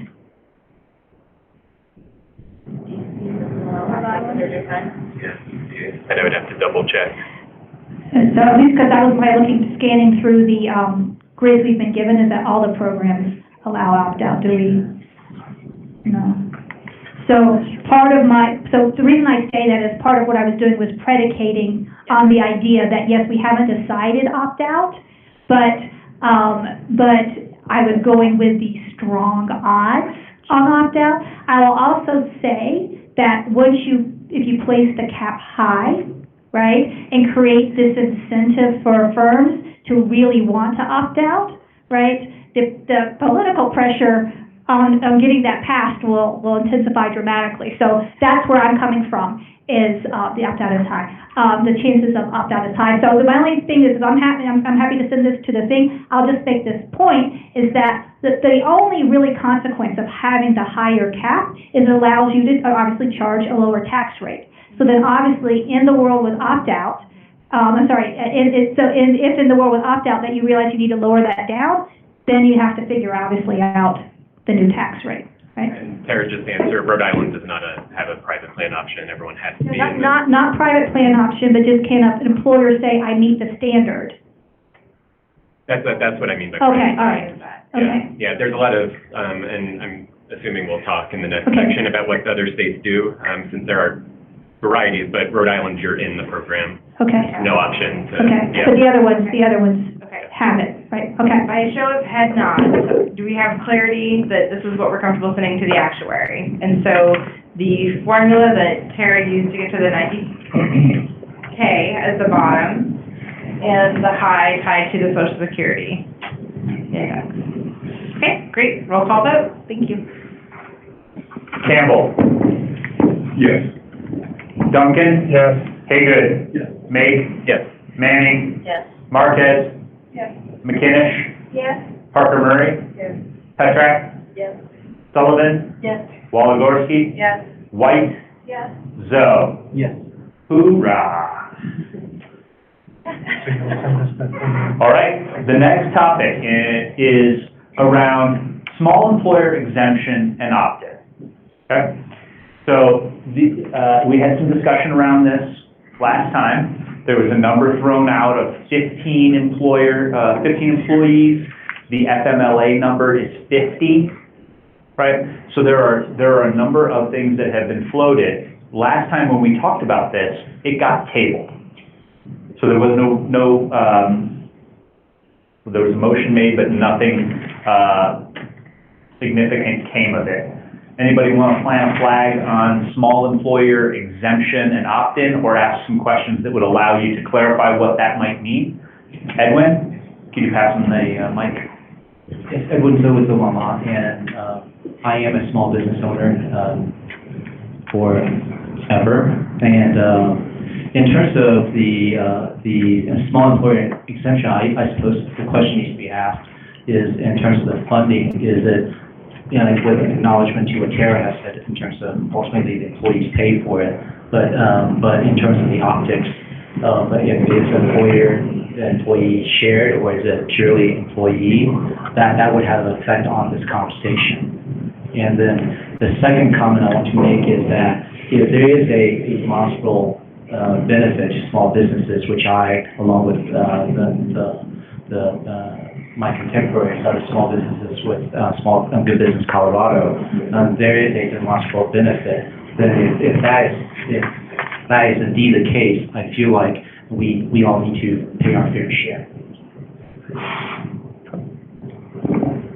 This is Lydia. So just to clarify, I think for the actuary piece, in terms of being able to study this, I'm not sure if we have to talk about the employee-employer split for the actuary. Okay. My understanding is that's a policy issue for us to address in the November meeting. Is that? Yeah. So if that's indeed the case, I want to reiterate my second point, that if there is a demonstrable benefit, and that very much includes the fact that it helps us retain quality employees, because we constantly struggle against really great employees that we put forth the effort to cultivate them, but once they hit a certain point, they're looking at better benefits, and very, very often they'll move on to the next level of larger organizations that do offer that. By having this, it really does help to level the playing field for many of our small businesses in Colorado. Thank you. Hadley? Well, just anecdotally, IWS thrives off of stealing workers who are about family age and are looking for more flexibility at work, and we offer maternity, but even though we're a small employer, we offer very nice parental benefits because that's the model of jobs that we offer. So there's a variety of different industries and jobs out there. But my question, and I'm sure Jared can answer this or somebody who knows more detail on the state policy issues, is I think there's also an option in terms of the opt-out for small employers. I know it's just optics, how they share it, employer versus employee, but it's actually not just optics anymore. If you have like a 50-50 split, and then small employers get like a bargain on their premiums or their taxes, essentially. And I think this is what Massachusetts does, but maybe somebody can give me a little more, because that's sort of like a third option. You know, you have a complete opt-out, you have a complete, you must participate, and then there's like this 50% discount that you can get. Do you know what I'm talking about, Jared, or Tara? Looks like she does. Why don't we go with Tara then? So yes, you're correct. My read on it, and again, Kathy and Jared might have better info. My read on from reading what has been provided to me about different states is that I don't see any state that actually has a pure opt-out option for small businesses, but many of them basically have a lower tax rate. Now, the way this has been done in other states is they've already put in place this division of what percent the employee pays, what percent the employer pays, and then what small businesses are given is total relief from the employer portion or some portion of relief from the employer portion. If we want to talk about that, what I would really encourage us to do is just say, go first with thinking that we're taxing 100% onto the workers, and just saying, are you giving some sort of tax relief to workers at small businesses? I think this misunderstanding about, what the employer says and what the employee says leads to a lot of bad policy discussions on this thing. So if you're trying to say, let's just give the workers at small businesses a discount, just say that, right? I don't think it's great policy, but at least let's be concrete about what we're saying rather than getting caught up in some terms that don't mean what we think they mean. But yeah, so that answers your question. That is what's been done in other states. And so in lieu of doing an opt-out provision. This is Stacy Campbell. Kathy, I was wondering if you could maybe talk a little bit about what you said earlier today, which I think was, looking at it from a funding standpoint versus a benefit. Stacy, you guys are in the mic. You're fine, go ahead. So, yes, I guess there's like three questions here. Whether you completely opt out small employers, and meaning their employees, like the employer does not have to participate in the program, whatever that looks like for employers in your state, and their employees are not covered. They are not covered workers, so they cannot take the benefit, right? They don't pay in for the benefit, and they don't get to take the benefit. They're completely outside of the risk pool altogether. And then there is the question of payment, which, correct, whether you look at that as the employer contributing or their employees paying, or how you want to look at that. There's a couple of different ways. I mean, because you could exempt the employer if you have a shared premium contribution scheme, then you could exempt their employer, and it's not that their employees would get that discount. That would be spread across the whole pool of everybody else that's left in the pool paying, whether it's employee or employer. And then you have the question of the job protection, the leave entitlement, right? So every state does something a little bit differently. Washington State exempts small employers, 25 and less, from paying their share of the premium, the employer's share of the premium, and it also exempts them from job protection. So their workers can take leave, they can take the benefit, they still get the same wage replacement, they still have the same eligibility criteria, they can still do all of that, but they might not have a job when they come back. Their employer is not required to hold their job. I think it's 50 is what. Oh, is it 50? Yeah. And then, is that for the premium as well? Correct.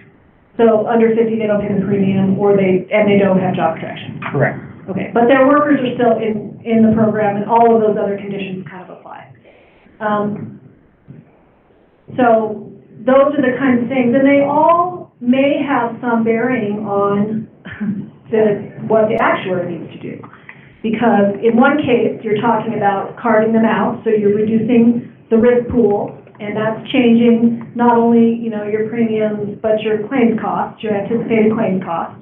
And then in the other case, you are, with the job protection, again, you can assume that your utilization rates are going to be lower if people don't have a certainty that they can come back to their job. So a lot of people, the reason most people don't take leave, even if they need it, and they have access to it, is because they're afraid that they won't have a job when they come back. And then, so that could affect the claims cost as well. And then the premium share, I guess, again, it depends on how you design that, but that could affect overall premium cost as well, because you're going to have the claims cost, but you won't have necessarily the same pool of premium payers. I'm going to make a motion that on the high, that there are no exemptions. And then the rest of, we can debate on what the low would be. Seems like we have fairly good. Second. Do we need to do a roll call vote on this for the high? The high would be no exceptions. Model looks like no exceptions. So all employees would, and it would be eligible.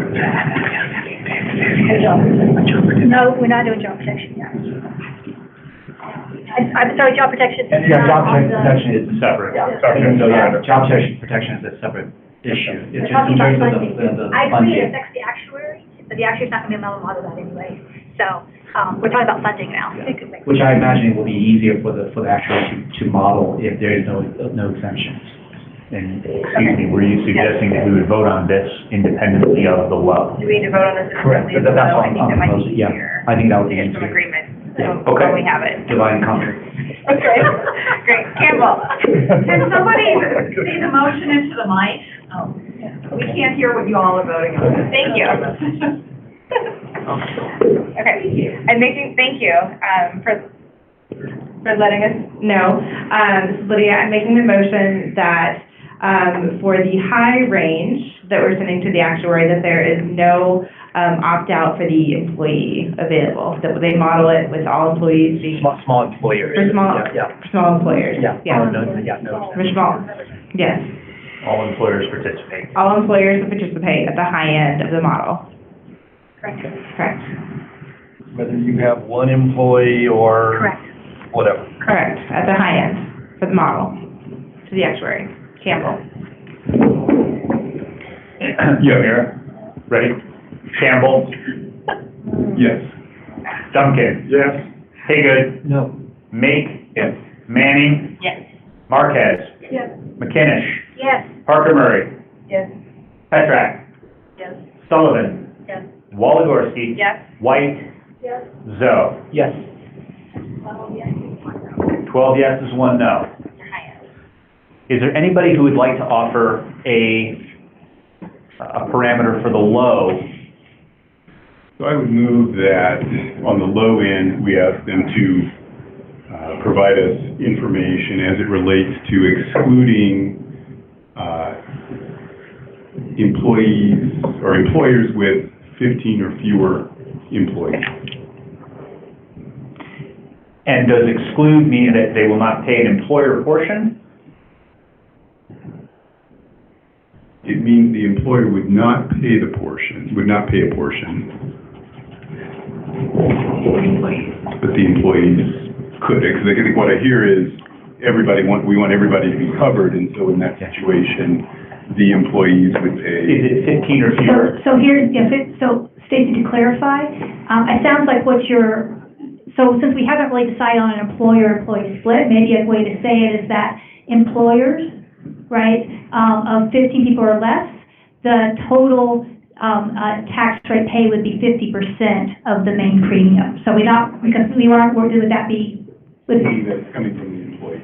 Well, so we haven't done a split. Let's assume, suppose we put the tax ends up being 100% on the employee, right? Are you saying you wouldn't exempt, or you're only exempting a portion? if we actually do this, smoke and mirrors divvying up of 50-50, right? Right? So let's live in a world in which most of the employer's portion will actually be taken out of wage gains and other benefits, so the employee ultimately pays all of it, right? What you're saying is that what you want is basically a 50% discount, regardless of how the legislation divides up the tax. And the way to do that for an actuary, sorry, Stacy, but the way to do that for the actuarial purpose would be to say that for all workers working at a place with 15 or fewer employees, only 50% of the per worker premium would be collected. Employee share. Yes. Is that? Okay. Thanks. Sorry for over talking you there. Can I ask a clarifying question of Tara? Because I 100% agree with the CBO's view on effective tax rates, and it's all the employees are paying it, however you dice it. And I realize that's smoke and mirrors, but is it still smoke and mirrors when you have this division? I mean, it is a benefit to small businesses to say that they don't pay on they're not paying anything, but they're able to pay a higher wage in place of paying the full premium, right? Are you asking that they're really getting a true discount? Is that what, I mean? Yeah. Yeah, absolutely. So Yeah. that's why I say I don't think it's good policy. Yeah. Because, again, I truly believe that almost all of the tax, regardless of how we divide it up, will be paid by the workers. So if you do this is why I think small businesses in some of these states that have really generous discounts for small businesses, the small businesses end up loving this program. Because ultimately their workers pay in very little and get the same benefit as everyone else. So that's why when I made the earlier comment that it was bad policy, I do believe that. But if we want to offer a discount to small businesses and have that on our low-end program, the point is that we haven't conditioned this upon any particular split, right? You could end up with a 50-50 split, a 60-40 split, 80-20 split, 100-0. So it sounds like we're not doing that. It sounds like what you want is to tell the actuary, live in a world which in the case of any employers 15 and under, you want the premium being paid in, the tax rate being paid to be 50% of the tax rate being charged to anyone else, right? Sounds like that's that's how we send it. But I agree, I don't think it's great policy. But an easy way to do that would be to do the 50-50. No, exactly. But like I said, my problem with that is it really lies to workers about what's going on. Okay, yeah, I agree with you on that point. It's a real discount, but it's also smoke and mirrors to everyone else. Okay. I'm going to say that I think it's interesting that we talk about it being smoke and mirrors. Just talking to the thing it works. We talk about it being smoke and mirrors on the lower side, but then when we're talking about the higher income employees who are going to possibly, as you say, if we go to what Jared wants, pay more and get less benefits, I just don't know that if I'm a higher wage worker and I'm paying in more and I'm getting less benefits, that I'm going to like the program either. And so this program is clearly predicated, the way it's, at least what's been proposed in the recent states, are all predicated on redistribution. Absolutely, that the higher wage workers are paying more than the low wage workers to fund the higher wage places. And even with the cap I proposed of 90K, there's still that still allows quite a bit of redistribution. Even with my 90K cap, higher wage workers are still paying in more than that. That's absolutely part of the program. So that has nothing to do with the smoke and mirrors issue. That's a separate economic concept. Absolutely, this program is predicated on some amount of redistribution. And my only suggestion is that a well-defined policy keeps the redistribution at an appropriate level so that the program is functional and funded, but doesn't create incentives for the employers and the high-wage workers to really want out. Back to the issue of the opt-out for the low model, my question for Stacy would be, why 15? Why not 25 or 50? It's 15. Okay, I'm sorry. I'm confused now. 15 or 50? 15 employees, sorry, 15 employees. Yes, okay, so why 15 employees? Up to 15 employees, they receive a 50%. They only collect 50% of the premium. Sorry for my confusing wording. That's right. Okay, I just wanted to make sure I didn't muffle Why that. 15 employees instead of 25 or 50 or? I would like to have it at 50, but then I understand based on what we've seen that would cut out a lot of, employees here in Colorado. But maybe it is a higher number, maybe it's 25. Okay, well, the reason I raise it is because when we're sending these figures to the actuary, we're not doing policy recommendations, we're just looking for the ranges, and I thought maybe 50 is a little bit more extreme than 15, but if we asked for the numbers on 50, we would understandably get fewer people eligible for the program, but we might also have it'll be more of a true low. We're completely about eligibility. You get less people contributing. Get less people, Less money in. sorry, less people contributing, so it would be a true low in that sense. Yes. Yeah. Edwin? So a couple, Edwin, so with Ilma, a couple of comments about that. In terms of, I think if we were to ask each person, we'll probably land at a different number. I think 15 seems like a relatively reasonable number from that generally when I see a store with 15 employees, that really is a small business. When I start seeing 20, 50 employees, that to me is no longer a small business. It really is an enterprise. So I'm very comfortable with the 15, but also recognizing that the smaller the number that we pick, the more solvent the program is going to be, because there are going to be more people participating in that. Tara, just to be sure that that's factual. Sorry, what was? The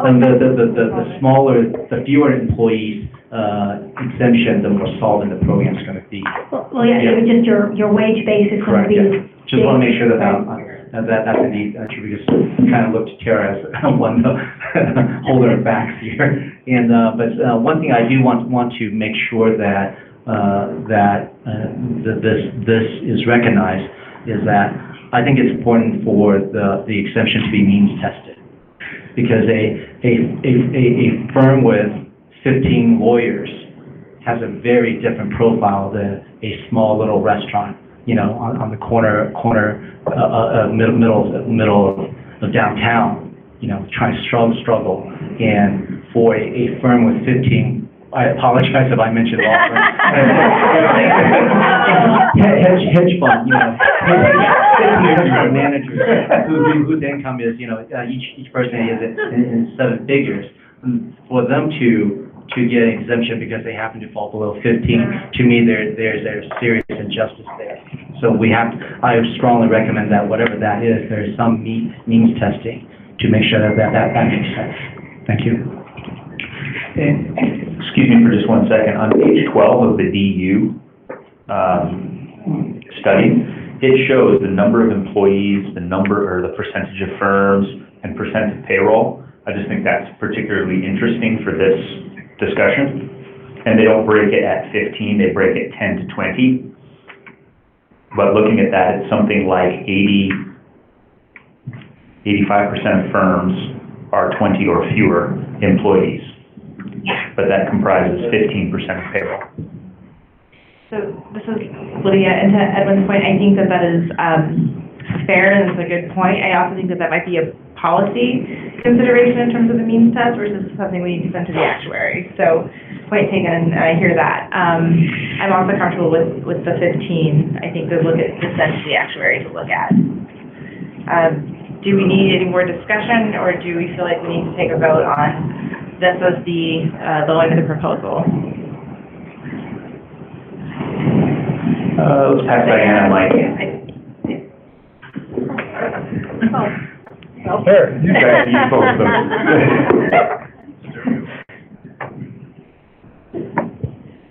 Okay, this feels a little bit like a tossed salad to me, and I'm kind of trying to think through all of the pieces. So we're talking first about actual participation by small businesses. That's not even on the table, really, because more than likely we are making the assumption that the employees will be participating in gaining access to the benefits. And for the small businesses, obviously there's the compliance burden with having to deal with the payroll. There's potential tax burden if they have to pay their half. So there's those two pieces. and the bigger piece that we haven't really discussed yet is the job guarantee, which includes a right to leave and a right to reinstatement. And the right to leave, to me, says that the small employer does not have any discretion over, the language in FMLA is pretty clear. So, that said, my thought is to the small employer is the risk of overuse and that threat to a rising premium rate. But I'm conflicted also about offering a discount. The means tested sounds like an interesting idea, but then you just dive headlong into complexity, and it'd be really nice to keep this as simple as possible. So I guess I'm saying I don't have a good straight answer for this, but those are the pieces that I'm thinking about.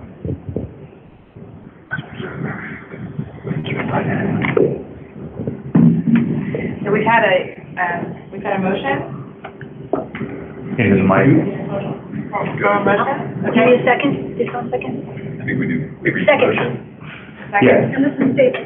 Yes. So, the motion on the floor, as I understand it, is employers with 15 or fewer workers, for all employees at firms with fewer than 15 or fewer workers, only 50% of the per worker premium would be collected. That's the clean way of not pointing out who's actually paying the thing. Okay? Clear enough?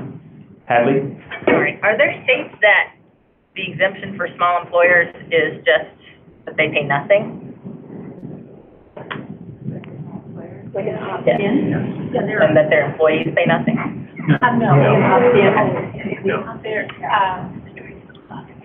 Massachusetts is 25, lower.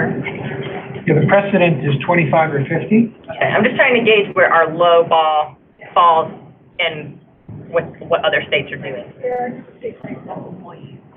There are states that. Could you get a microphone? This is important, I believe.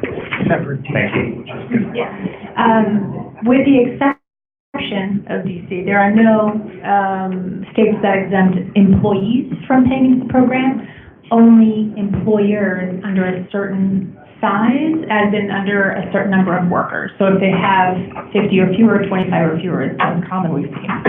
Some are all employer paid, employee paid. And some are all employee paid, that's correct, yes. Thank you, Kathy. So again, this would be presented to the actuary for the model, and the policy decisions in terms of where that lands is a little separate. So this would give us a number. Okay. Okay. So we've had a motion, we've had a second, we've had some discussion, roll call vote. Okay, I'll go ahead. Campbell? Yes. Duncan? Yes. Haygood? Yes. Make? Yes. Manning? No. Marquez? Yes. McKinnon? Yes. Parker Murray? Yes. Petrak? So, I'm sorry, let me be clear. So we're talking 15 and 50 now, right? 15 or fewer employees, 50% of premiums. Okay. The employee would pay, the employer would not pay. Well, okay, yes. Yes. Sorry. Employees would pay less than other employees. Yes. Yes. Diana's a yes. Sullivan? Yes. Waligorski? Yes. White? Yes. Zoe? Yes.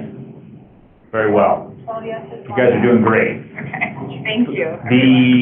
The last topic here is around program funding. Is there a provision for opt-out for equivalent private programs? And if so, what does that look like? What are the conditions? Do we need the conditions now? No. Do we, I guess I'm wondering, you know, the reason I ask what are the conditions, I'm simply saying, what is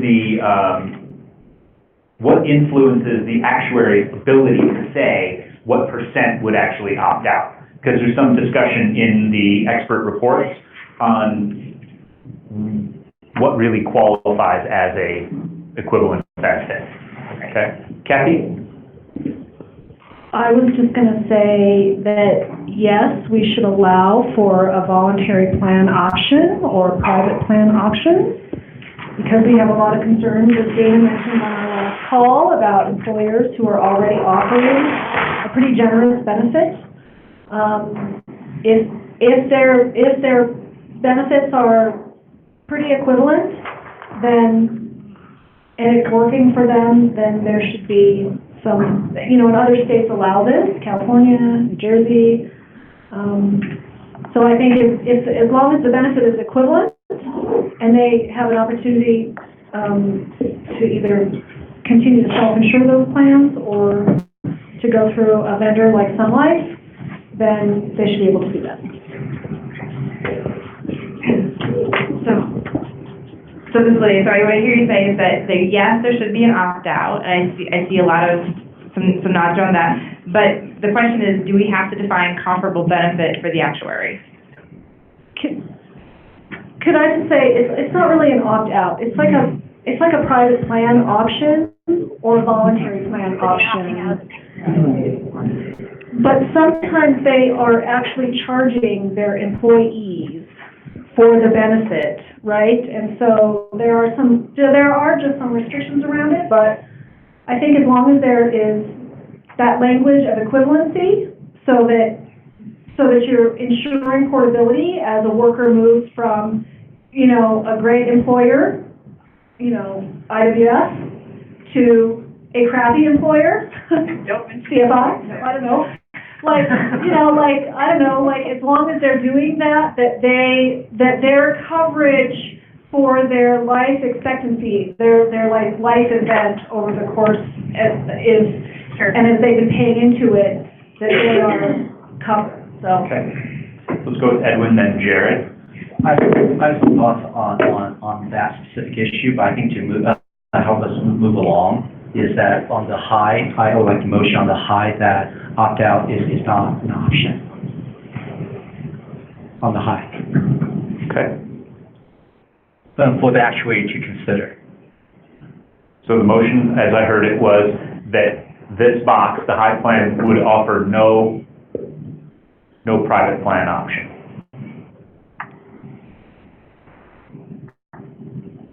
Jared, do you want to talk, because I have... Well, I'm wondering, is there a second for the?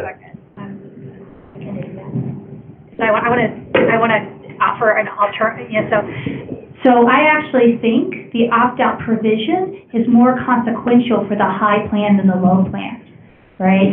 And so I actually think in this sense, it doesn't make sense to have opt-out for the high plan and then like some more easier opt-out on the low end, because where opt-out is likely to be more consequential is with the more expensive program. The more expensive program will charge the higher taxes and have the higher redistribution, and the incentives to opt out will be greater. So if opt-out is going to be on the table for not ruling opt-out out, if opt-out's on the table, I think it's more important to have that on the high program than on the low program. The low program, right, or have it on both, but having no opt-out on the high program, I don't think that's not the information we want. If I can just counter that real quick, thank you. Is that the larger the pool, the more solid the program is going to be, and if we provide an opt-out in the higher plan, then it'll be less solid. So exactly. And less able to pay for the higher plan.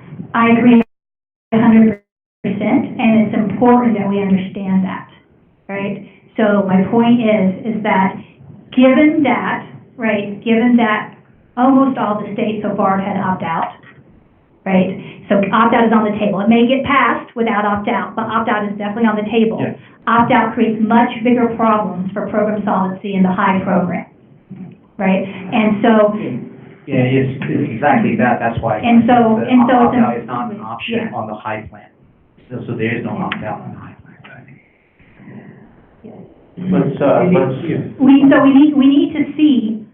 We need to understand, we need the actuary to produce an estimate of the amount of opt-out under the high plan. If we don't allow opt-out, when we send to the actuary, we will not get estimates of the effect of opt-out on the high plan. If we allow opt-out on the high plan, we send the actuary. The actuary will have to produce an estimate of how big the opt-out is and how that changes the wage base, right? And so we'll see how consequential it is. We need that to be in the high plan so we get that estimate. I see that being the exact opposite way, in that I literally see that in the exact opposite way, in that we have to assume in the high plan is that we're funding it the maximum way that we can, which is to make sure that nobody opts out, so that it has maximum solvency and maximum funding, in order to see what that range is. Because if we allow for the opt out, then we're basically not realizing what the full funding can be if that were on the table. So to be clear, because the actuary report will have to produce the opt-out rate, you'll be able to calculate, right, what the wage base would be with, because he'll basically have to calculate. I'm good with that. Right, he'll have to calculate that. So we'll be able to tell, right, how much of the wage pool you're losing from the opt-out. So you'll be able to do what you want, which is to understand how the solvency would be improved if you took it out. All right, thank you. Let's go with Jared, very efficient, then we'll go to Dana. Yeah, so, language is a little important here in terms of what we're calling. There's a reason that all the expert reports in states use language of voluntary or private plans. And I do think what the actuary will be able to look at based on modeling is probably if we offer something along the lines of California, which has the most data and has been using this for a while. It's important to recognize this creates a new baseline. Essentially the way that the state laws are written lists out the requirements that are necessary in a private plan. So it's not necessarily that workers are just removed and getting subpar benefits somehow, or something that's vaguely equivalent or comparable. You are setting a new standard, and there are elements that have to be met for a private or voluntary plan. I am comfortable having the actuary look at it, and would be comfortable if it was something along the lines of California and Massachusetts, which modeled off of California, because there is data that can be used. And I will also say, it was helpful during this past legislative session that I think Kathy mentioned, Sun Life Financial, which has an interest and came to Colorado to talk about private plans and voluntary plans that they'd be interested in, and also endorsed the California and Massachusetts style model. So the combination between, some interest from insurers about that, but especially I think it'll make it a lot easier for the actuary to model if what we're saying is something along the lines of what California has done, so that there's a base in terms of the data that's being used to estimate what that means for Colorado's workforce. Dana? I yet again get to prove that I'm just a real meat and potato kind of guy with my comments. So if all employers in Colorado were offering paid leave today, would we be sitting here right now? I would argue we would not. So for the employers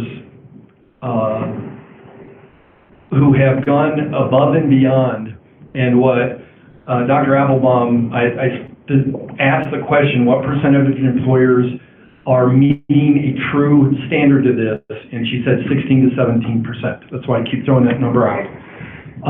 For the employers who are doing that, we should recognize them and reward them, because if everybody was doing this, we wouldn't be here. So I think we should set the bar high on what is an equivalent definition. It shouldn't be really wiggly-niggly, because then we're not moving the bar at all. But that it is high, if 16 to 17% is a correct number for Colorado, then we're already doing what the state is or better. So I believe the low or the high, you should have this option for employers that are already doing what we're asking everybody else who's not doing it to do. Thanks. Go ahead, Jared? Yeah, and if I could just offer the policy point that I will definitely want to discuss more as a group in November and December, but I think it also speaks to the point that keeps being raised, and I alluded to this on our webinar call earlier this week, that I think there are also models that we could look to keep in the back of our mind to reward high-road employers who are doing the right thing. And something that I believe very strongly in and will advocate for when we get to the more policy component is something that New York and Massachusetts both do, already in effect in New York, which essentially provides a reimbursement to employers who are providing either more generous benefits than what the state requires or providing it faster. So I'll use my company as an example, based in New York, covered by New York's law. Give more generous time off, full wage replacement, longer leave. It allows us, say I'm going to go out on leave, I have a new child. It allows my employer to pay me directly the higher amount. They could pay me quicker directly. It's in my interest, it's in the employer's interest, because then what happens is the benefit that I would get from New York if they hadn't done that goes to the employer.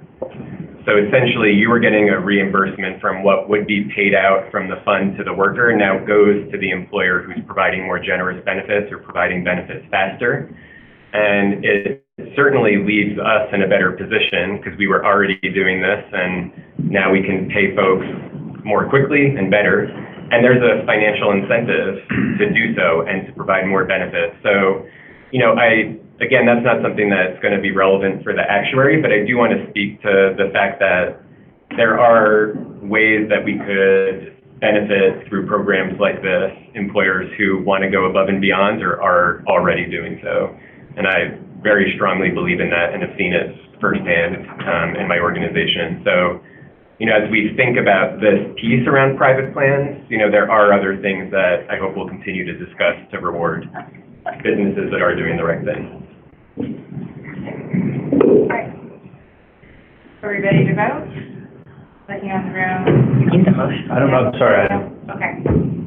I would need a recap. Yeah, what is he? Okay. So, was it everyone's motion? Didn't get seconded.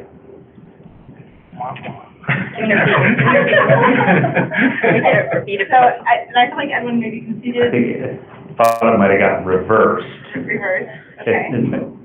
Does anyone feel like we have an active motion on the floor? Can I make a motion and then, or? You're within bounds, because there's not a seconded motion that we're discussing. So it sounds from this conversation that what we seem to be agreeing to is allow opt-out and, You're on. It seems to me what we're agreeing to is potentially, so I'll make that motion, that we are going to allow opt-out under both the high and the low plan.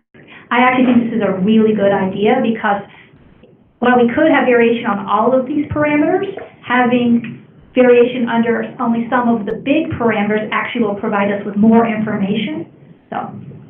Could I offer a friendly amendment for consideration that we ask the actuary to look to a model based on California, because I don't know if we don't have an example how exactly an actuary is going to crunch the numbers on what this means. So, you know, I would be comfortable supporting something if we're looking to the model that's been established and where there's the most data, which is California. Okay. So that looks like a point of clarity by Kathy.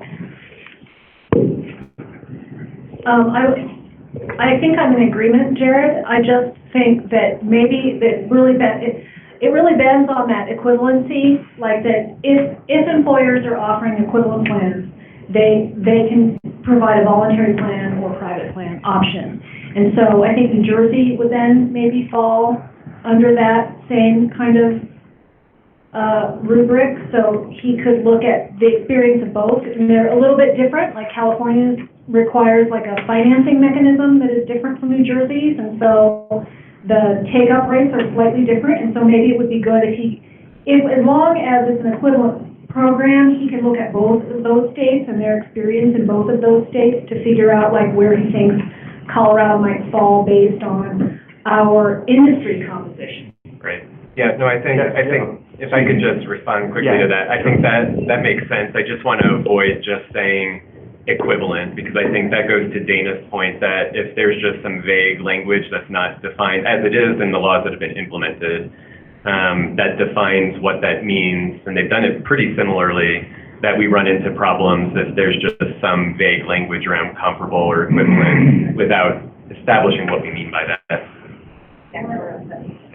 Jeff, go ahead. Yeah, I was going to make a comment that underscores that, and so I think an actuary would have trouble if we said something equivalent, quote unquote, because this is a mathematical problem for them. This is not, that's qualitative. And so if there is a state that we can point him to, or multiple states we can point him to say, look at their experience with regards to just level of opt-outs.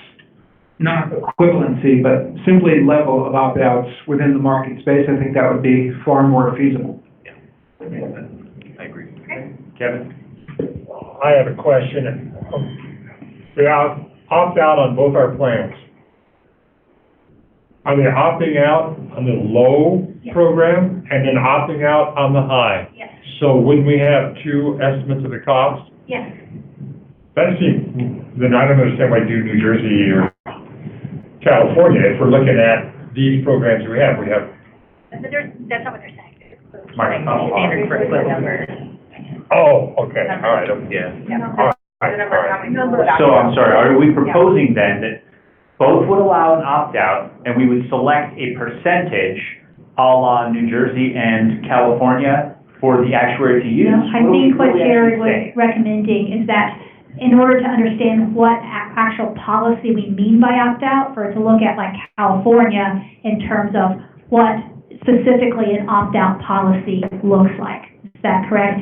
I'll say the numbers, even during any given policy, the numbers of actual opt-out will depend on the details of the policy, right? So the opt-out rate could actually be much higher than California and New Jersey, depending on the policy. So it's just saying, to understand what opt-out means, look to California to see what that policy looks like. And because of that, I feel like it's important for us to just simply have, whether it's on high or low end, have a no opt-out so we know what that number looks like on one to book in the range. Because if we don't have that number, then we're basically saying, well, based on all these other factors, we really don't know. But I don't know that you'd be able to disaggregate or disintermediate that effect, would you? Well, if there's 100% participation, I would imagine that's an easier number to get at. So I think what you're interested in is what tax rate would you have to charge with 100% participation as opposed to one that allows opt-out? Is that what you're? Looking at interest at any tax rate. Yeah, you're interested in. At any tax rate, you know, what the, if it's 100% participation. That's the number. The premium would be. Yeah, what the premium would be, Yeah. right. And so yes, the point is they'll have to calculate the opt-out. Those numbers could be used to back out what you want. But my concern goes back to in printing, that if that number is not there, then we're asking legislatures to back that number out, and that may never get discussed, so.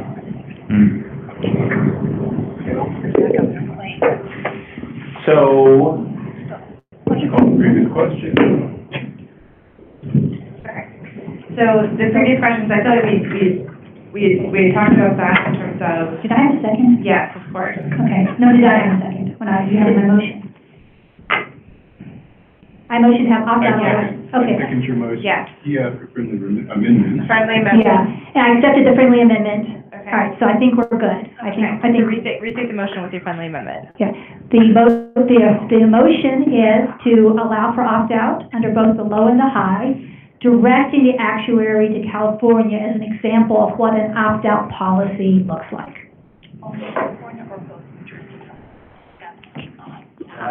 I think, let's just stick with California, we don't want to blow the actuary's mind. Okay. Great, okay. Roll call vote. Campbell. Yes. Duncan. Yes. Hagan. Yes. May. Yes. Manning. Yes. Marquez. Yes. McKinnish. Yes. Parker Murray. Yes. Petrak. Yes. Sullivan. Yes. Walagorski. Yes. White. Yes. Zoe? Yes. Wow. Can I raise one more point before, I know we're about to transition, but since we're We're talking. actually okay time-wise, go Okay, ahead. since we're talking about opt-outs, I'm gonna circle back to my opt-out for low-wage earners from earlier. And if I make a motion, we could take a vote and it might fail, but can I move that we ask the actuary if that's something he can model? I guess I can make a motion, Yeah, but you can. I make a motion, we'll just see what happens. Are you making a motion to ask the actuary, or are you making the motion for him to model another policy that allows opt-out for low-income? Well, I guess there's two ways we could do it. We could make an amendment to like the low plan and say in the low plan, low-wage earners could opt out, right? Or we could ask for a third option. This is kind of going back to the discussion we had around the extended bonding piece, right? It's sort of a different variable, different factor. I know it wasn't even on the list to discuss today, but I thought if it falls in a bucket, it falls in the bucket of opt-outs, which we've been discussing. So that's why I'm raising it again. And I don't know if there's any interest in amending the lower plan to reflect that, or if it would be better to do as we did in the Ask Bob category and say, is this an extra piece that you could evaluate on either plan? Seems like it would fit more of a low plan because it's just less, but it could be modeled on these out, but it could be done. Kathy? I would like to have a little discussion about this option overall, because it brings to mind some problems with, administrative costs. Like, even if we pick a threshold, you could have then an employer who has 20 employees, and say half of them earn $30,000 a year, and half of them earn $28,000 a year. And then you have this compliance, so you just have like more administrative compliance issue, going to Diana's thing about simplicity. Right. Because that would be done at the individual firm level, right? It's not even just like industry level, like every firm could have a mix of people who are eligible or not eligible to opt out. And so how would you administer that? Like, could you look at your busboys and say, Edwin, would you look at your busboys and say, you guys can opt out, but you, mid-level manager, you can't. And so I think that lends an era of complication. And then also, I'm just concerned about the fact that, and I understand, I read the IWF issue brief, and really coming back to the notion that because there are these problems with getting low-wage workers to take up the benefit, and so you do have this redistribution to higher income workers. To Jared's point earlier, the one way of solving that is through these good programs, where you increase the benefit. You look at the reasons why they don't take the benefit, and you solve for those, because that's a clearly identified problem, and you know what the solution is. Whereas the other option, which is what you're proposing, which the IWF brief proposed, was to make it voluntary somehow. And so this is an opt-out that's voluntary, but if you look at the data on other types of voluntary incentives, particularly for low-wage workers, they're just not effective. Like, so for tax incentives, say, for people to save, so that gives them the option of putting money aside into a savings account, like, so they're going to take a little bit of money from their...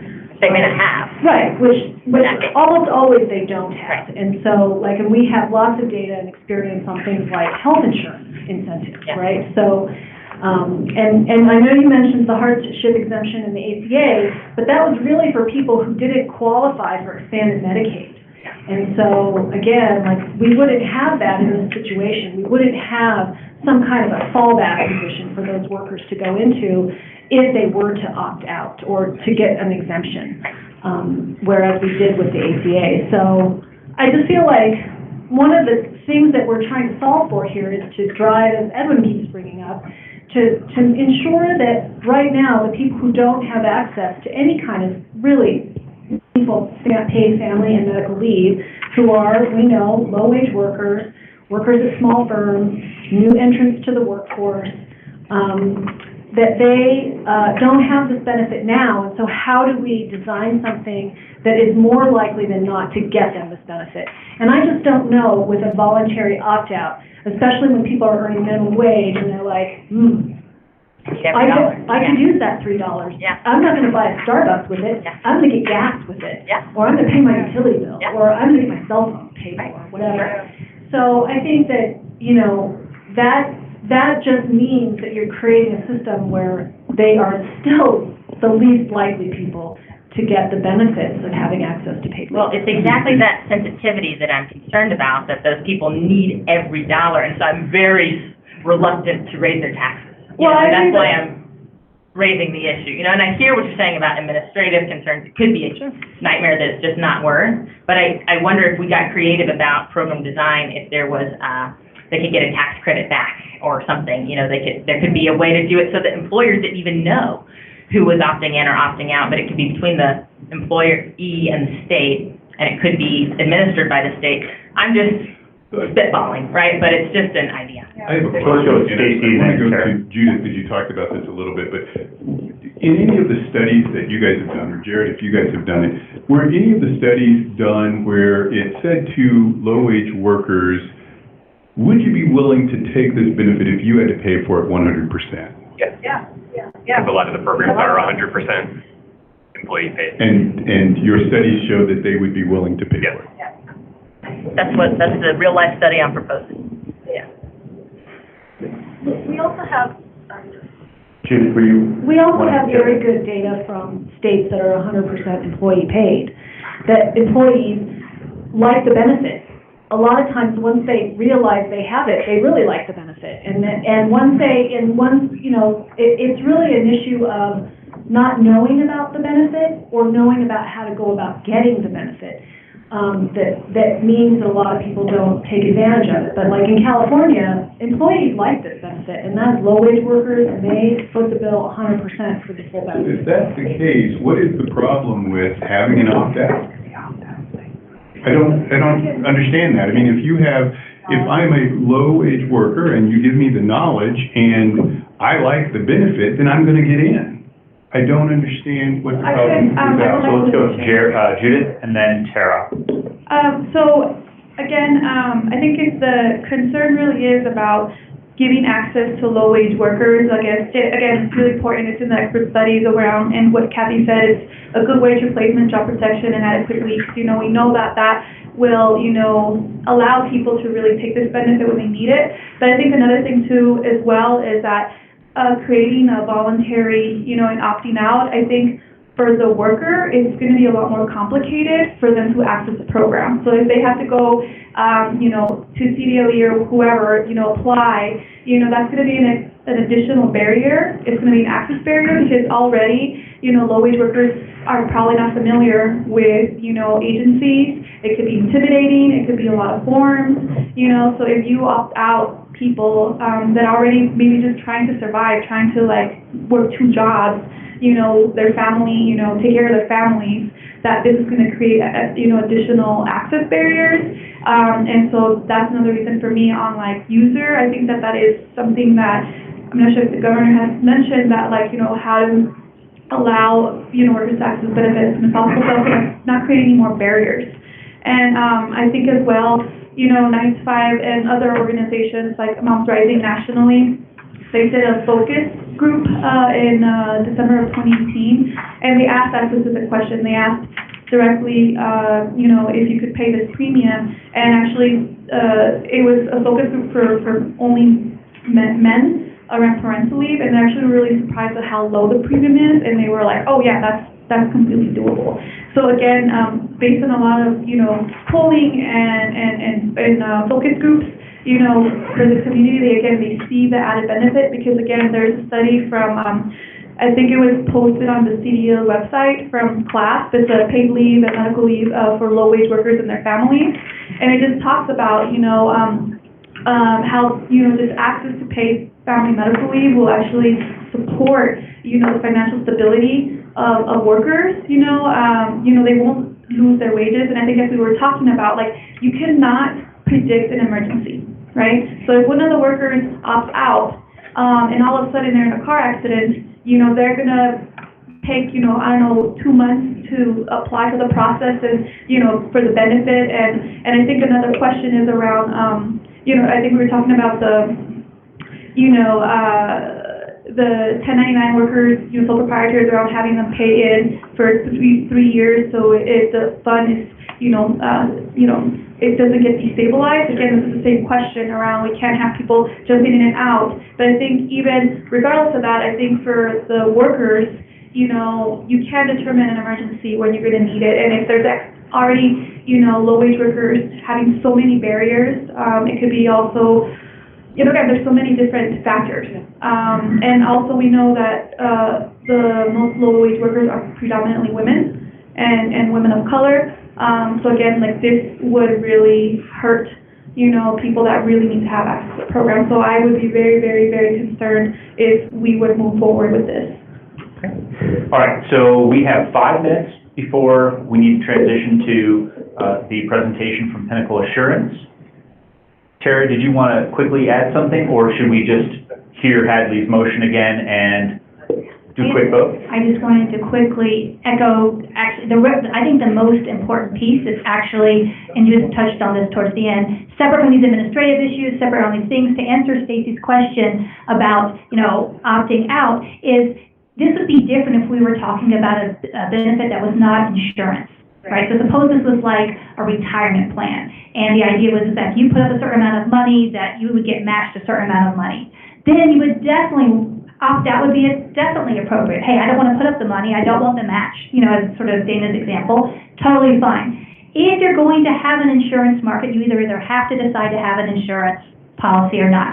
If you have insurance, and you allow people to choose whether to go in based on whether or not they know they are going to likely to need the thing, then the insurance market collapses. So I appreciate the concerns you're bringing to this, but if you were to do this policy would not be functional, right? Now, you could talk about trying to provide some sort of tax exemption, tax rebate to the lowest income workers, so they're paying less. That, you know, that's a policy we can talk about later. But in terms of having a functional insurance market, once you allow for opt-out for anything more than a trivial portion of the pool, the insurance market will spiral and collapse. You either have to decide whether you want a functional policy or not. Okay? All right, I appreciate that. And my only closing comment is, I think there's just, I'll be totally frank, because one of our rules of discussion is to be frank and put all our cards on the table. You know, we go back and forth between using insurance terminology and using entitlement state program terminology. And Dana asked a question a couple meetings ago that I think is critical. What problem are we trying to solve?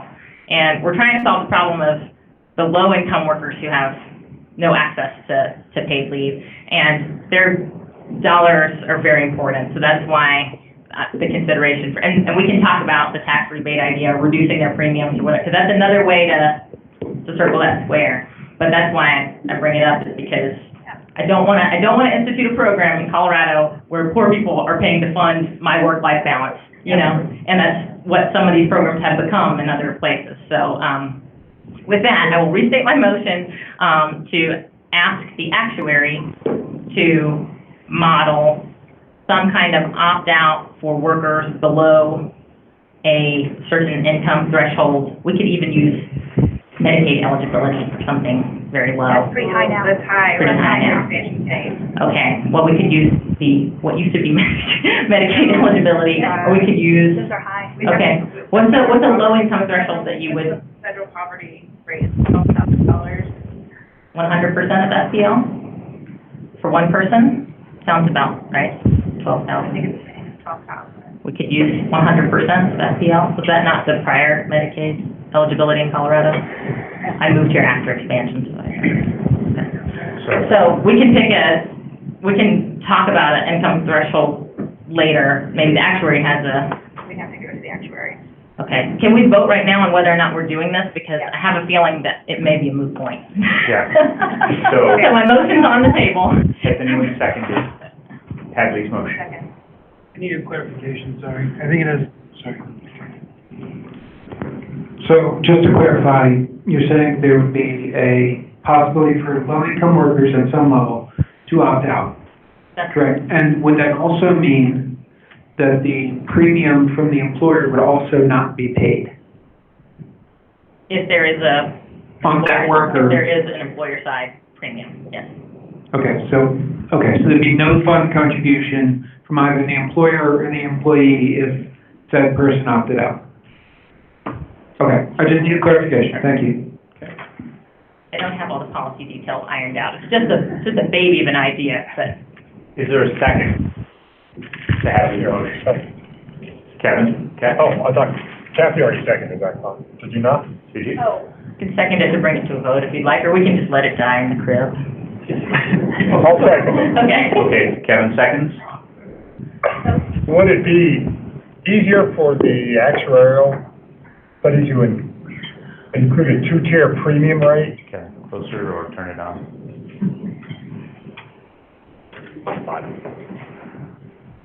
Or screen, Kevin, that's acceptable as well. Down at the bottom.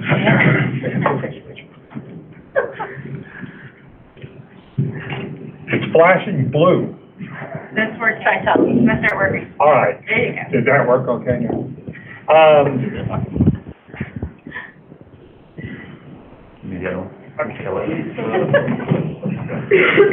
Should we ask the actuarial to do a two-tier premium side of it? If you're low income, you pay a lower premium. The premium's progressive. That way the low income get a break. They don't pay as much. That makes it, that increases the benefit for lower. Yeah. They pay a smaller premium, people higher income pay a higher premium rate. Higher income pay 1% of their. Is that a policy question? No, I'm just asking if we can address this issue of extending a benefit to lower income by lowering their premium and having lower income pay a lower premium, higher income pay a higher premium rate. You make $100,000, you pay 1% of your salary. You make $5,000, you pay a 1/4% of your. That's a separate motion? No, I'm just saying. No, you can't, but it's a separate motion. I'm not making a motion. I'm just asking, Part of this the discussion. I seconded it so we can have some discussion on it. Okay. And the discussion is, can we address this issue of extending a benefit to lower income by having, when the actuarial does the examination of premiums, okay, we have a cost. We have cost, we have administrative costs, we have the reserve, whatever. How much premium do we need to generate to cover all those costs? Well, how about if we have a certain amount of costs, can we adjust the premiums to cover all those costs by having people with higher income pay a higher rate and people with lower income pay a lower rate? Have them address the issue by looking at the cost side.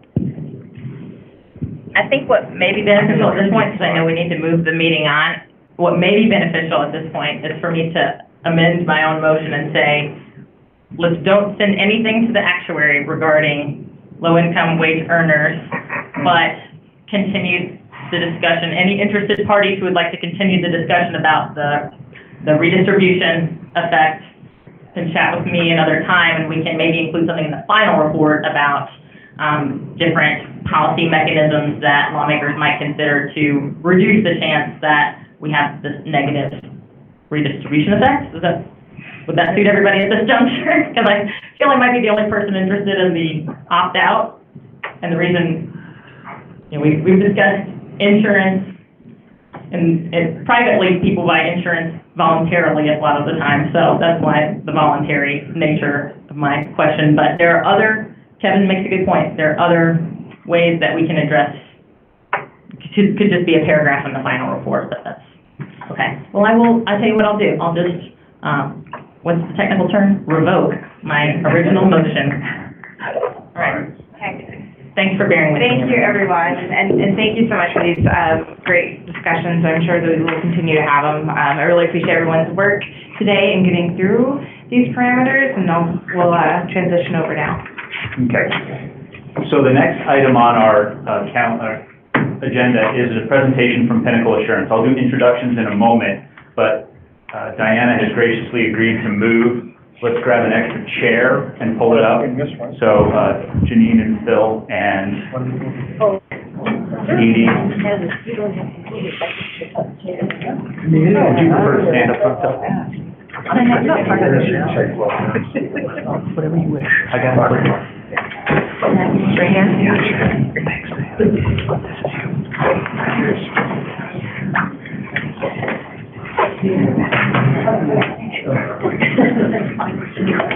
Sorry. I've been teased.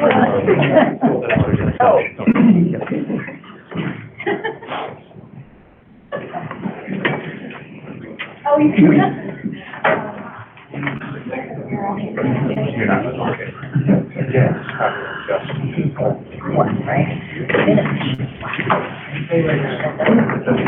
All right, I think we've lost a couple of folks. Apologize to you Pinnacle people. We've been at it for an hour and 45 minutes, and the afternoon coffee is doing what afternoon coffee does.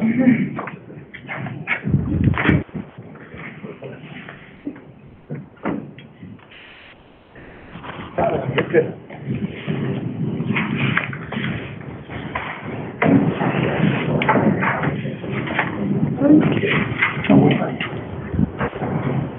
So, should I use Yeah. I was just going to introduce you guys, but maybe best if you just introduce them. What they bring. Let's do that. Good. I think I'll give you the thumbs up when we get back. All right, we just picked up 3 in a moment.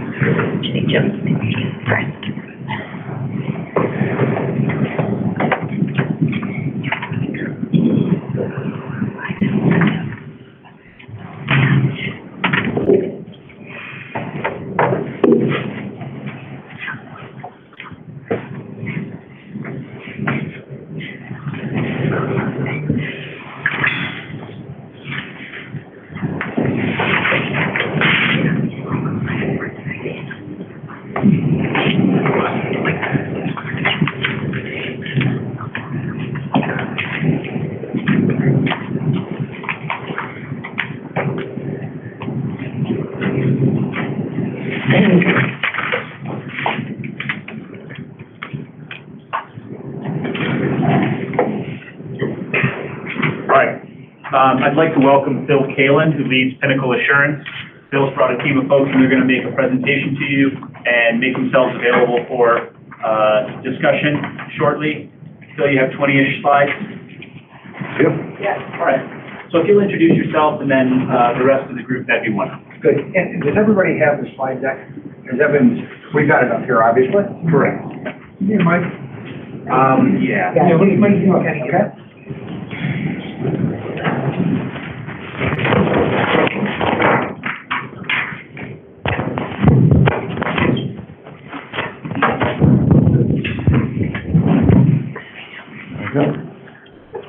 Can everybody hear me? Good. Well, good afternoon, and thank you for all your work on this.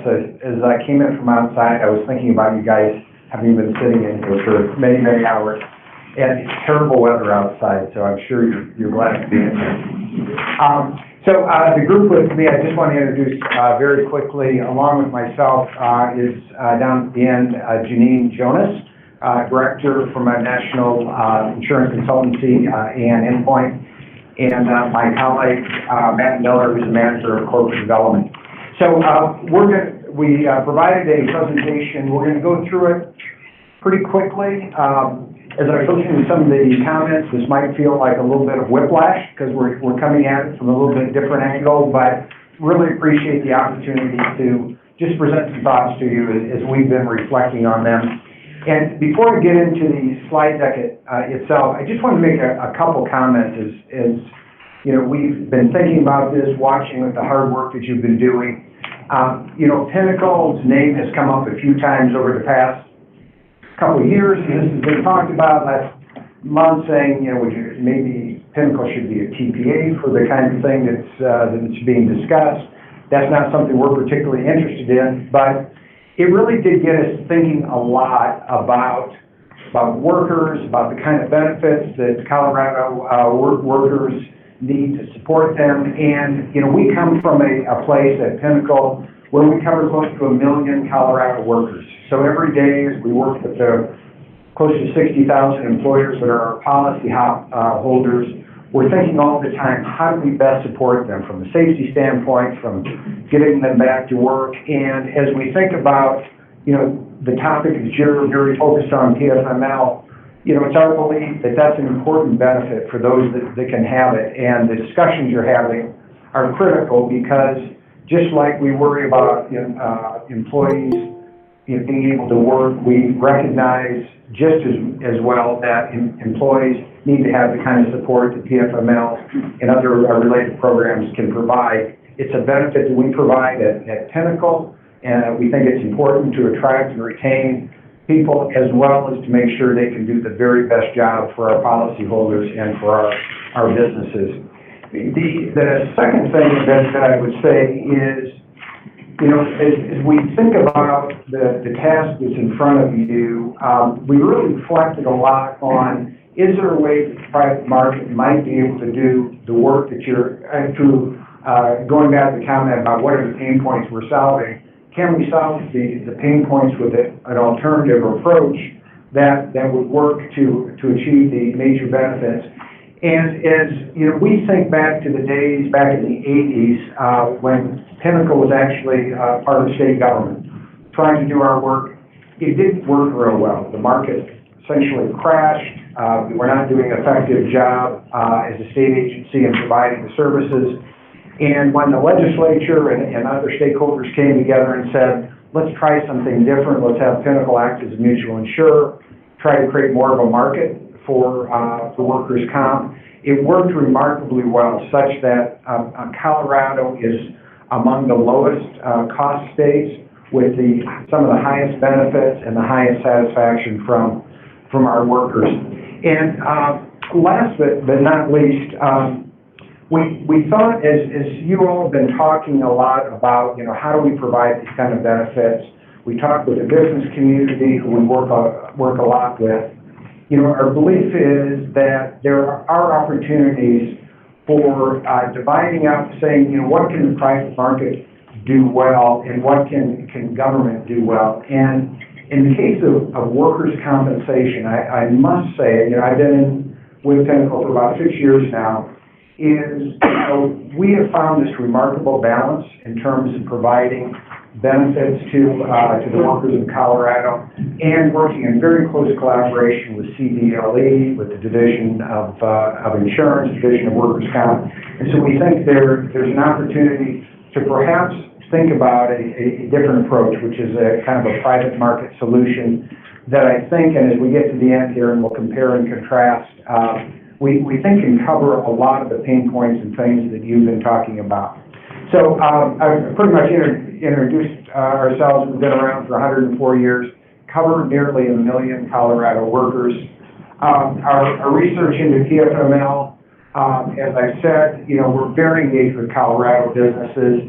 And as we reflect on workers' comp and how well it has worked, it feels, and if you see us go through the presentation, that maybe there's some things that we can learn as we think about how to approach this. So we hired, and Janine will talk in a few minutes, Aon Endpoint, because we really wanted to start asking questions about, you know, is there a private market solution? Is there something that would do the things that many of you are very passionate about in supporting our workers, but done from a little bit different vantage point? So we've asked Janine and her team to look at the experience of other states with PFML programs, talked with other life and disability insurance carriers, and then developed a proposal, a broad proposal that we'll talk about for a universal insurance product. So what we've learned is, as Janine and her team went around and looked at other programs, and look back on SB 188 FAMLI, from a national comparison, the qualifying events, some of the covered members, et cetera, we're at the high end of most generous definitions that we found as we looked across the country, comparing it to SB 188. Similarly, the employee eligibility and maximum benefit amounts fell on the high end. And what Janine will talk about is compare and contrast that with some of the utilization that is seen nationally. So we also saw that some of the state-run plans had some challenges, concerns about slow processing of claims, challenges with accuracy.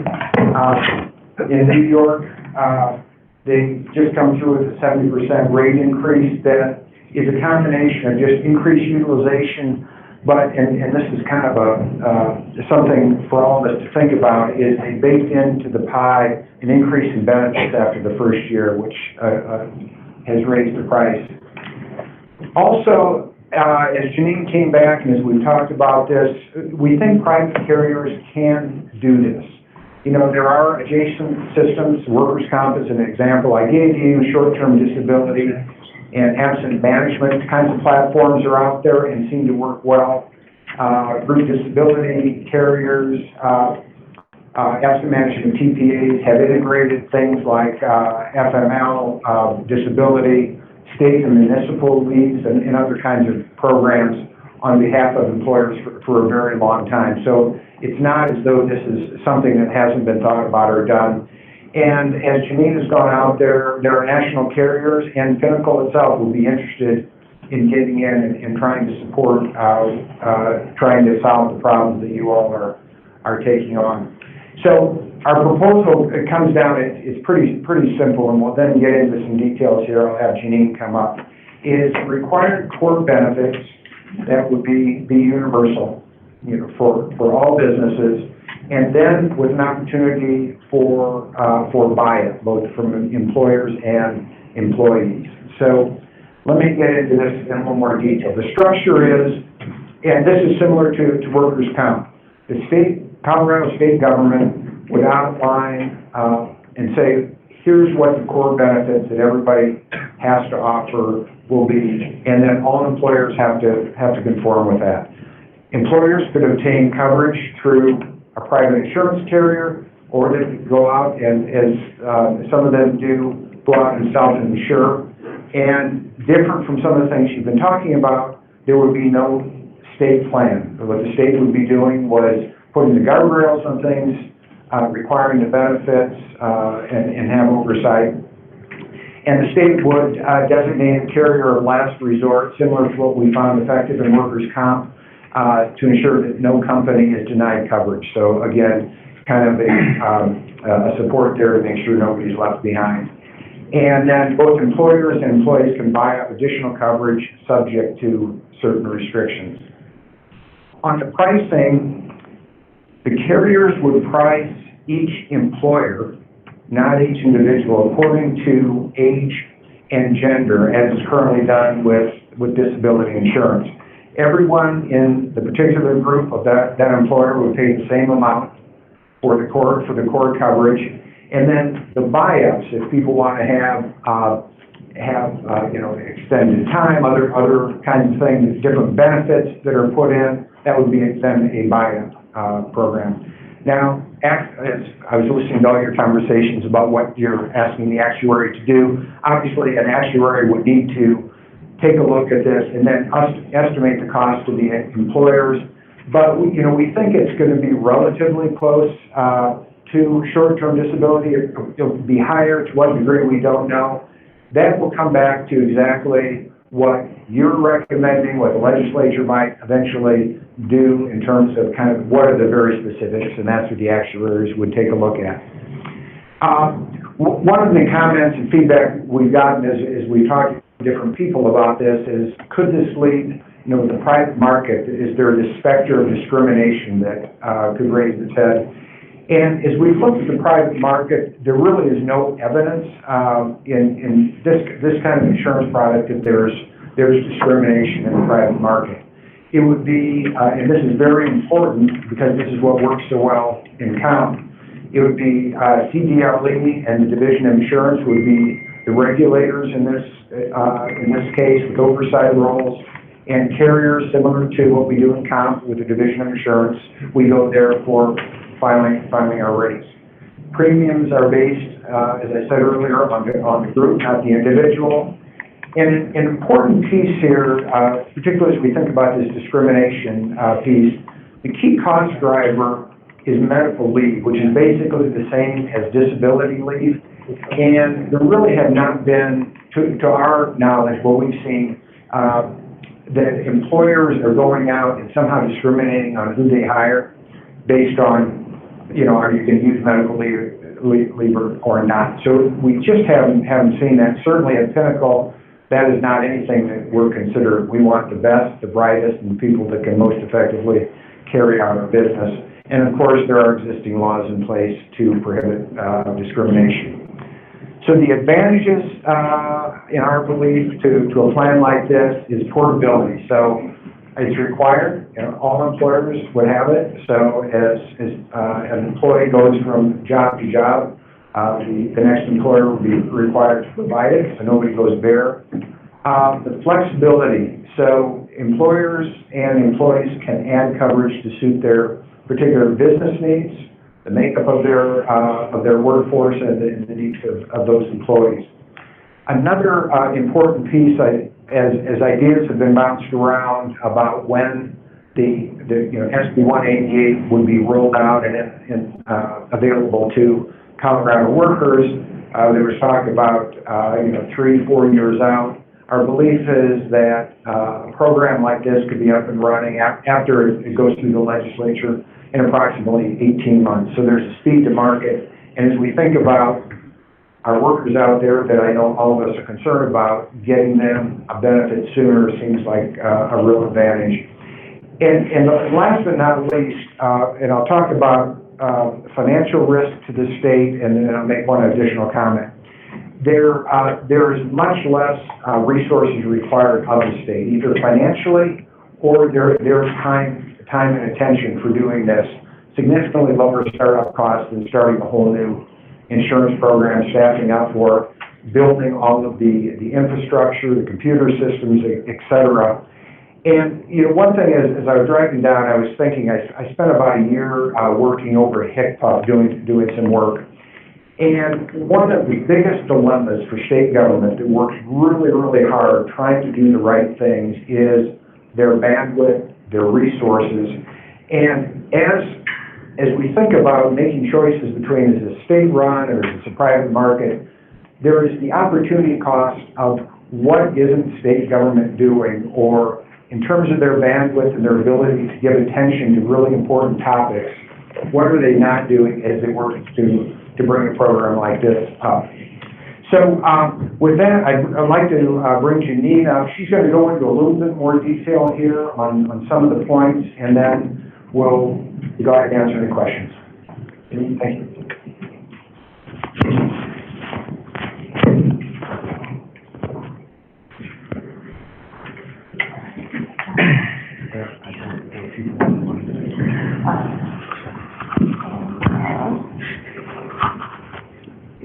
Anything special? No. Okay.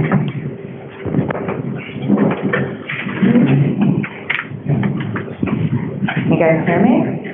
All right. First of all, again, I'm Janine Jonas. I'm the Director of H&B Carrier Strategy Consulting at Aon Endpoint. I do want to thank you for having me here today. When Pinnacle had approached us about some of the things that the state of Colorado were mulling over, I personally got excited, as most people don't when it comes to disability insurance or anything related to that. But my history is, for the last 15 years, I've worked in some function for short-term disability, long-term disability, FMLA, selling it to group employers, I was an account manager first before I got into sales, which made me a much better salesperson, as far as understanding what problems the employers were trying to solve for, and then seeing the very large variety mix of employers. And for one of the carriers that I worked with for 14 years, we went down to 50 employees and did the jumbos as well. So knowing the different needs, particularly based off of their population, their location, their industry, and things that they're working on, this was right in my wheelhouse, so I was lucky to have this project come in. We have been working on this since May, and I will say that what we're about to show you is not something that we knew was going to be when we started. It was more about educating Pinnacle. They were very interested in understanding disability in general and absence management, kind of how that functions out in the world today, to see where that was going to take them. And so it was just kind of a step-by-step basis where the more that we learned, the more interesting things got. So the key takeaways from the findings that our team has done, as Phil said, we want the state, or would assume that the state would require a core benefit level, right? So everyone is having the same access, but also the same level. And we'll get into what information kind of supports that and maybe what that looks like. As we're talking about this, what I do want to make sure is clear is that it's not our intention to define for you or for Colorado what the benefit amount should be and what the contribution of premium should be split between employer and employee. It really is, we kind of build a frame of a house, and you guys come in and put in the faucets and the wallpaper and the rugs and make it what it needs to be for Colorado. But to the core benefit, the idea there, obviously, this would be an insurance product, very similar to how short-term disability is handled by many, many employers today, again, down to their employers with 2 or 3 employees that have a short-term disability program, up to the jumbos. And as we're talking about this, I want us to realize how strongly connected short-term disability and paid family medical leave are, right? The short-term disability is the paid medical leave of that, and that drives most of the cost. So from an insurance standpoint, when you're thinking about it, the PFML discussion is really just taking this short-term disability program that exists, this infrastructure, and then incrementally adding family leave on top. And you'll see the utilization that's occurred in the mature states that helps support that. So folks would purchase the product in the insurance market or self-insure, again, very simply as they do today.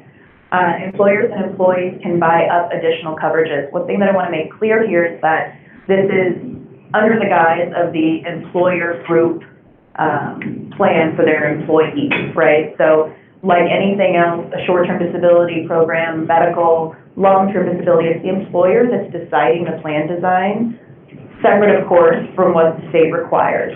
Okay, so if they want to add something on top of that, as most of them do today, then they would have the ability to just say, oh, well, I have this paid parental leave policy over here, and I've got this short-term disability policy over here. Got some employees that work in New York, but I also have statutory disability. This might actually allow me to take all of those things and that fragmented administration that I have to do and put it into one product. And more importantly than that, it means that the person at the receiving end of this, the claimant, the employee, has one place they need to call to file a claim, one coordination of benefits, one request for medical records when they're going through an incredibly difficult time. So that's kind of the goal and where we were heading to, was not only what it meant for the employer from the administrative standpoint, but most importantly at the end, what it meant for a claimant going through this experience. We looked at the states with mature PFML programs, and as I think we all know, that PFML is not necessarily a mature product in general in the United States. Started with California in 2004 and kind of went from there. There's important nuance to bring out in that, which is the states that were most mature, California, New York-ish, that's only 2 years old, New Jersey, and Rhode Island. They all started with a statutory disability program that was mandated first, and then years later built on this paid family leave part. So Colorado's in this great, unique position to start from scratch, see what everyone else has done, see what worked and what didn't work, and kind of get outside the box. Because the one thing that I will say that while things function within those states, they don't work great. Social Security doesn't work great. And at the end of the day, it's still very difficult for the employees to get what they need. And when it's fragmented like that, and again, if you're thinking about someone who's just been in a terrible accident, or their spouse is deathly ill in the hospital, to have to think about all the different places you need to go, and it's not possible, and it's not in their best interest. So with the experience of the states, and again, we primarily looked at California, Rhode Island, New Jersey, and you'll see that on some other slides, we'll show kind of what their plan design looks like and what the actual utilization is, and also what the utilization looks like from the different types of leave. And that may be the information that we hope helps, that if this concept will continue to be discussed by you, to help you decide what should that core benefit look like. We're not going to be able to solve for every single person's individual situation, but what does the majority look like? And then if we want something more on top of that, how can we support that as well? The core benefits, we've learned this a little bit from New York, is to have it kind of phased in. And I think that understanding how the program is going to go is going to be a big part of that. So not to kind of put everything out there to start. You want to kind of see where it goes, see what the real utilization and experience looks like, and then that will help to continue to build and improve the program as you go along. So here's some information that our team found in looking at leads from California, Rhode Island, and New Jersey, again, the most mature states.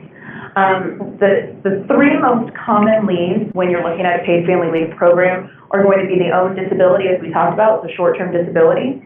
It's going to be the bonding. So if you're thinking short-term disability, most of those claims are maternity, right? And the maternity goes into the bonding. And then you have the family care. So if we look at about average, it was around 78% of those states was the short-term disability part. So again, keeping in mind that those benefits for many, many employees and employers, and the infrastructure to handle insurance and to efficiently manage claims already exists today. The reason some of the other states were left out, for example, New York, they just went effective 2018, and there's not a lot of claims data that's readily available for them. The other types of leaves that have been discussed, and anything that would want to be brought up, whether it was for the leave of military member or military exigency, I should say, if you want something in there for domestic violence, the different kind of special scenarios that you want to cover for that maybe don't apply to everyone, would be something to consider as a buy-up. If that's important to an employer's population, they will hear that from their employees. And that could be something that then the employer has the power to go ahead and say, all right, we're going to have this core benefit, but we'll go ahead and offer the buy-up option to cover these additional types of leaves, whether it's type of leave, but we'll also get to family members as well. I do want to be clear that when we talk about the buy-up part, that can go many different ways. The buy-up can be fully paid for by the employer, and that happens currently today in some employers. It can be a mixed contribution, or typically it's going to be 100% voluntary employee paid. So the concept of core buy-up in the disability world is that core is typically 100% employer paid, and then the buy-up is paid for by the employee. So there's a way to do that, but you can still have mixed contribution for the core, and then allow employees to buy up if that's what they want. So for potential definitions of the family, this has gotten very interesting in the last year with some of the states that, again, are coming out with their very first PFML program. The core benefit that we find would be suitable would include the child, the spouse, and the parent, and that's however that needs to be defined, right? So a spouse can be the domestic partner, it can be a common law, however that wants to be defined by the state. Children, in my opinion, if anybody's asking, would be all of the children, whether you're adopted, whether you're foster, whether you're step. If there's guardianship there, then that should take care of that. And parents.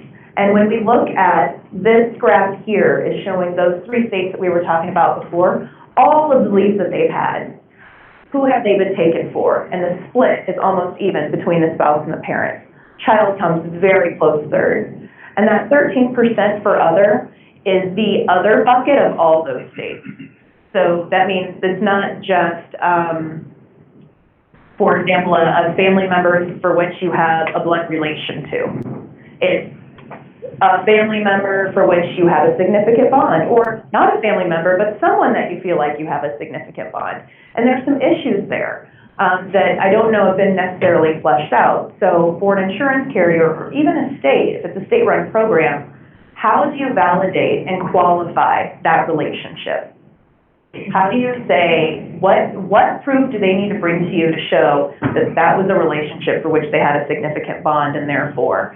And what does that mean administratively in order for them to get a leave immediately? What kind of time does that add into things to make sure that it can be approved? Or do you just not do anything and then probably start to see an increase in fraudulent behavior? The additional types of definitions we thought could also be a buy-up. So if you wanted to add siblings, if you want to add in parentis, in loco parentis, if there's other definitions, again, where it seems like it's not necessarily going to apply to the math, but you know that there are folks out there who could benefit from having that, then that could certainly be added to that buy-up as well. The potential leave durations. I will start by saying this from an underwriting and financial standpoint of managing risk. It doesn't matter if it's an insurance company or a state doing it. When you're pricing risk and managing risk, the things that are going to drive cost in this program are the amount of benefit payable and the duration. It's not about whether it's a low wage earner or a high wage earner. It's not even that much about what their gender and their age is. Gender and age is a big part of it, but that is secondary to when you decide what kind of risk you're putting out there for a benefit to be paid. So as you'll see here, these dark lines are what the states allowed in their plan. But the green lines show what was actually used. And this information is over the last few years of claims. This is not a small snapshot. It's not historically before things were done, or before things were amended. So for example, California is a great example. They have the richest one, 52 weeks for disability, a whole year that you can have off. And the most that people are taking on average is 16. So do they really need to put themselves at risk for 52 weeks?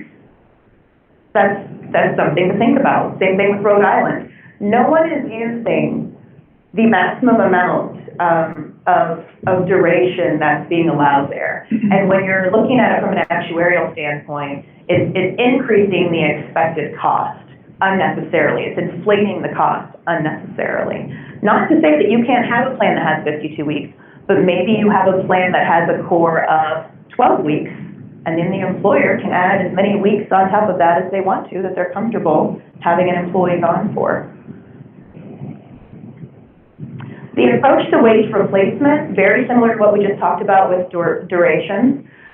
So again, we're looking at up here for family leave in the dark are the dollar amounts that the state programs provide for as maximum, and then in the green is what's actually being used. So in every place that we see, and this also falls along some of the experience that we've looked at from employer short-term disability programs.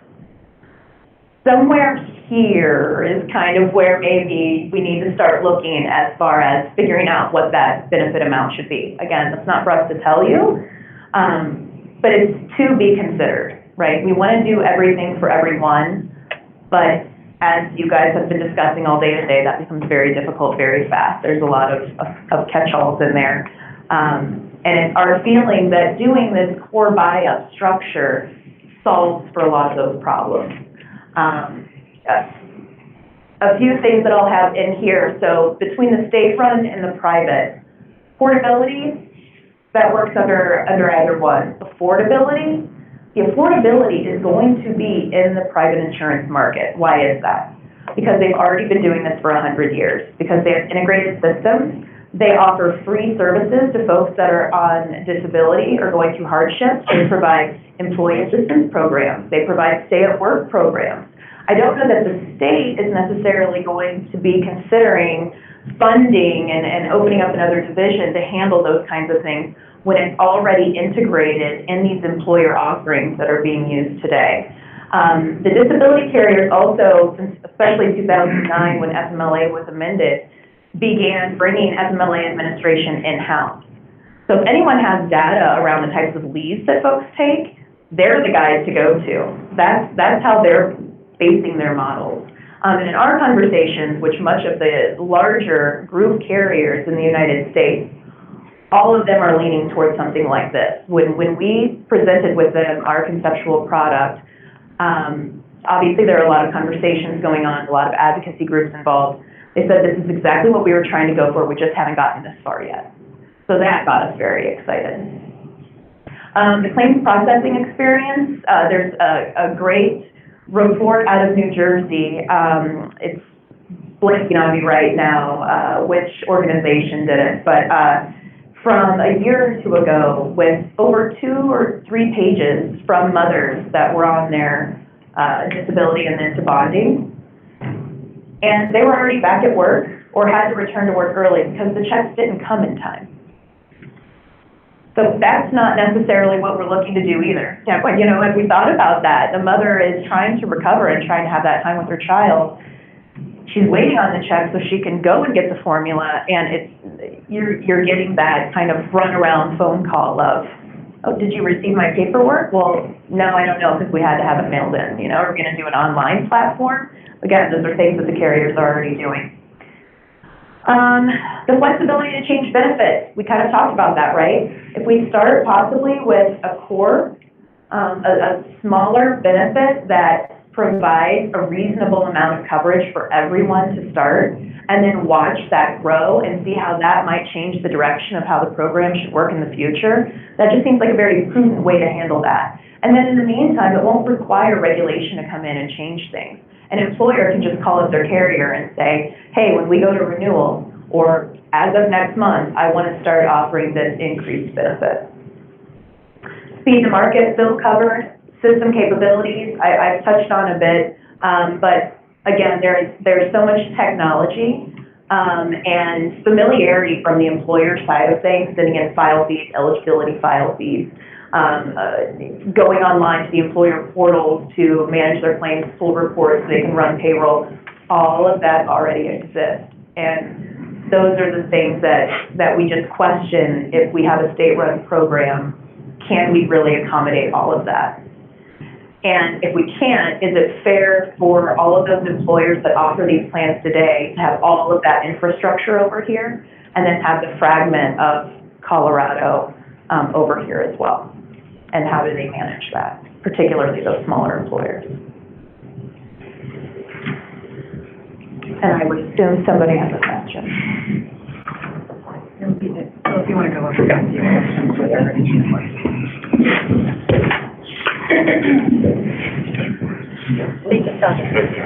Well, glad to answer any questions. Thank you, Janine.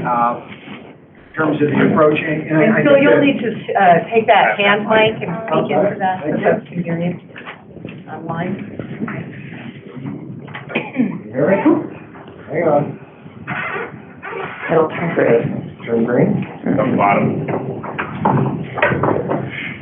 Turn green? There we go. Everybody. So the thing I would like to emphasize, a comment that Janine made, is that, you know, we're putting out a conceptual model here, and, you know, the important thing is, from a pricing standpoint, you know, we're pretty agnostic about, you know, what are the benefits and how does that work, because then that's what you then have actuaries for, to try to figure out what the pricing would look like. And, you know, as we try to juggle the, you know, where the business community is and what advocacy groups are doing, certainly we recognize that there's got to be some way of balancing all, you know, all of the needs, all of the concerns. And, you know, if, you know, in our We can imagine that for core benefits, there's some split between employers and employees. Certainly, as Dean talked about, as you move farther up, that's something that can be decided who pays for things. So anyway, I don't want to get too locked into specific kinds of benefits as much as this is a conceptual model. And now questions, and who should manage the questions? Mr. Craig? My name is Kevin Duncan. Phil, you mentioned that one of your first slide, maybe the second, third slide, employers would choose among carriers, but there would be a carrier of last resort if, I guess, the market wouldn't serve, the private market wouldn't serve some employers. Can you just, who is the carrier of last resort? Would the state provide funding for that, or would the private insurance industry provide funding for the? Yeah, so conceptually, if we were to be involved with this, that's something that we would consider being the carrier of last resort. That's something we've done for a long time in workers' comp. We are the designated carrier of last resort. If for some reason some business can't get the coverage they need, there would be, now there are different models for that. I think generally one carrier is going to be declared the carrier of last resort. There are ways to do it through pools and other methodologies as well. So I imagine the carrier of last resort takes on high cost, high risk situations? The way it works is you have to have the flexibility to price according to what the risk is. Primarily what we're looking at is going to be age and gender kinds of things. It's not going to be, I'm not sure there's going to be. All right, follow-up question. Does the carrier of last resort receive any subsidy from the state to assume this higher risk? Because I don't understand if the market can't provide for an employer's situation, how can there's a carrier of last resort, how can they do it profitably without some kind of subsidy? Do they receive a tax break from the state, or? Well, in workers' comp, and the role that we have is we do not pay taxes. We're tax exempt. But the flexibility that we have is for those that are very high risk and the market just isn't going to them, is we have the flexibility of charging what we think we have to charge based on the risk of that particular business. So that's the way it works. There isn't any special premium paid. Yeah, somebody else is going to be, you want me to call? Yeah, we got a moderator. Mike might be dead, so we'll do that. Yeah, so. Greg, are you going to mention the questions, or should he? That's what he's asking. Yeah, I'm happy to have Phil do it. He's completely Okay, that's what you capable. wanted to monitor. Okay, good. Next, I think it was Jared. Yeah, so a couple of questions, and thank you for walking us through this and the time, that you've spent on this. I do have real concerns about the risk rating. And it said on the slide that there's no evidence of discrimination in states with private markets. I want to dig into that a little bit and get your response, because I do think when employers are either mandated to pay out of pocket themselves to provide paid family and medical leave, or purchase private insurance where rates, like you say, are based on risk, not individually, but still based on the employer's workforce, that you are providing incentives to avoid hiring certain individuals, whether it's women of childbearing age, people with disabilities, older adults who are seen as more likely to need medical leave. And, the idea that there's not evidence, having seen this in the proposal and the letter that you shared with us, I did look into this a little bit, and the International Labor Organization of the United Nations put out a review of maternity leave around the world that showed that in countries where it is an employer mandate, employers are often less likely to hire, promote, and retain women workers, and may seek reasons to terminate pregnant workers to avoid paying the benefit. And even in CDLE's feasibility report, they said workers, looking at the research, workers perceived as more likely to need this type of leave in the future may face discrimination in hiring wages or working conditions from employers' attempts to minimize paid leave costs. And I hear the point that there are laws that prohibit discrimination, but I think the idea of creating a program that provides incentives, particularly when discrimination is first hard to prove, particularly hard for workers to have the information to prove when there is research showing that is the outcome. And then, would just like to get your response to that, but also what other state evidence you were pulling, because when New York paid family leave in 2016, it required community rating and barred risk rating through its paid family leave program. So, I'm curious what else you're drawing on, but, it is a real concern. I'm going to ask Jean to go into some of the specifics that she's seen. I just need to say, as somebody that I've run startup companies with a few people, I've run really large hospital systems and companies like Pinnacle, and my experience with business leaders and people that are working, particularly in a time when things are very, very competitive, both for talent, the notion that we're going to be trying to screen out some of the discrimination that you're bringing up. Not to say it couldn't happen, but boy, that just is not my experience. But I'd really like Janine to talk about what you see in terms of some of the other marketplaces. No, and there's a lot to pull apart there. So again, looking at the more mature states within the United States, California has done multiple research on whether or not their employers, first of all, how much hardship that they experienced following the establishment of the mandate year over year, and then whether or not there was any discrimination or increased discrimination against certain individuals because that mandate was in place. And each year that report comes out, the answer is no. Yeah, but the distinction there is in terms of community rating versus risk rating, and what you're proposing, risk rating does create incentives when a workforce is predominantly women of childbearing age, and you were charging premiums based on the workforce composition. That's not something that exists in the other laws, and like I said, New York prohibited it when they passed paid family leave. And they also have increased their rates 96% since going into effect 1/18. I mean, and you did say also that with New York, I mean, and I don't know if New York gets closest to this model, why that's something that's necessarily helpful for us to consider, but I do encourage you to look at Governor Cuomo's report that just came out about the program. And again, the program was designed to phase up year to year. Yep, part of that increase, for and sure. it was expected. But it only went 5%. Okay, but I mean, putting that aside, there's still real incentive by this risk rating approach. And I am curious if there was an approach like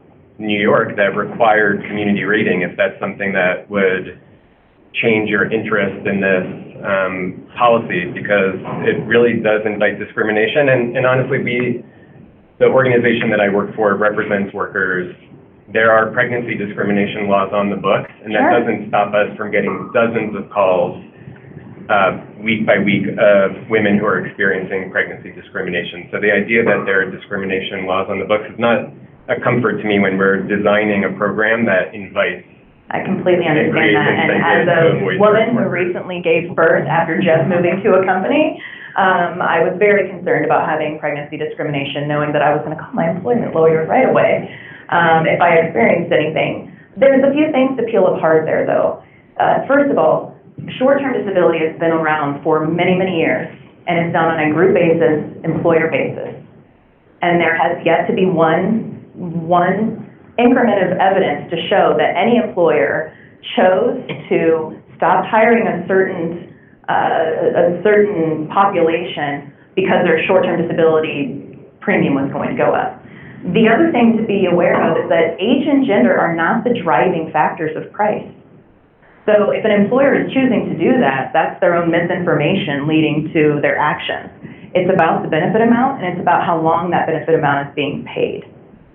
Age and gender is secondary. That lets us know how many claims we will see. But what we're really wanting to know is how much are we going to be paying someone? How much wage are we replacing for them? Is it enough for them to be encouraged to go back to work? Or is it enough to encourage them to stay home? And then we're looking at the age and gender. Community rating is great on the medical side of things.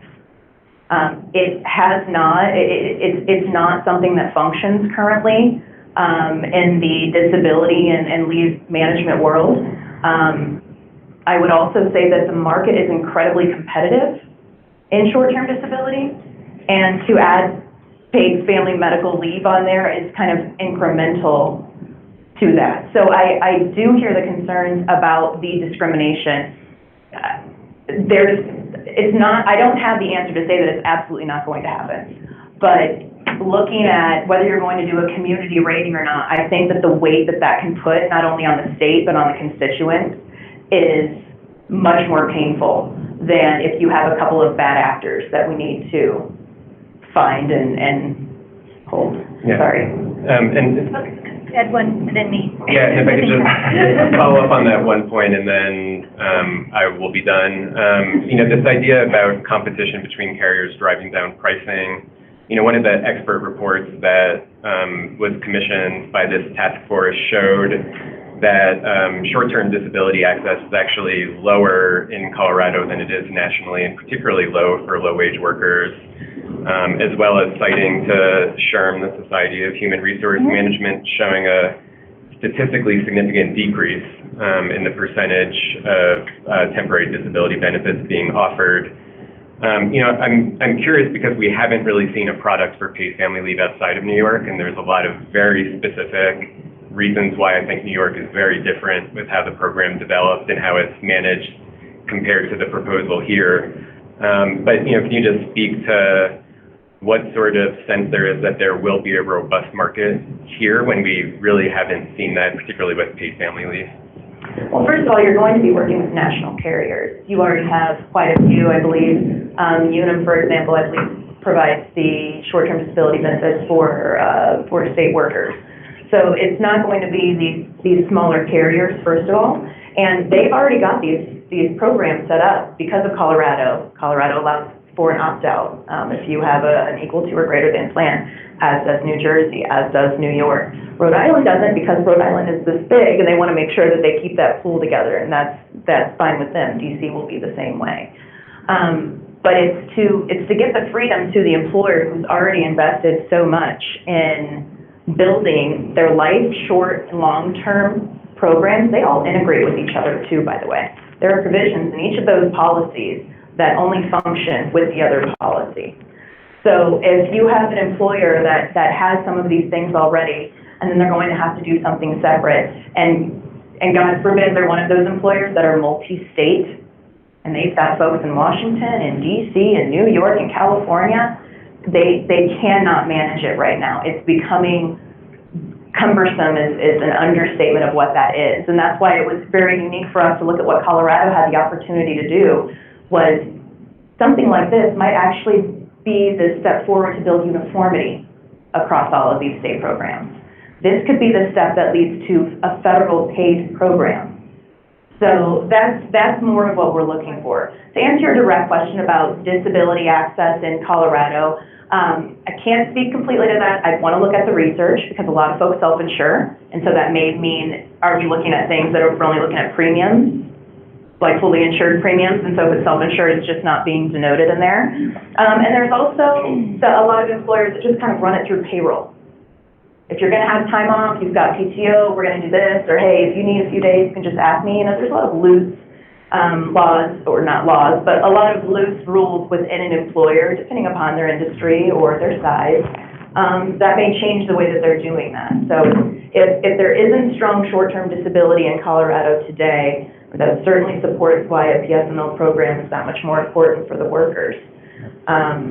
But to the point of discrimination, I think that what you're potentially looking at there, and also educating the business that providing any discrimination or being one of those bad actors is not going to improve any pricing that they get in short-term disability. It's what industry do they work in, what's the benefit amount, what's the duration.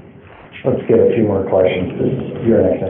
Edwin Zomama. I am a small business with 30-plus employees, and as a small business owner, I think I speak for many of us that we're asked to wear many hats. Sometimes I have to wash dishes, even as a dishwasher. But the reality is that what we're at, based on what you're saying, this becomes a mandate for which we're asked to wear another hat. And based upon my personal experience in terms of benefits to employees, there's healthcare, there's workers' comp, and there's unemployment. And of those three, the one that I spend the least time on is a UI model, employment insurance, where it's state-run. I don't have to become an expert on the policies that's behind it. And for me, the question I have is that to whose benefit am I asked to wear another hat? Because some things that have been asked, that's been presented is that somehow the private sector has some magical or some proprietary advantage over the state, the technology or process. And from the presentation, I just can't take that as face value. Given my experience with unemployment insurance, as well as the Department of Revenue, for which I'm required to file monthly sales tax. The technology they use is as good as, having a technology background myself, is as good as any technology that any private sector has provided.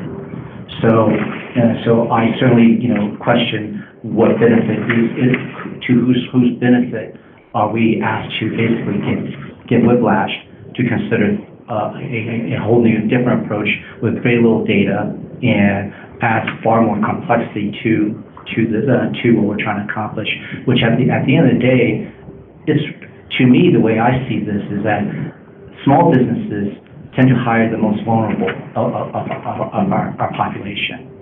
And if we're asked to carry even a heavier load and there's no demonstrable benefit in terms of there's no guarantee that there's going to be a lower cost, correct? Because there's no way to guarantee that there's a lower cost. Unless we have a parallel system running, there's no basis for that comparison. So there's no guarantee of that, and we're adding additional complexity, then I seriously question to whom's benefit. Certainly I don't feel like it's to the benefit of my employees, and certainly it's not to the benefit of myself in terms of having to shop, spend an afternoon or a week or, searching through various articles and to shop around for the quote-unquote the best carrier. So, what's your question exactly, Edwin? Well, to whom's benefit, if given all these things are present, are we trying to help? Well, the intent is always going to be what's the best thing for our employees, all the people that work for us, and for the businesses trying to manage it.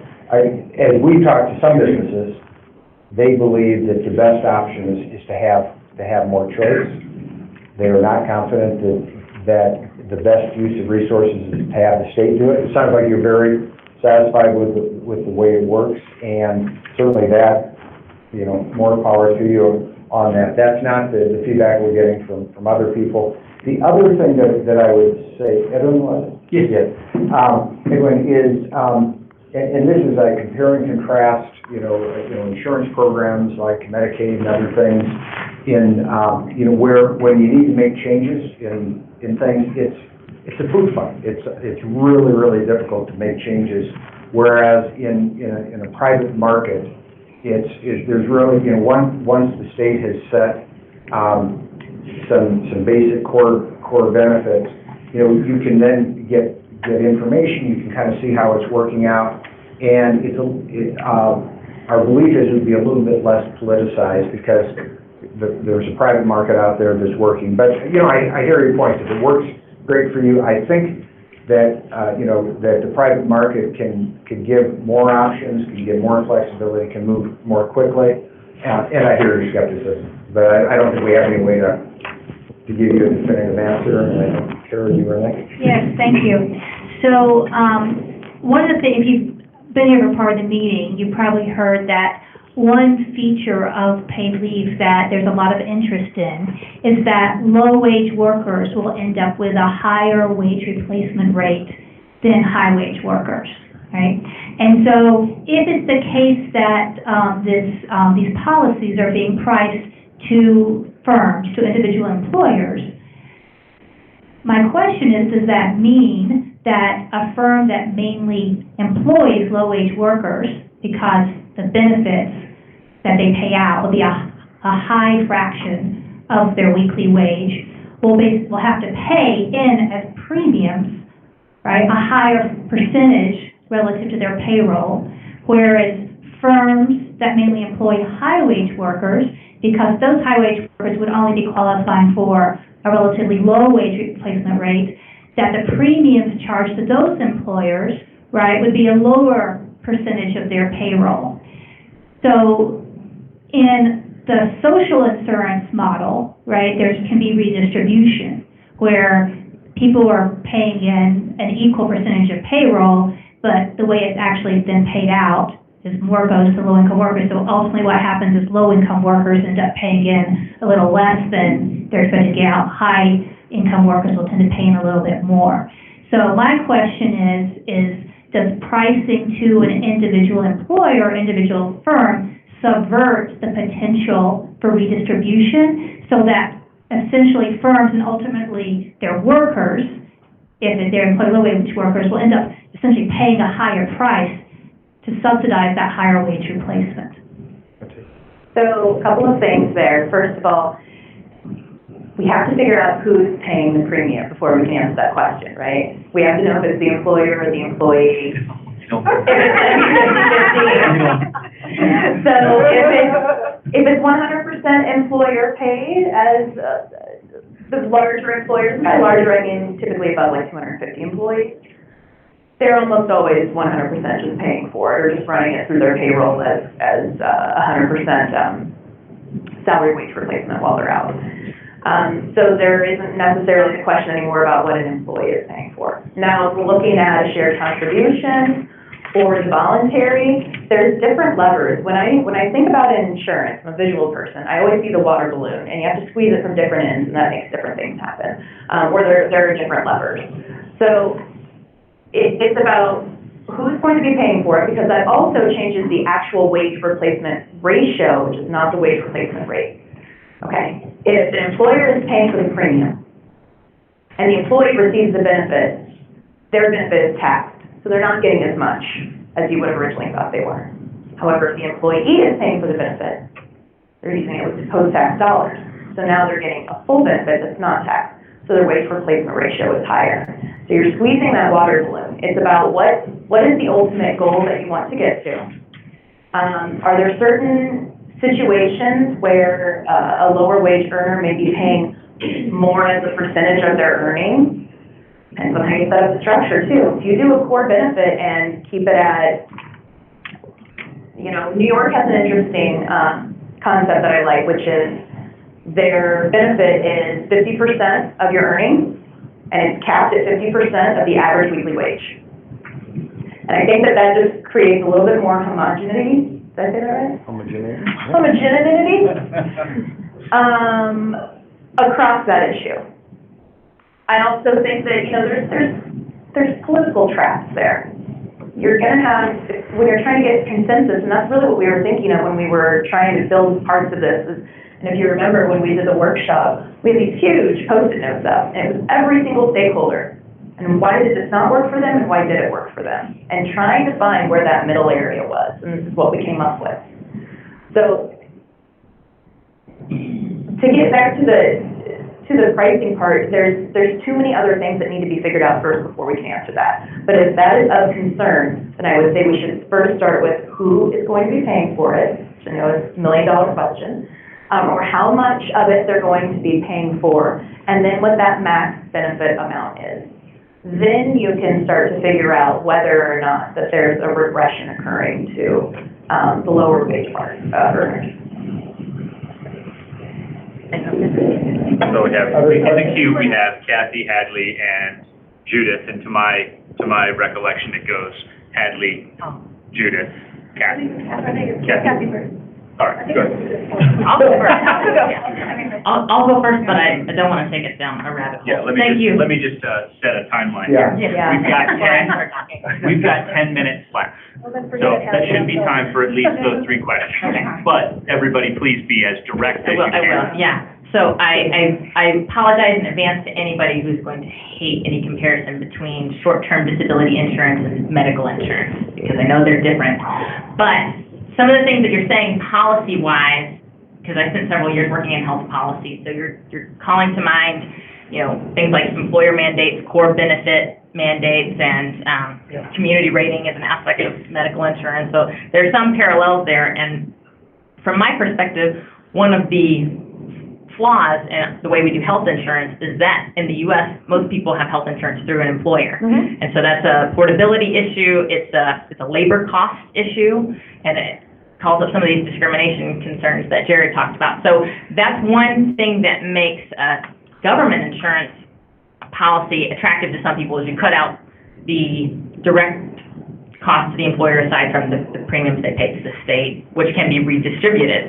So my question is, what is the individual market for short-term disability like? I'm sorry, you'll have to forgive my ignorance, because I don't know if, for example, I walked into the Pinnacle office and I said, "Hi, I'm Hadley, I'd like to buy my own short-term disability insurance product that would be portable with me if I change jobs and that I pay for myself, and that's risk rated to me personally, that cuts my employer out of the deal." What is that world like currently, and what would you think of a policy world where individuals had to secure their own short-term disability policy and the state could redistribute through some kind of tax credit system, which is exactly what the Affordable Care Act does in the individual insurance market exchange? I'm curious what, I tend to get too creative sometimes, so. You and me both, nix sister, I hear you. Nix me if you think it's crazy, No, but I'm it's, curious your thoughts. to answer the first question, the individual short-term disability market is incredibly expensive. I mean, if you're thinking about buying medical insurance on your own, right, that's what made it so great, was having it with groups. There's other ways to do that, though. One thing that we've talked about is, how do we make this work for the smaller employers? They don't have the larger risk pool to spread across, right? So then we started playing with, we haven't solved this problem either, but we started playing with the concept of, well, what if all the other smaller employers within that industry create an association? Right. And that's what Another parallel. Another parallel to it. But where it's not parallel with healthcare is the margins are not there, and there's not nearly the inefficiency that exists in the world of our medical market today. When you think about that, those are such critical moments, and it's, can I go to this doctor, and I need to get this referral, and there's my prescriptions, I don't know what I can get. There's so much more to it. It's one and done on short-term disability. You called in, I'm gonna have a baby tomorrow, okay, congratulations, and then we call the hospital to make sure that Janine showed up for that birth, and they say yeah, and then the SML and the short-term disability and all those benefits go off. They're not interacting Why is with, the individual insurance so? because you're putting all that risk on that one person, quite frankly. And if somebody's gonna go out and buy their own plan when kind of group is the infrastructure of short-term disability today, that's a huge red flag for an insurer. Why do you want this policy? Why couldn't you get this through your employer or through some other mechanism? All right, thank you. Over to the guy, yeah. Thank you, this has really been helpful, the presentation, especially going through the memo. So I wanted to ask you, Phil, about the fact that, so you said you cover about 1 million people in workers' comp today, and so what is and you're the carrier of last resort for workers' comp. Right. What is the total market share that you all hold as that carrier of last resort for workers' comp? We're running around 57%. So you're the majority of the market. Yeah, and we're competing with the Hartfords, AIGs, all of them. Yeah, and do you feel like, I am going somewhere with this. Do you feel like that your market share and your ability to be that carrier of last resort, because you have such a large share of the market, right? So you can spread that risk around a pretty big group, right? And it makes sense for you to do that even as you piece out how much you charge, these little individual companies. Do you feel like that is because of your history as being the state-run plan, and it's kind of a carryover, a holdover from that, which you would not have for this program, nor would any insurer have that kind of built-in benefit? And then the second part of that question is, you know, we don't really have, and maybe this is a question more for the department. Right now, having grown out of that workers' comp as a state-run plan, all of the oversight and administrative and claims appeal and all of that kind of infrastructure was sort of already housed at the state level.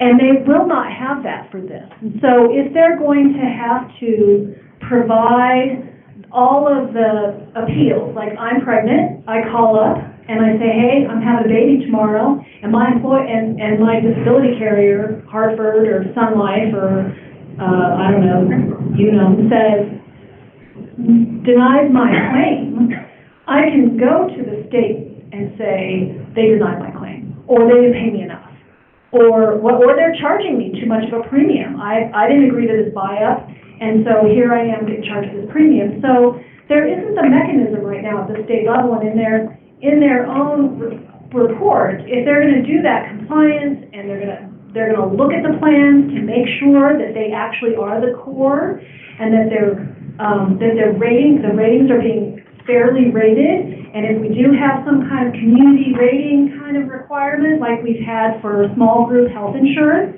in the past, where the Division of Insurance says, well, you can only charge so much for this plan, right? And anybody who's charging more than that, they just can't be a part, you know, like you have to get your rates approved, and you have to show that you have, I don't know, all kinds of different levers in there. So the state's own report said that they would need about 70 FTE equivalent just to do these sort of oversight and compliance things. And that they would also need to basically build out a claims, like a little bit of technology infrastructure in order to do that. Because they don't have that right now for these types of things, but they did have that for workers' comp. So how does your analysis take that into account, that the private plans are going to have to, every insurance product is going to have some kind of a fee associated with it or a tax associated with it in order to fund that infrastructure for oversight and compliance? And how much do you think that would be? And is that really the most efficient use of, the dollars and what's out there? I mean, when you're building up a program from here to here, how much different is that really from building a program from the ground to here? And I kind of feel like that's what we're talking about when we're talking about paid family and medical leave and short-term disability insurance, because, as Jared said, the market is not that great here. It's the lowest out of anywhere in the country. It's like 38% of employees have coverage in the private workforce. It's very, very low for low-wage workers, for small firms, and for small firms, low-wage workers, and in the Mountain West overall. So again, I just feel like you're going to be building up a program from here to here, and so what are the cost savings really associated with that? So let me answer the second question first. You know, from my perspective, and I haven't seen the analysis or I haven't studied it from the state, running an insurance company, the difference between how we interact with the state right now, so that's the Division of Insurance, Division of Workers' Comp, you know, they have people in place that we work with to set rates. They have people in place to help adjudicate when somebody, you know, a policyholder or injured worker calls in. But by comparison to all of the infrastructure needed to run an entire insurance company, I mean, to me, it's really apples and oranges. And I'm not smart enough to say what the differential is, but I think it would be a very big difference between running an entire insurance company and doing oversight, like what Division of Insurance does right now, and setting rates, et cetera, and the Division of Workers' Comp. You know, going back to your original question, you know, as far as Pinnacle goes relative to the, you know, serving as a carrier of last resort, you know, I believe if you look at other states that have a company like ours that's, you know, one line of business, one state, You know, the average is probably 25 to 35, maybe 40% of the market. We stand out. We like to feel we stand out because we provide great services. We've been driving rates down. And we get great feedback from our customers. So, in terms of, if we were to go into this marketplace and be the carrier of last resort, I would say we would have to earn because we would be competing with the Unums and some of the others that you mentioned. So, and there, again, as long as you have the flexibility to price the risk appropriately, you know, and I think there's going to be a lot less variation, you know, in the kind of coverages we're talking about here than it is in workers' comp, where we could be, you know, the company turned down as a dynamite manufacturer, somebody in oil and gas with a very, you know, bad history.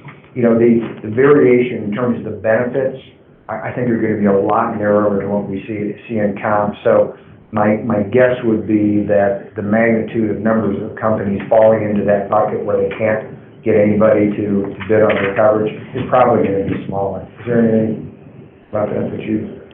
No, I was having a random thought not related to this, but I wanted to make sure I shared with everyone. Well, let's make sure we answered. Kathy, you were. I just wanted to chime in. Yeah. And so I'm not saying anything that's already not in our report, so I'm just reiterating what's in our report, and that is, and I basically agree, that the cost for us to build a new system, and this is based on hard data from a request for information we ran prior to in the middle of last legislative session, is about $30 to $45 million.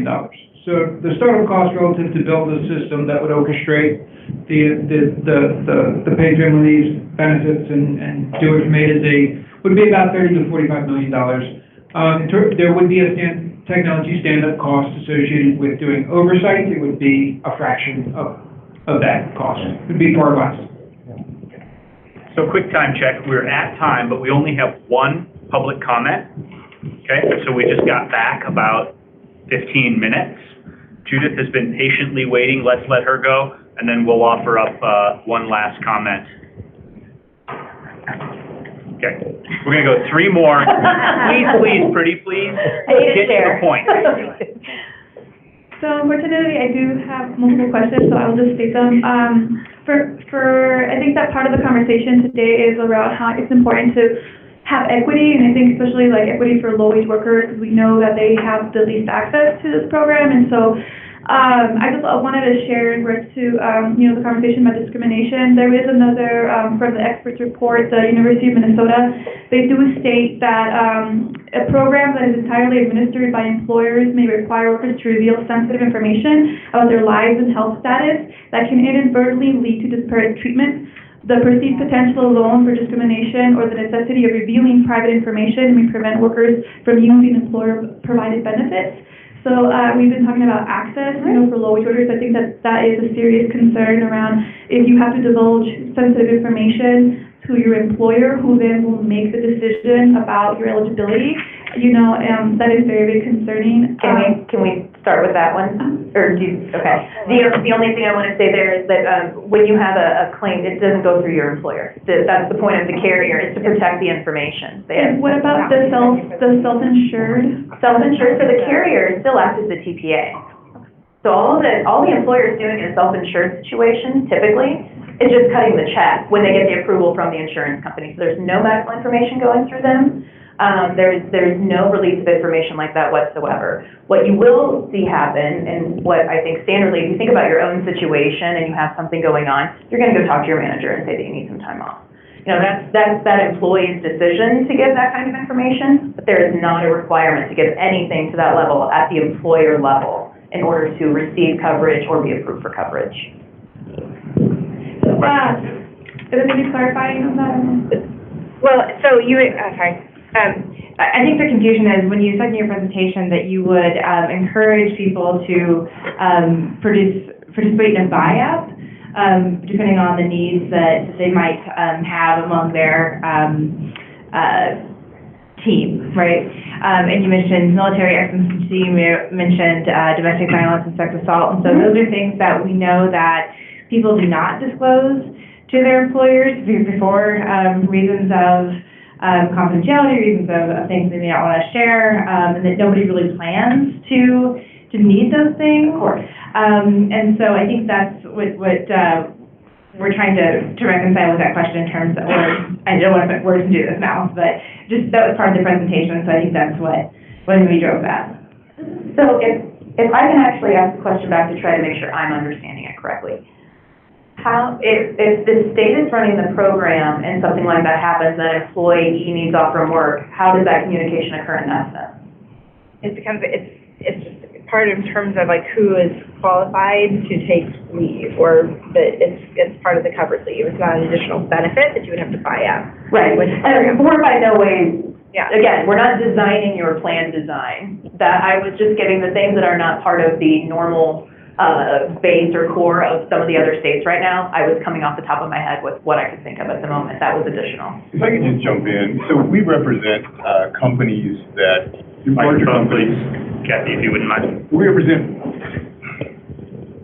represent larger companies that have third parties, like she's talking about, doing their family FMLA leave, and the employer doesn't know. I mean, it goes to somebody else when they're requesting leave. The employer will know that they've looked at it, and yes, it's qualified. And so it is not a discussion. I mean, and we see that day in and day out where management doesn't know.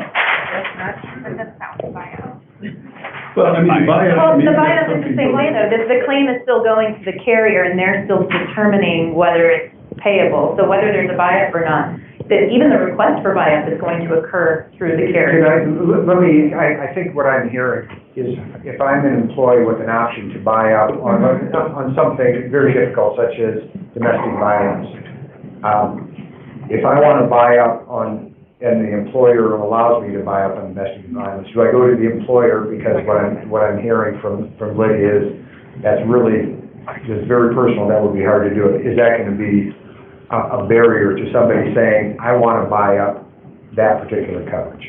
Am I hearing you right? Well, I think that's part of it, and so what I understand is that, thank you so much. What I understand is that, what I think I'm hearing is that, the proposal is for, temporary disability, insurance as a statewide mandate, and then these optional pieces in terms of whether that be, I employ people that have a lot of, military families and might need that extension or might need additional leave for whatever reason. I would still have to convince my, to get to that, more of that paid family leave benefit, I would have to convince my employer that we should, as a company, buy that additional piece. But the base is more similar to a short-term disability plan. Is that accurate for The base is, no, the one thing I would clarify is that the base are the highest utilized and most needed benefits under both short-term disability and paid family leave. Okay. That's what we're suggesting as the core. For something very sensitive like domestic violence or sexual, let's just put that up to the core and let it be, because I can't imagine, hopefully, that the incidence that would occur is going to do anything significant to the rate. So again, that goes back to you guys kind of picking how those fixtures work. For the military part, I mean, it's really just opinion at that point. If you're an employer that knows that's a big part of your population, then, and hopefully your employees are saying that's something they want, they're willing to pay for it, why wouldn't you go ahead and just add that on? But the cost and the unknown of who would need that leave, if you give it to everybody, like which, it's kind of the which makes more sense. That's the question that has to be asked. Yeah, so just clear, two more points. Is this around, again, the question around, how I think that we've talked about, the cost, and cost savings and things like that, but for me, my question is, what are the benefits to the workers, to the employees? Because again, I think that in regards to discrimination, it's really hard to track. I think that in a social insurance model, for example, you're determining eligibility based on just wages, accrued in a time period. But here, there is, way that and also the premiums are being set on, folks, just kind of, overall usage, but also you're accumulating by the wages.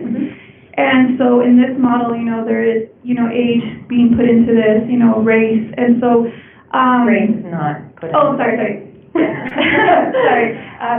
Gender. Thinking about gender. And you're talking about this risk factors, and so there are going to be, for example, there's industries that are more predominantly, you work with women. Yep. Right, so I imagine that those employers would have higher, risks, and the premiums would be higher, so I feel like could there potentially be punitive, dynamics where if your industry is predominantly, older adults, or, women, or low-wage workers, that there's more risk that those companies are actually paying higher premiums for their employees versus other folks that have less risk. And so I think that for me, it's like inverse discrimination. I'm seeing it not only at the individual level where, there's going to be a lot of oversight needed from the Department of Labor or to really, because I think that maybe Sandra was alluding to this, that there are cases that, I work at 9 to 5 Colorado, we work with worker justice, and we also get a lot of, calls from our helpline, and we refer people to attorneys, et cetera. But we have, direct experience with people that have, are denied claims, or they're fired for, having to take a, medical emergency. So there is a lot of cases. So I'm seeing this like as a industry, how does this impact, employers? But also I do feel that what is really the benefit for employees if there's like a lot more risk of discrimination, because you are still using age and you are using gender as, a way to set your premium. Sure. So, again, I think just because of its infrastructure and model that exists today, and it's not part of the conversation in the world of life and disability benefits. Maybe it is on the medical side, but it's not of concern. What I would say there is a few things. First, there are great benefits to employees that I don't know that the state can provide. And some of those we talked about, right? Most of the carriers that offer disability programs, or even FMLA, offer stay at work.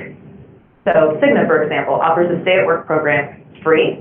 Nobody has to pay for it. But if an employee were to come to their manager and say, you know what, I've been having some back problems, maybe they want something ergonomic done, or just the fact that they even said something's wrong, don't quote me on the amount, but it's either $1,000 or $2,000, Cigna will just invest $1,000 or $2,000 for that employee to keep them at work, to keep the claim from even happening. And I don't know that that's an investment that the state is able to make. I don't know that the funds that are going to be coming from a flat tax would work in that. I question too, as if I'm looking at it from my own individual point of view, how would I feel paying a flat tax knowing that I'm not going to use the benefit? And it's kind of the same water balloon idea where if we base everyone on their true risk and utilization, isn't that more fair? Or is it not? You tell me. Then Could I just jump in for 1 second? The point, Judith, that you're making, I mean, and that I heard you say, Jared, I mean, we don't want to stand up there and say these are not possibilities, and they happen. There are bad actors out there.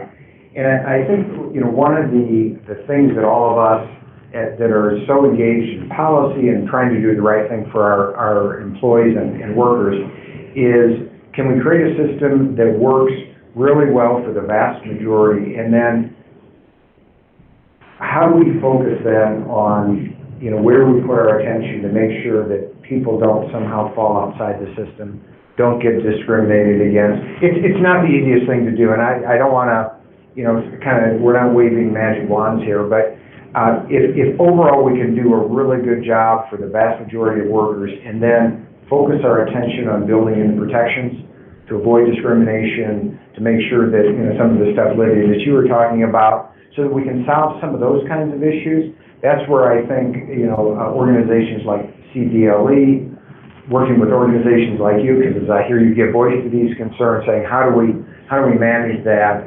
I think there are just decisions we would have to make to say, yes, there are possibilities all along the line of things not working, but what's the way so that we can pick those things off, because we don't want to end up creating a system that works just in a mediocre way across everybody and we solved all those problems. So that's really the trade-off. But I really appreciate what you're bringing up, because we all hear about these kinds of circumstances occur, and that's not what we want. So you had I think a last. Yeah, it's around portability. Just how do you see that working in this model? I wasn't clear about that because is it that is it tied to the employer, like for the, it is? Great question.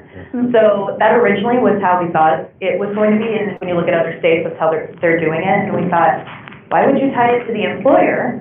Why wouldn't you just tie it to the state? To say that if you've been working in the state of Colorado for a certain amount of time, then that benefit should follow you and you should be eligible for it at any employer that you go to. And we're really thinking about those. I grew up, my mom was a line cook.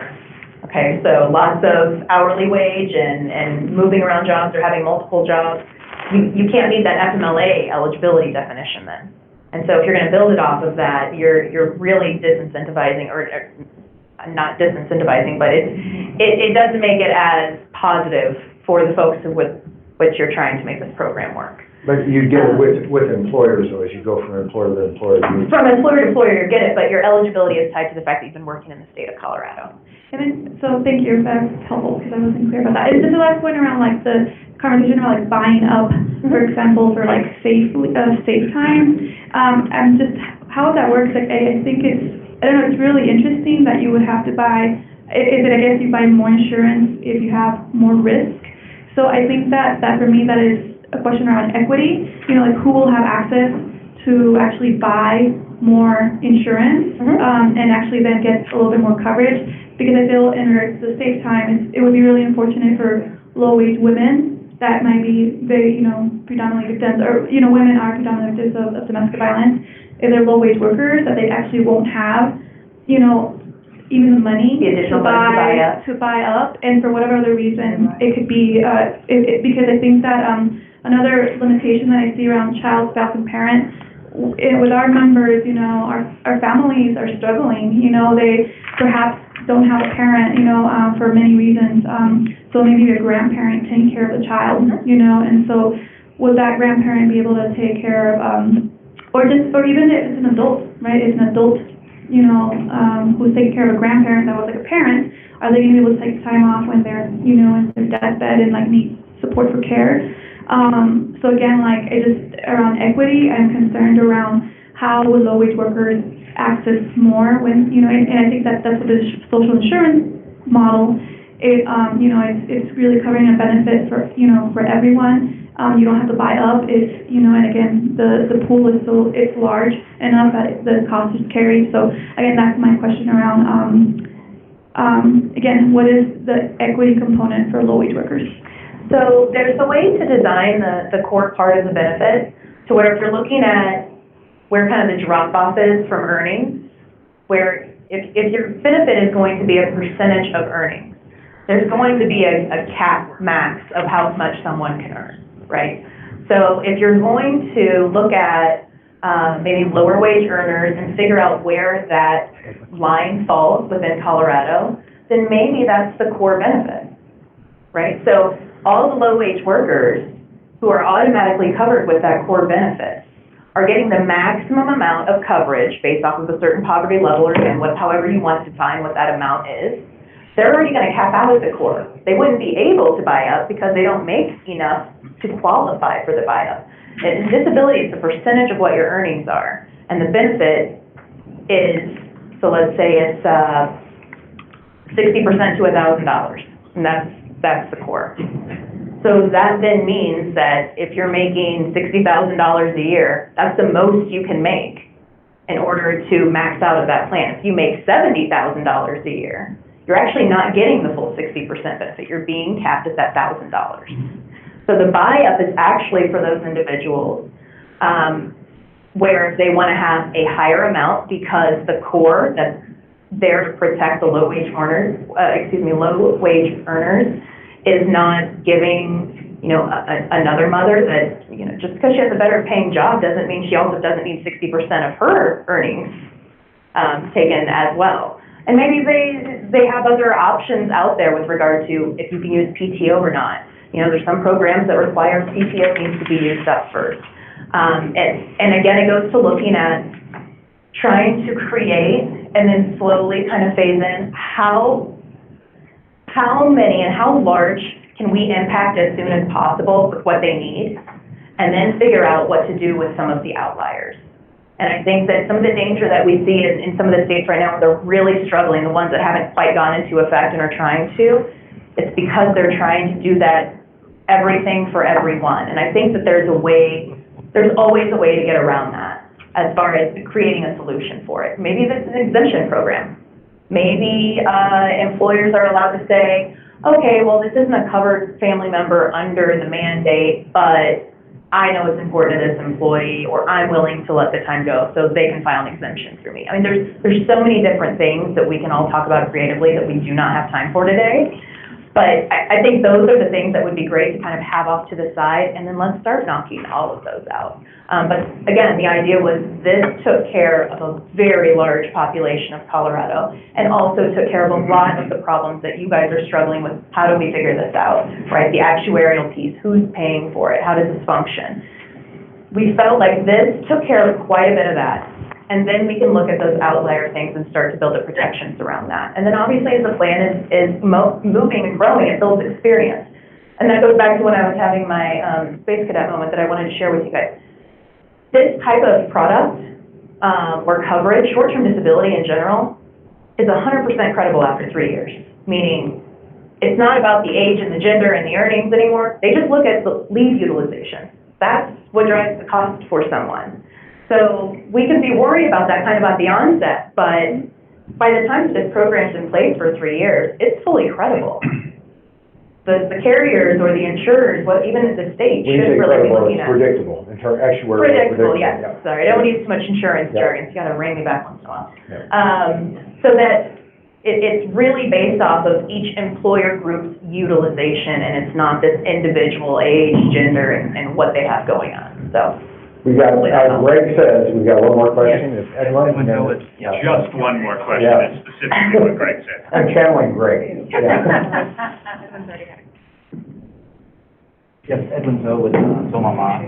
And I want to thank Tara for her very illuminating question that in terms of the logical challenge to square a risk-based premium with the goal for us to have some kind of redistributive quality of the plan. And along the lines of the logic that we're trying to put forth here, something that Janine mentioned regarding how expensive individual disability costs. I personally have experienced that. I paid over 20 years for just individual plan, very expensive, and when I actually broke my leg, I did not qualify until I was out for 3 months. Wow. So it's like, okay, why did I pay 20 years worth of disability for that? But then you mentioned that the way to combat that in terms of the cost is for small business to form groups to reduce the premium. So my question is, isn't the logical conclusion of that is to create the biggest pool possible, which is the entire state? I think the biggest pool possible is within the insurance carriers. But I'm saying in terms of the insurance pool. But some insurance carriers are multi-state. Right, multi-state, but they also still have an enormous pool, and it's not all, and on the life and disability side, it's not segmented by state. So, I mean, I'm sorry, maybe I'm not following. And when you're asking for community ratings. Yeah. Yeah. Great. So. Yeah, community rating will be the solution, but that is not what's being proposed here. Okay, Not to say that you guys can't make that part of the framework if that's what you choose to do. I mean, there are ways to provide subsidies. I mean, the redistributive piece that Sarah was bringing up.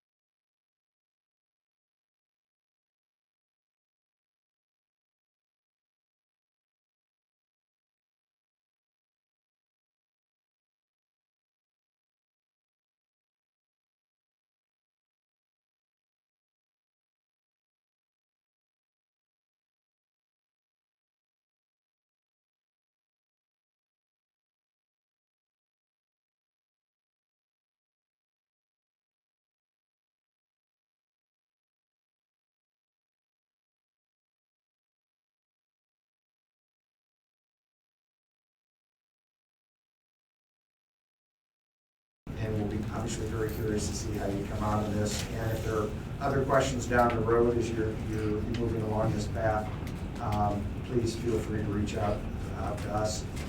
We didn't have to phone a friend, which is Edie's son back in the back here, who is our VP of Public Affairs, but she's a great point person for us to, if you need help. So thank you very much. Thank you so much for your time and for preparing the presentation for today. So we certainly will avail ourselves of your offer to ask more questions as they come up. We have just a few moments left of our meeting today. We need to do a little bit more task force business in terms of deciding our next steps in our work together. So I'll come back over to Greg. Thanks. So here's what we're envisioning, and then we're going to ask if you think it's sufficient. Based on the progress you made today, which I think is laudable, we're planning a November meeting on the 12th of November from 10 a.m. to 5 p.m. Doesn't that seem like a short meeting after this one?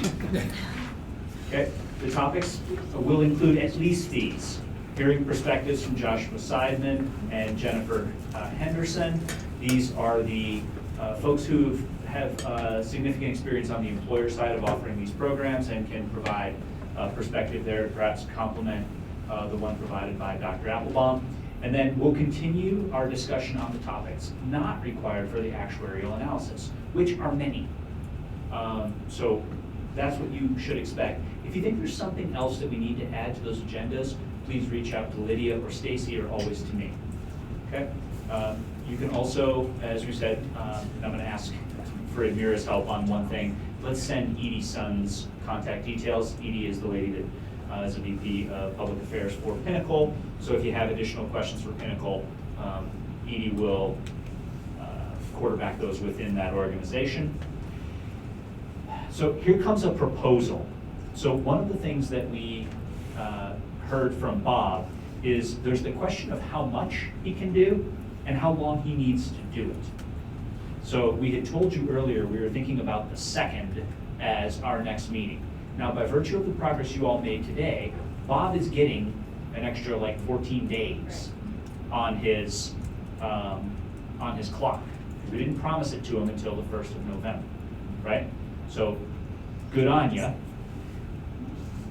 I would suggest, though, that as we are asking for more Ask Bobs, right, and asking him to do a little bit more of the scenario bit, does it make sense to move our short meeting that we had planned for the 2nd to the 13th of December? Show of heads? Can we block both days and see when we get it? Well, I guess what I would say is if you all agree to these, because my next step and Admira's next step is to have a follow-up conversation with Bob about the scope and about some of the things we discussed today and around timelines and so forth. So if we lock these days in, then that would change our discussion with Bob in terms of when the deliverable needs to be handed to us. Go ahead. Have we polled on December 13th? No, we have not. That's why we're... So I am able to make the November, which I mentioned earlier. I have an absolute unavailability on December 13th. I'm in an all-day funder retreat that I can't change whatsoever, so I don't even know that I could join by phone unless it's outside of East Coast work hours. 14th?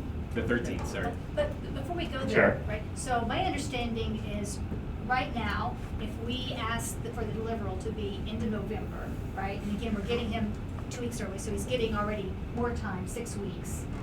He's getting a full 6 weeks instead of 4 weeks. I think we should still ask for the deliverable at the end of November.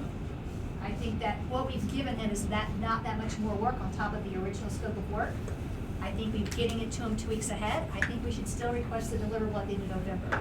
Part of the reason that's important is, again, we know he's going to have to make a lot of judgment calls, right? And we want to see the report and see how he actually produced his numbers. We might have some questions about that we want to send back.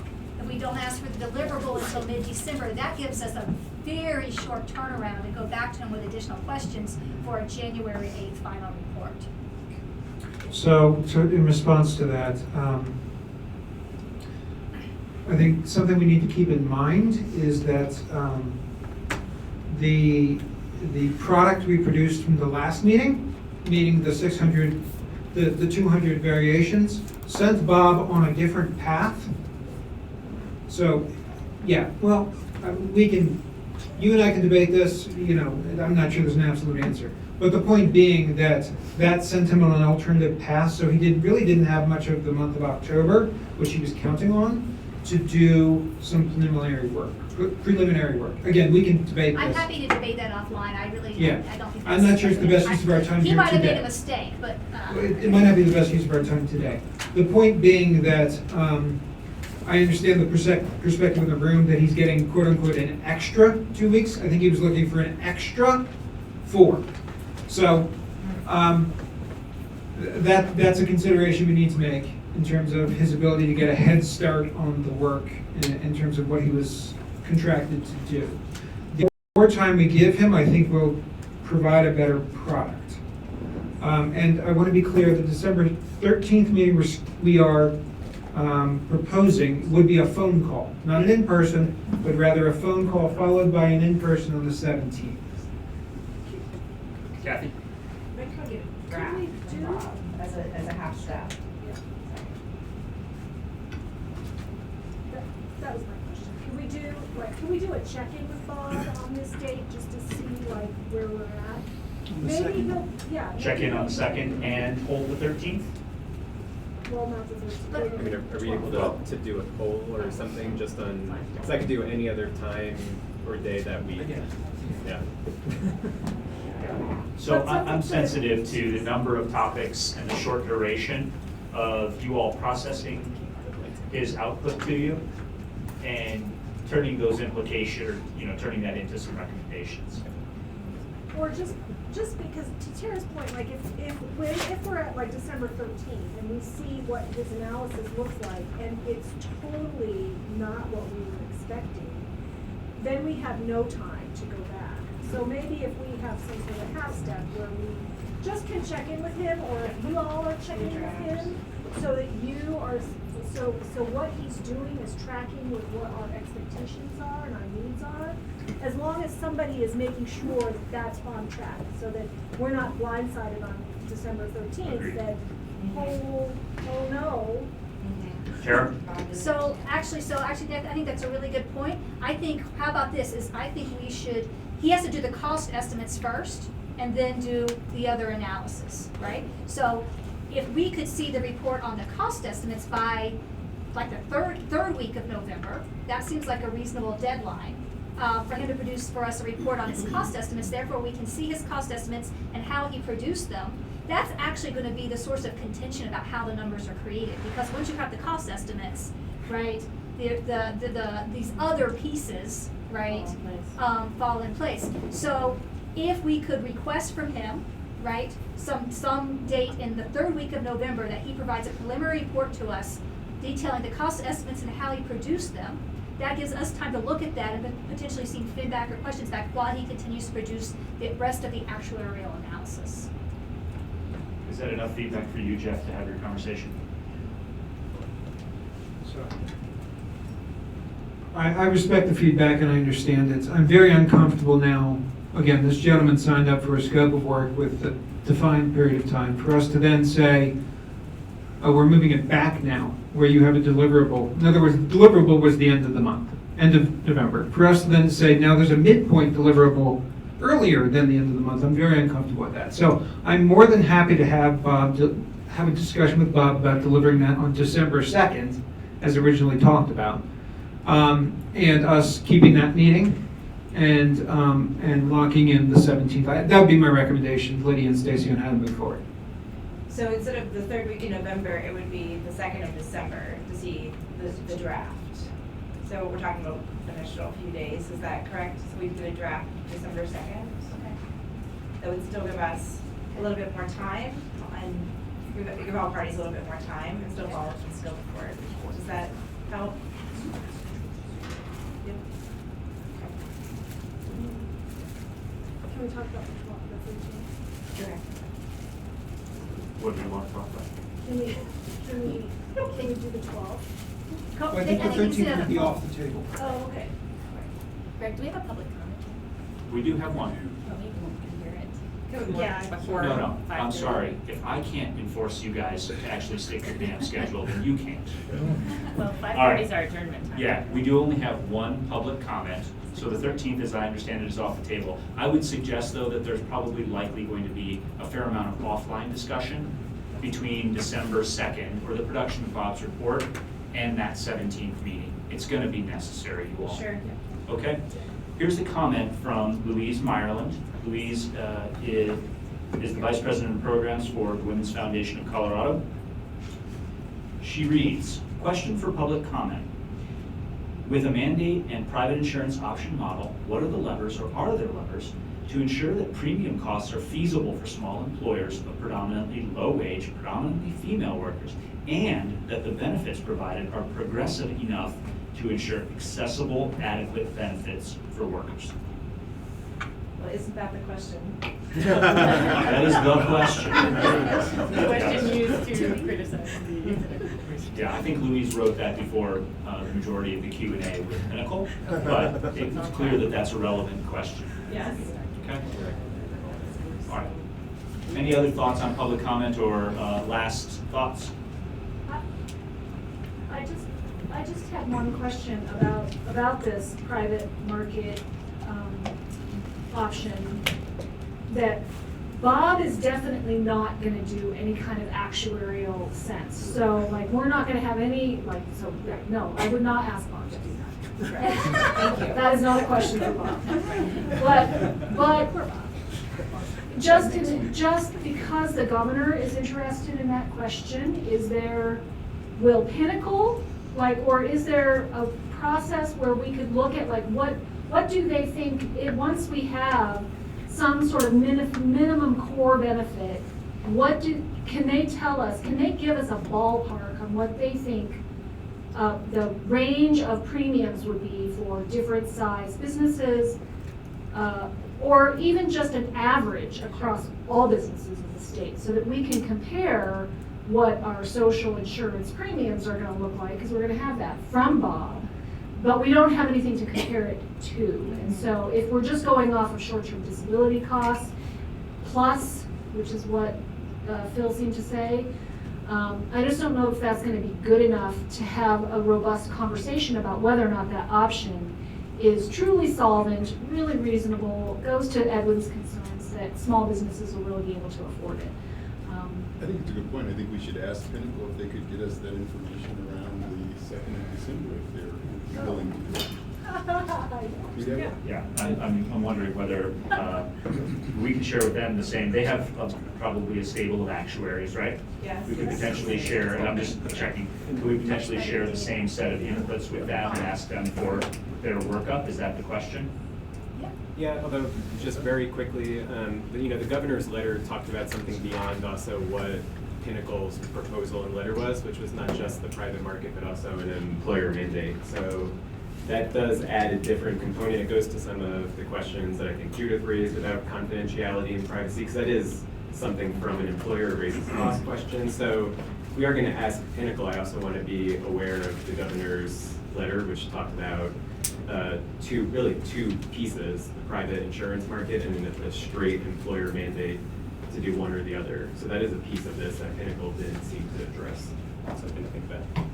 I was just thinking that maybe, when we do our final report, we want our final report recommendations to be very robust, and we could include some discussion of our interaction with Pinnacle, what we think the pros and cons of a private market option are, and we could include any of their actuarial estimates, right? And so it's, at least we're addressing to the governor's, request. We explored stuff, and here's what we think of it.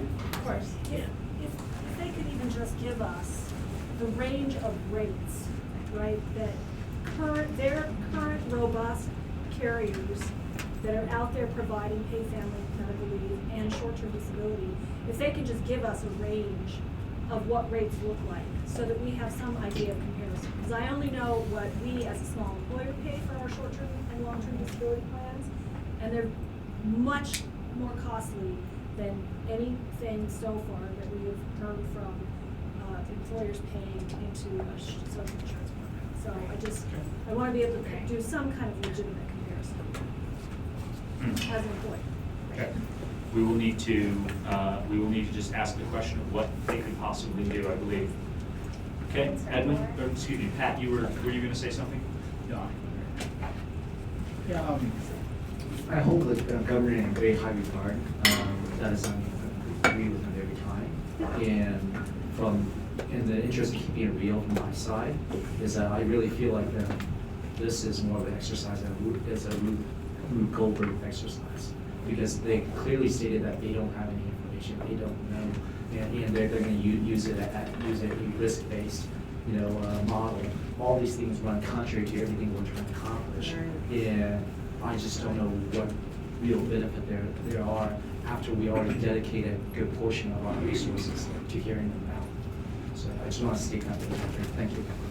Well, any last comments? Okay, Pat or Joe, Pat.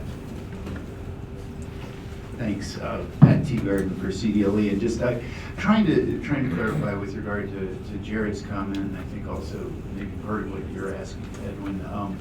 I believe that the governor's request had to do with, yes, it was an employer mandate. I mean, it is a mandate, pure and simple. How you provide that coverage and that benefit is up to you, which I think was precisely the same thing that Pinnacle was presenting. So I just want to make sure there's not a misunderstanding. It may not be one that's up your alley, and you may want to refer to it as Rube Goldberg, but regardless, I think the governor was asking for precisely what Pinnacle presented today. Yes. I agree. We are 2 minutes over. That's a heck of an accomplishment for today, so I think you should give yourselves a round of applause. Yes. Okay. And how about a round of applause for everybody in the public who stayed the whole day? Thank you, everyone. All right. Thank you. So we're going to go ahead and adjourn our meeting. More to follow. Thank you again, all for your patience and all for your hard work on this. We really appreciate it. Thank you. Thanks all. Thank you all. Thank you.